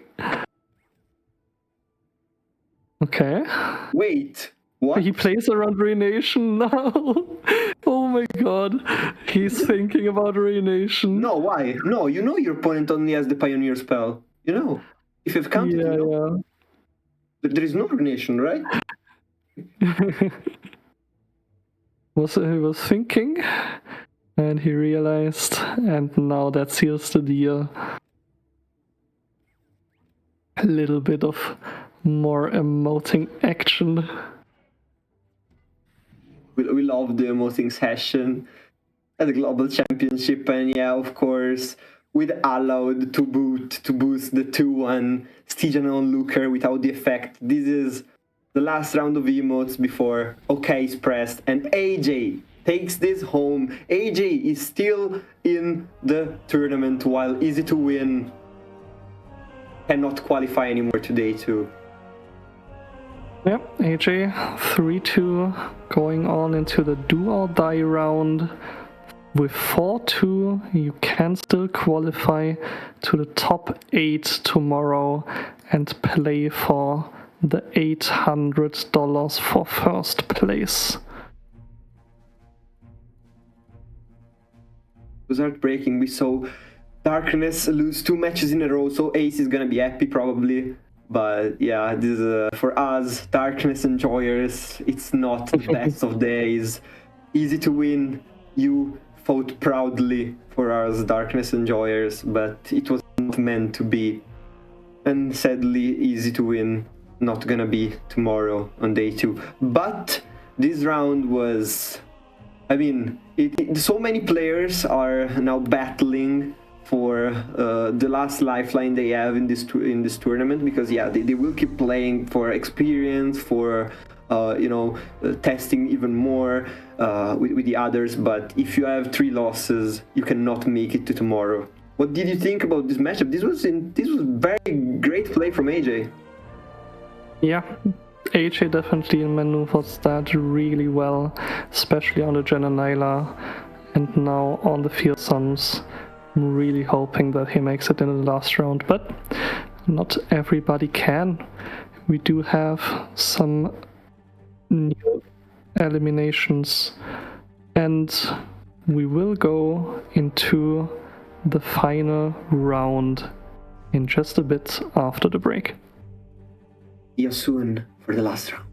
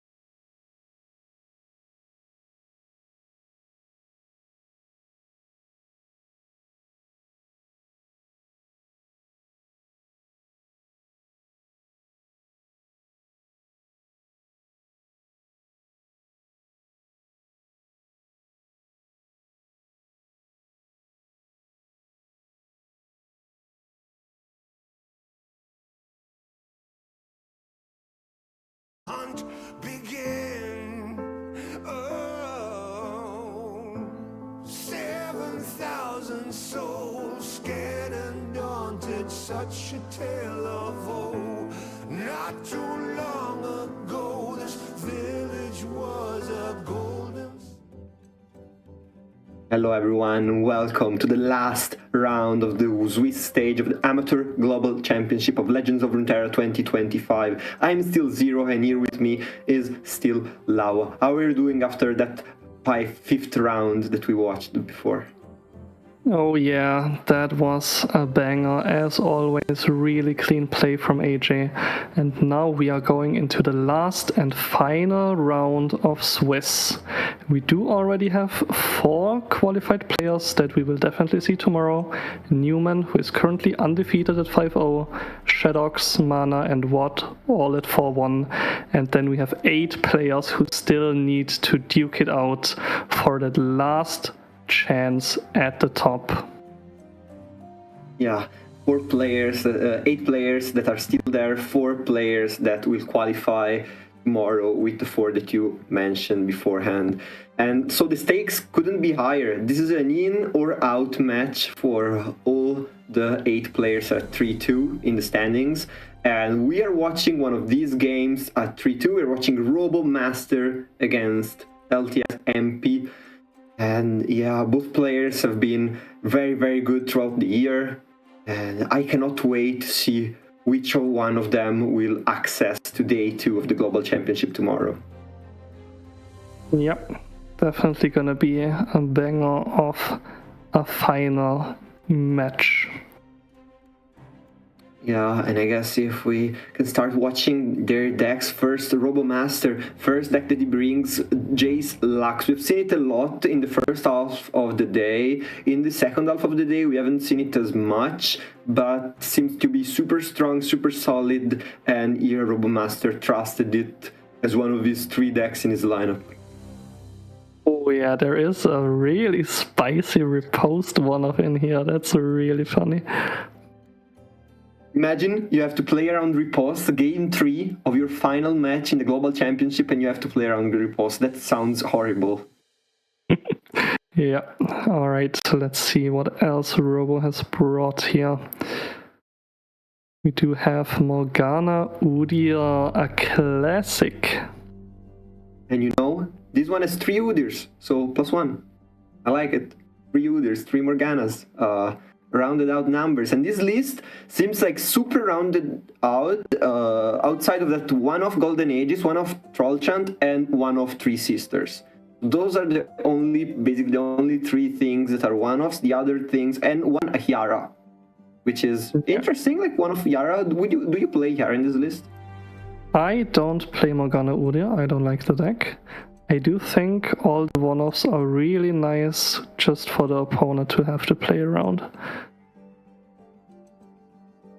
Yeah, and we will watch also the third deck that Robomaster has brought to the table, which is Master Inami. We've seen it a lot, we've seen it win, we have seen it perform at the level that it needs to, and we see one of Deny just to be very annoying, one of the Double Trouble, Sonic Wave, and of course the units that we all know and have we are wary of because of their elusive keyword. Master Inami, very strong as you mentioned, into other Ionia PNZ decks, and Robomaster is here to play. Yeah, this is basically the first Nami deck that is meta after Nami's change to having Nami C5 spells played before she levels up. So now you actually need to invest something early for her to pop off. And he is facing against LTS MP on ramp. Yeah, LTS MP, another Brazilian player. I believe the last one still potentially in the top cut. And yeah, first one, Trundle Volibear, we've seen it before, ramp. Will it be fast enough to ramp up and deal with the aggression that Robomaster can generate before it's too late? Yeah, there is Stroll, Scavenger and Kindly Tavern Keeper in the deck to stop some early aggression. And then we have the Fearsomes we've already seen piloted by AJ. this list running Clockling and Rocket Barrage as well. Yeah, I guess you run Clockling, to be a little bit slower, but you have more control over your draws. You can discount stuff, which is always good. Rocket Barrage, interesting tech, allows you to disrupt your opponent's board and then strike with your fearsomes. So very interesting variation of the list. Still the Arrowing as the top deck that we have not seen being played so far, at least on stream, but we know it's still there. And the last deck that MP wants to fight for his qualification to top cut on is another Jace Lux. So both players bringing out this deck. MP though with 2 Forge of Tomorrow instead of just 1. Yeah, definitely a little bit more streamlined here. More 2-offs than 1-offs. Does have 1-off back-to-back though. Yeah, I think MP did want to be good into Jananyla probably. But there is no Jananyla in Robo's lineup, and instead we will see them duke it out on some high stat decks. High stat and also high stakes, of course, high stakes matchup. And what would you ban here if you were a Robomaster? Because your opponent has gotten the, of course, the Trundle Volibear, Fearsomes, and Jace Lux. Would you want to play Jace Lux Mirror? Ooh, I'm really not sure what to ban here. I think Fearsomes is fine for all the decks. Probably Ramp, but I think you should be fine into Ramp. Maybe it is just a Jace Lux ban, but I haven't really played these matchups a lot. The other side, MP, looking at Robomaster's lineup, as you mentioned, maybe his lineup was more, focusing Jananyla. There is no Jananyla on Robomaster's one. And so what do you ban? Do you just ban the biggest one? Do you just ban, the Udyr Morgana because you can't top over them? Because if they just stick on the board, you don't do anything to them? Or what? Maybe you ban the Nami because it's always Nami, and Nami is always very powerful and can go under everything with elusive. That's an interesting choice. Very hard choices here for both players. Definitely not obvious. Yeah, I would really like to see one mirror of Jace Lux just to see what are the priorities for both players and how they navigate through mirror, because we don't see as many mirrors. We haven't seen, I think, mirrors so far today. And I always like to see the priorities, especially Mulligan and the different lines you can go in mirrors. So that's gonna be some interesting things potentially over there. Yeah, I think mirrors we're gonna see enough of tomorrow. But That's true. yeah, I think it is just the Nami ban from MP, but he could. It is very difficult, for sure. Also, you mentioned we are gonna see a lot of mirrors tomorrow. I'm hoping Angel wins his elimination match, so that he can qualify to the top cut, because I want to see different decks. Please, Angel, win, so we can have different decks tomorrow. Yeah, getting to see that Fizz deck in action with all the crazy landmarks would be really nice. But first we have to get through this match. Do or die for MP and Robomaster. Whoever gets 4 wins is through, and we get to see the bans Robo banning Ramp and MP on that Udyr ban. Yeah, and we are not gonna see mirror just yet. We are gonna see though Lux Jace on one side against Fearsomes. How does Lux Jace do against Fearsomes? I think it has the bodies, right? It should have the bodies. Oh yeah, Jace Lux definitely can put up a lot of 3 attack units, and MP definitely has to make use of a well-timed Nocturne to get over all of those 3/3s. Yeah, we see here immediately, like not even thinking about it, Mystic Shot on the 1-drop to like deny the the 1 mana, the possibility of generating 1 mana. Here I wonder, will we see immediately like another Aftershock just to get rid of that? No, because we can just block it, and so no attack on the side of MP. And so turn 4, 20 HPs for Robomaster. Early aggression kind of mitigated already. Yeah, this fearsome deck doesn't really do much early aggression, though it can if it draws the perfect hand, but it just has so many 4, 5, 6 cost units that just come down turn after turn. Just well statted, high impact. And that is paired with a lot of removal from Shadow Isles and PNZ.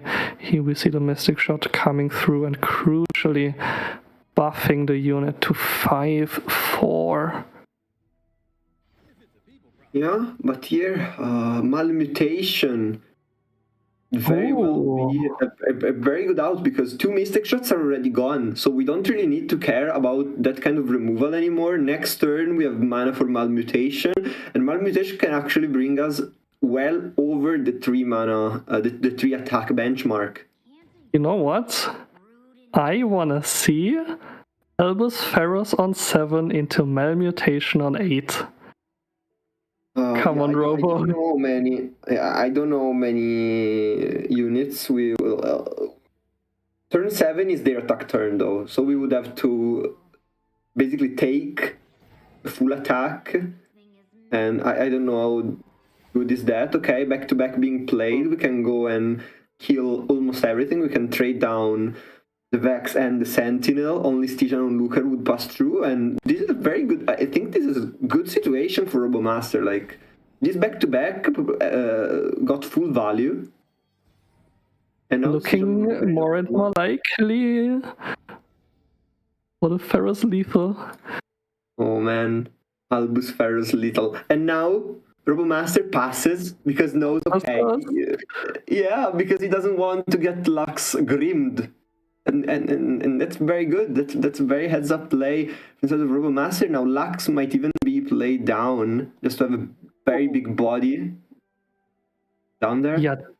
If Robo doesn't win with that Ferrous combo, he is staring down a Harrowing now. And there aren't many answers in Jace looks for that. We shall see if Albus Ferrous combo will be played as you mentioned. Do you slam immediately the Arrowing? No, okay.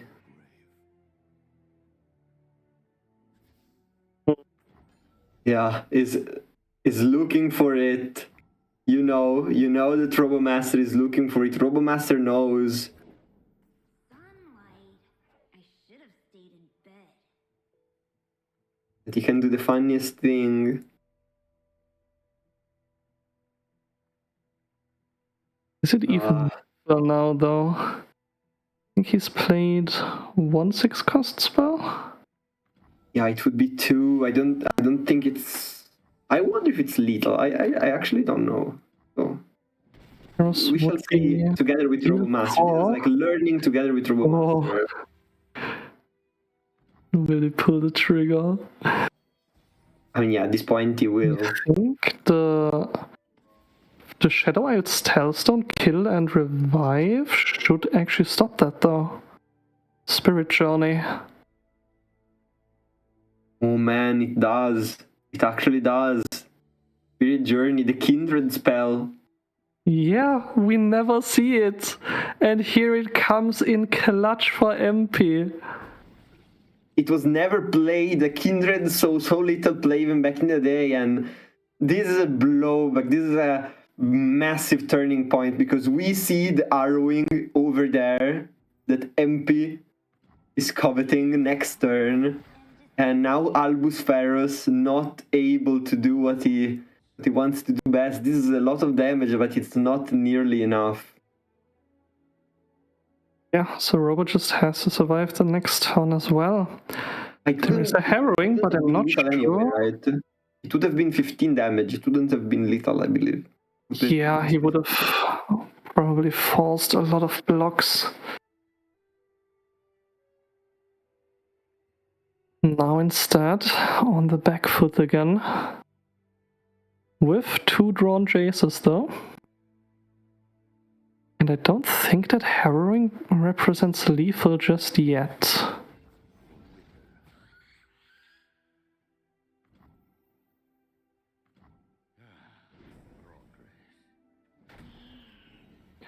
Yeah, Robo was thinking about the Harrowing. If he attacks here, does he give enough space? But I don't even think enough big units have died yet. And so, it's just gonna be the Grim. Yeah. And now I wonder if we see single combat coming out, because you need to get something out of these Albus Ferrus. You need to kill the Vex.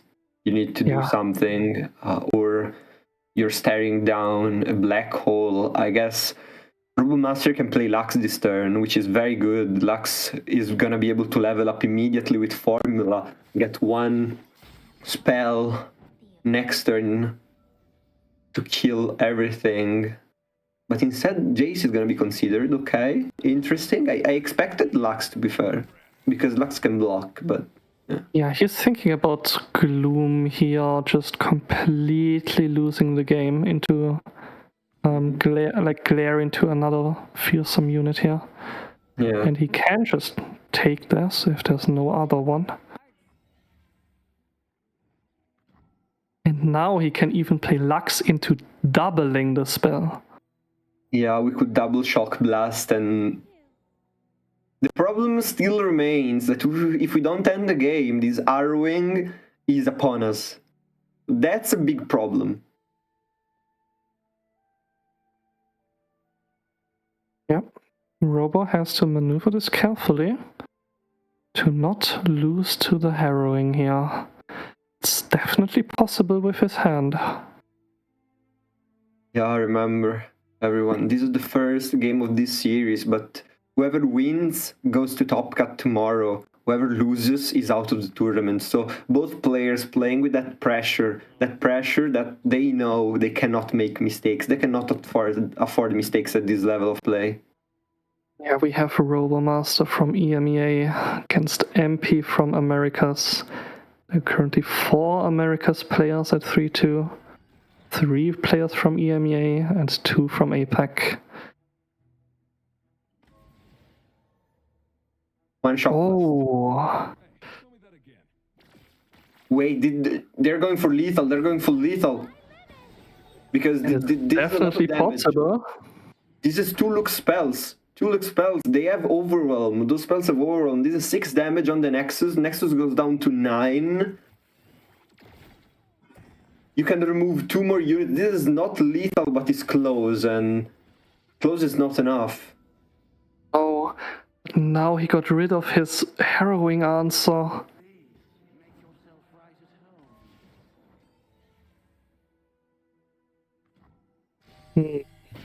Close, but not just yet. Wait, no, this is actually lethal. This is actually perfectly. This is exactly lethal. You cannot stop the things. You cannot stop the old cats. Yeah. This is exact lethal. If I'm not wrong, I'm not wrong. This should be exact lethal. Aftershock can deal with the units. Oh no. Huh. No, but it doesn't matter. It doesn't matter because we target the Clockling. Doesn't matter. This is exact lethal. It shouldn't matter. Yeah. Oh my god. Robo, with his eagle eye, spotted the burn lethal from Jace, looks and takes game 1 in the series. Oh man, Jace looks piloted at its perfection by Robomaster in this game, spotting the burn lethal, going for it, taking the first game of an in or out series. And this is how it's done. He went for all of the crazy high risk, high reward plays first with the Pharaoh's malmutation that got countered by the Kindred spell, and then finishing it off with the champion duo. Honestly, this was kind of more cool than the malmutation, because the malmutation wouldn't have won the game on the spot. So it wouldn't have been, you know, the coolest play, because the coolest play wins on the spot. This one instead was a burn lethal spotted from afar that really showed us how much you can, you know, work with a Jace Lux if you really know how to pilot it. And now Robomaster will have to pilot the Nami Mastery against the Fearsomes. Oh yeah, I was hailing this matchup as extremely Nami favored, because you just have so much protection. Not a single spell of theirs is gonna kill a unit and activate their sentinels if you don't want it to.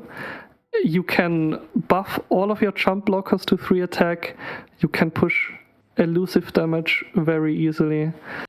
This looks very favored for Robomaster in my eyes. Well, like it's an unbalanced race, because you think it's a race, but instead it's really not. So now, yeah, as you mentioned, Mystic Shot, but we have protection and we don't really care. Yeah, the Nopify here is the best protection that we can ask for. And yeah, more draw, more damage, more everything. Robomaster just needs to draw Nami or Shelly. Still nothing, but the Shimon Wind will give us more draws.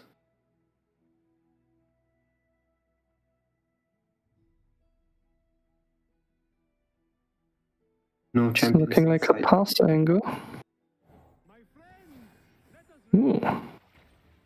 The crash.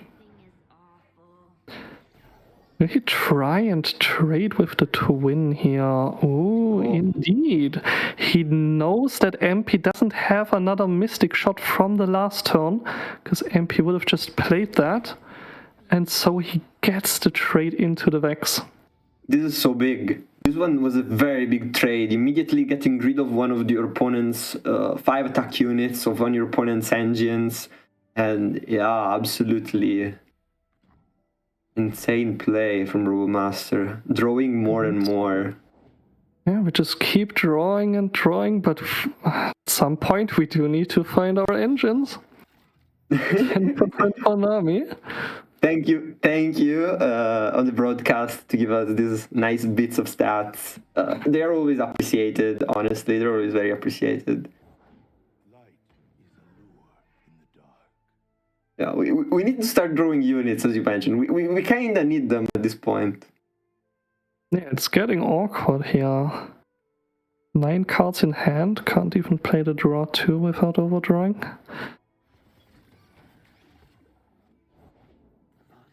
Was for heal.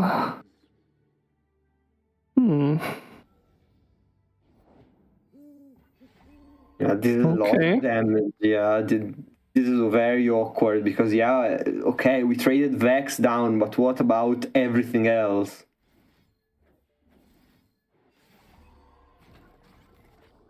Ooh. Another twin trade. And now you Nopify, like you Nopify 100% here, right? You don't want your opponent to start getting draws. Yeah, would also trigger the smaller Sentinel. Now the Galeers finally have found a target though. The problem for Robomaster is there is no unit that stands on the board, really. And yeah, Barbelfish is fine, but you need to play Shimon Wind and hope to get at least a Mastery or a Nami. Mastery is not the worst, but it's far from the best. Yeah, it doesn't buff your other units, sadly. At least now you can challenge. You can play the Sonic Wave. You can try to challenge down some of your opponent's cards. That's definitely something you can do. I guess here we just deny though. Oh no, we recall.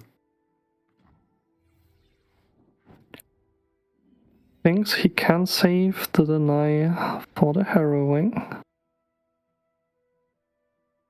Yeah, but the problem now is not the arrowing. Like, the problem is the whole board staring at us. Like, there are so many 5-3 attacks unit. We are gonna suffer next turn. Yep, at least he's gonna get buffed to 3 attack. Also, be a fearsome blocker. We do have 1 attack buff in hand right now.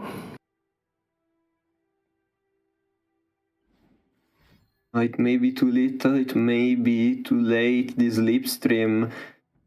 If Robomaster can get through this attack, he can start doing a lot of stuff. But right now, the situation is very difficult. Wuju's style is very important here. Nocturne! Oh, And I think Nocturne is leveled.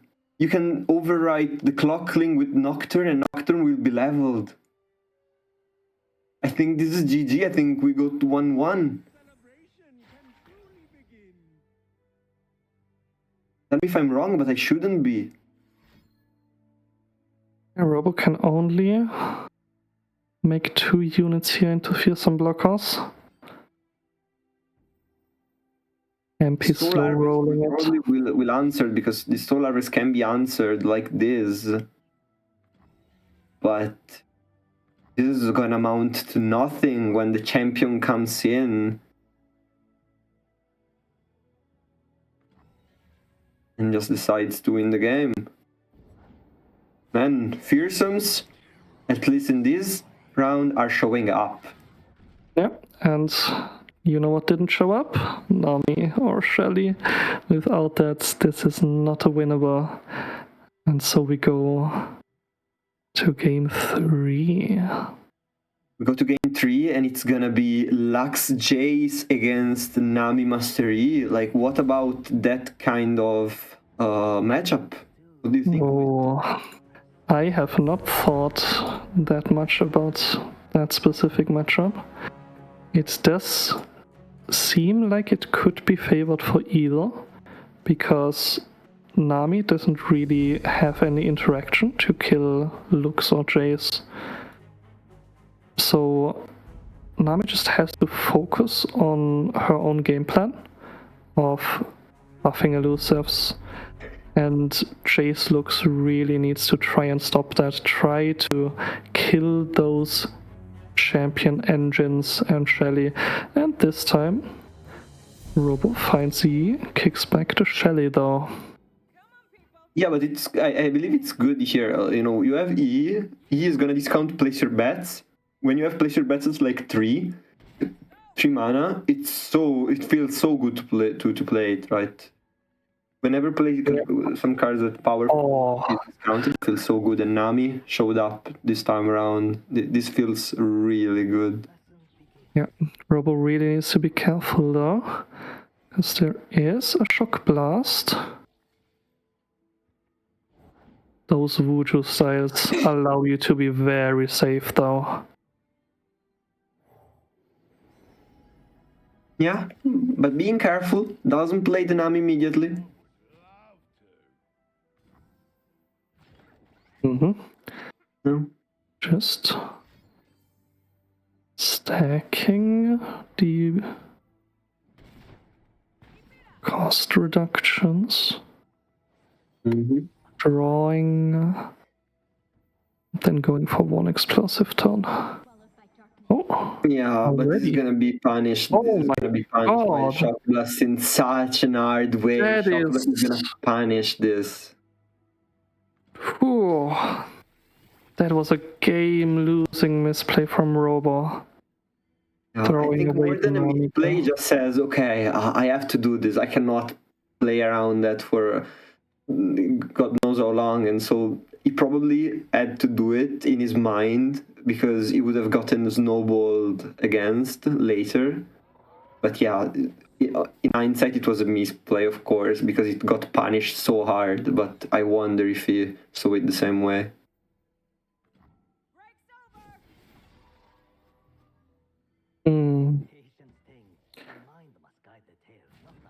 Well, there is a lot of damage coming through now.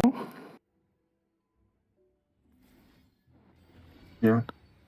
You cannot even block it all because like you can block it all, but it feels bad because Shimon, you're losing Shimon win, but you kind of have to lose Shimon win at this point. And it's just gonna be Coral Creature and Mastery to stand on the board on the side of Robomaster at the end of it all. Yeah, Robot needs to find another engine, and there she is! Oh, This Robomaster time. blessed by the heart of the cards on this one. This time you have to keep her safe. Protect Nami with your life, and she will carry the game. Protect the Nami, they said, and protect the Nami, Robomaster is gonna do. All of these spells don't really do it here. Hexac Transmodulator could snipe one of their big elusives. I think that's the only one that really makes sense. Oh, instead they go for the Redouble Valor, okay. Ooh, on the looks maybe?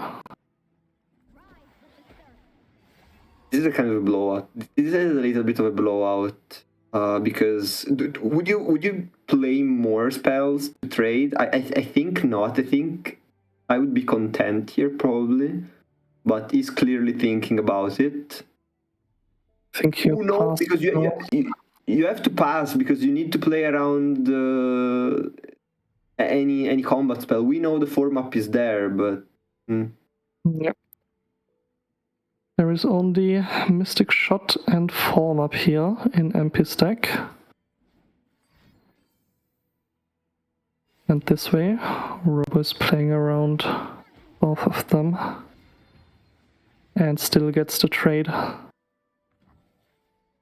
this is actually a very turning point for Robomaster. Both of his champions are in play. Both of his champions will be available. Do you play the other spell just for give a little bit health back to Mastery? I guess no. Yes, and to advance the Nami, but Robo is probably calculating the mana for next turn here. Yeah, starting with place your bets.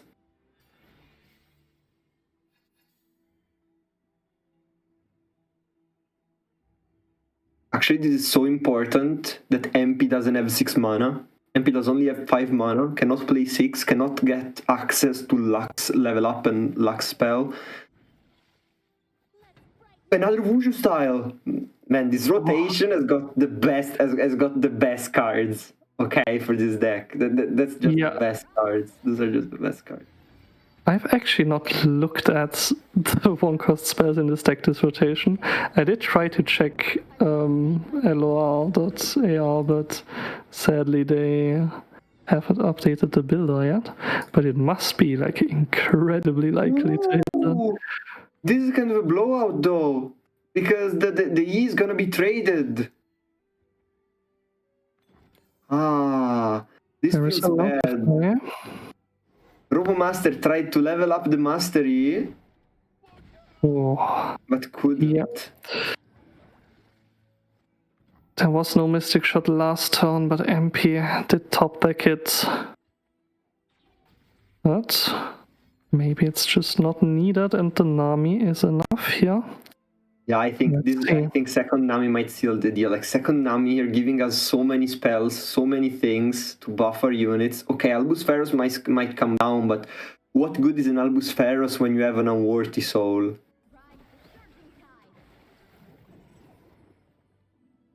Okay. The elusive is gonna be pretty big, but I don't think we can threaten the lethal just yet here. No, you can't, but I think you're ready to stall.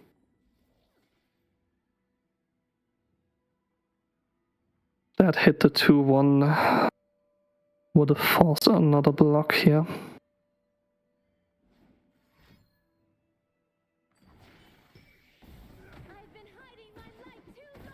And the heal from the redoubled Valor actually coming in here. Yeah, looks is gonna be an 8-12 out of this. Robo And thinking about the recall here, if he can lethal with that. But no. Sadly not the case. if you recall, you are giving up Nami, and I think he's playing the long game. He's saying, okay, you do that, like, I Well, don't care. the recall was actually one of lethal, because recall, blunder, and the one-cost spell buffed the elusive to 10. The 2-1 blocks the buffed other unit, and then it's 3 from the Nami and 10 from the elusive, so it was very close. But doesn't Nami just get killed by the luck spell? Well, that's why you would I do know, it. because oh yeah, you do it on the stack. response Yeah, you do here. it on the stack. Yeah, you do it on the stack. Yeah, it was one of lethal. Yeah, now the looks is actually bigger than your unit, so not jump blocking. For now. Yeah.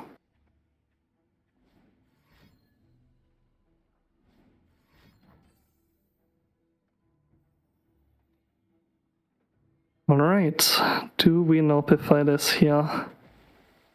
Yes, we do. Because the next one can just be buffed over. And MP needs to find something here. That's a challenger. Challenger, but no laser available. That must be a lot of Nexus damage.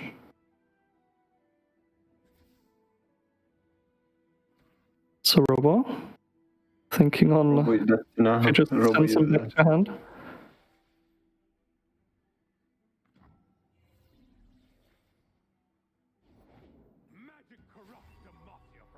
And the challenger is not big enough, and there is a blunder here. The unit trades with looks as well now. And another elusive. And This empty. should be it. Can he find anything here? I'm looking through the list, but there isn't anything here. Yeah, we're not talking of just one answer, because you need to answer both. Like, you need to answer the barbel fish, and what do you have at fast speed that does more than 5 damage to one single unit? The only thing I could think of in this region combination on deck historically was Exobliterator, but you don't run that anymore. Yeah. So Robo just takes the block with the Nami. Yeah, Nami's, Lux is gonna live, of course. Lux is gonna trade, but Robomaster doesn't really care. Like, what matters are elusive damage, because this deck goes under, as we mentioned, not over. Well, can do both, as we saw some really big units here. And that Mystic Shot can deal with the small one, but not with the big one.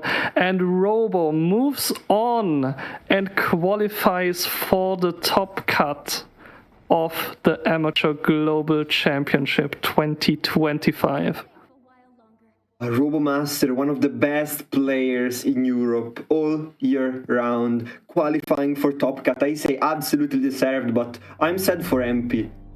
He showed up, he played really well, Legends of Runeterra today, but it wasn't enough, and I'm sorry for him, but we'll see him next year, I'm sure.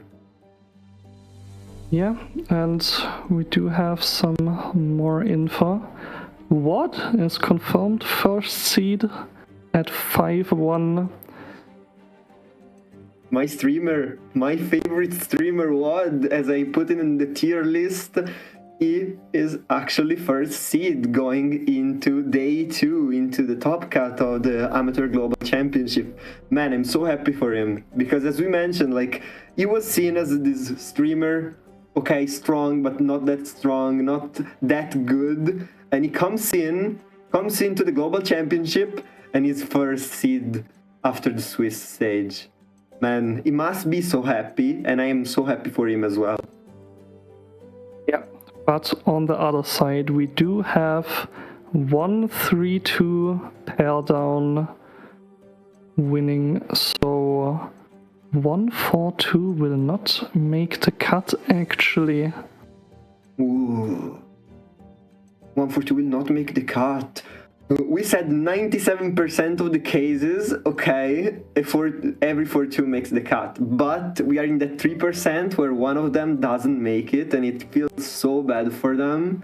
We will see at the end of it all, how the standings work because of opponents' win rate and tiebreakers and all of that. We are, I believe, controlling if there are any more matches to watch. So we are waiting for a bit if that's the case. But it doesn't appear that there are any matches going on at the moment, and so it appears that we are done for today. We have done 6 rounds, Lava. 6 rounds of Swiss. Thoughts? Yeah, it was really fun. We did get to see some really high gameplay, and I'm definitely looking forward to tomorrow. I've also just been informed that whoever gets 4-2 and doesn't make it will still get the 7th to 8th pricing.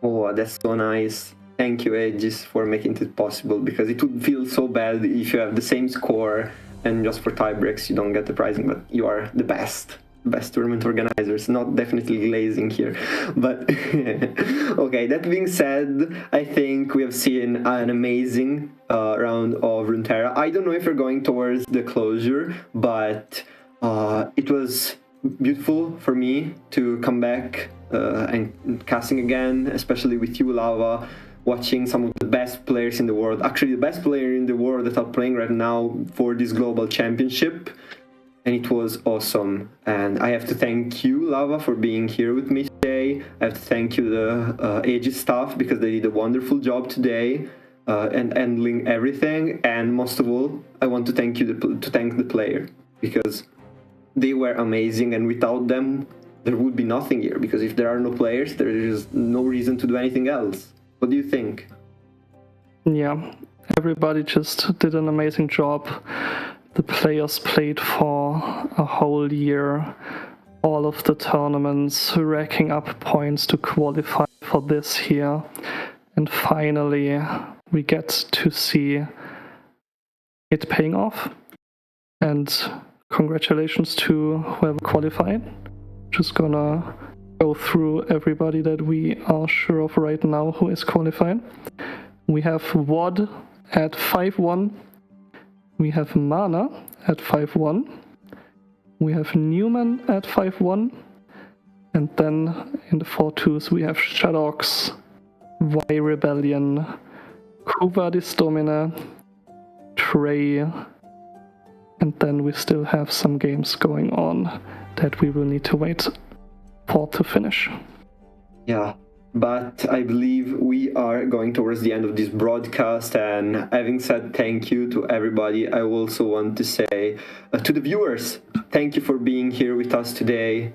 It has been amazing watching the chat, interacting with you and all of that, and please come back tomorrow, because tomorrow is when the title is really, put into the pricing, and tomorrow is gonna be the biggest day of the year for many of these players, and it's gonna be amazing. So to everyone, from me, see you tomorrow, because it's gonna be amazing.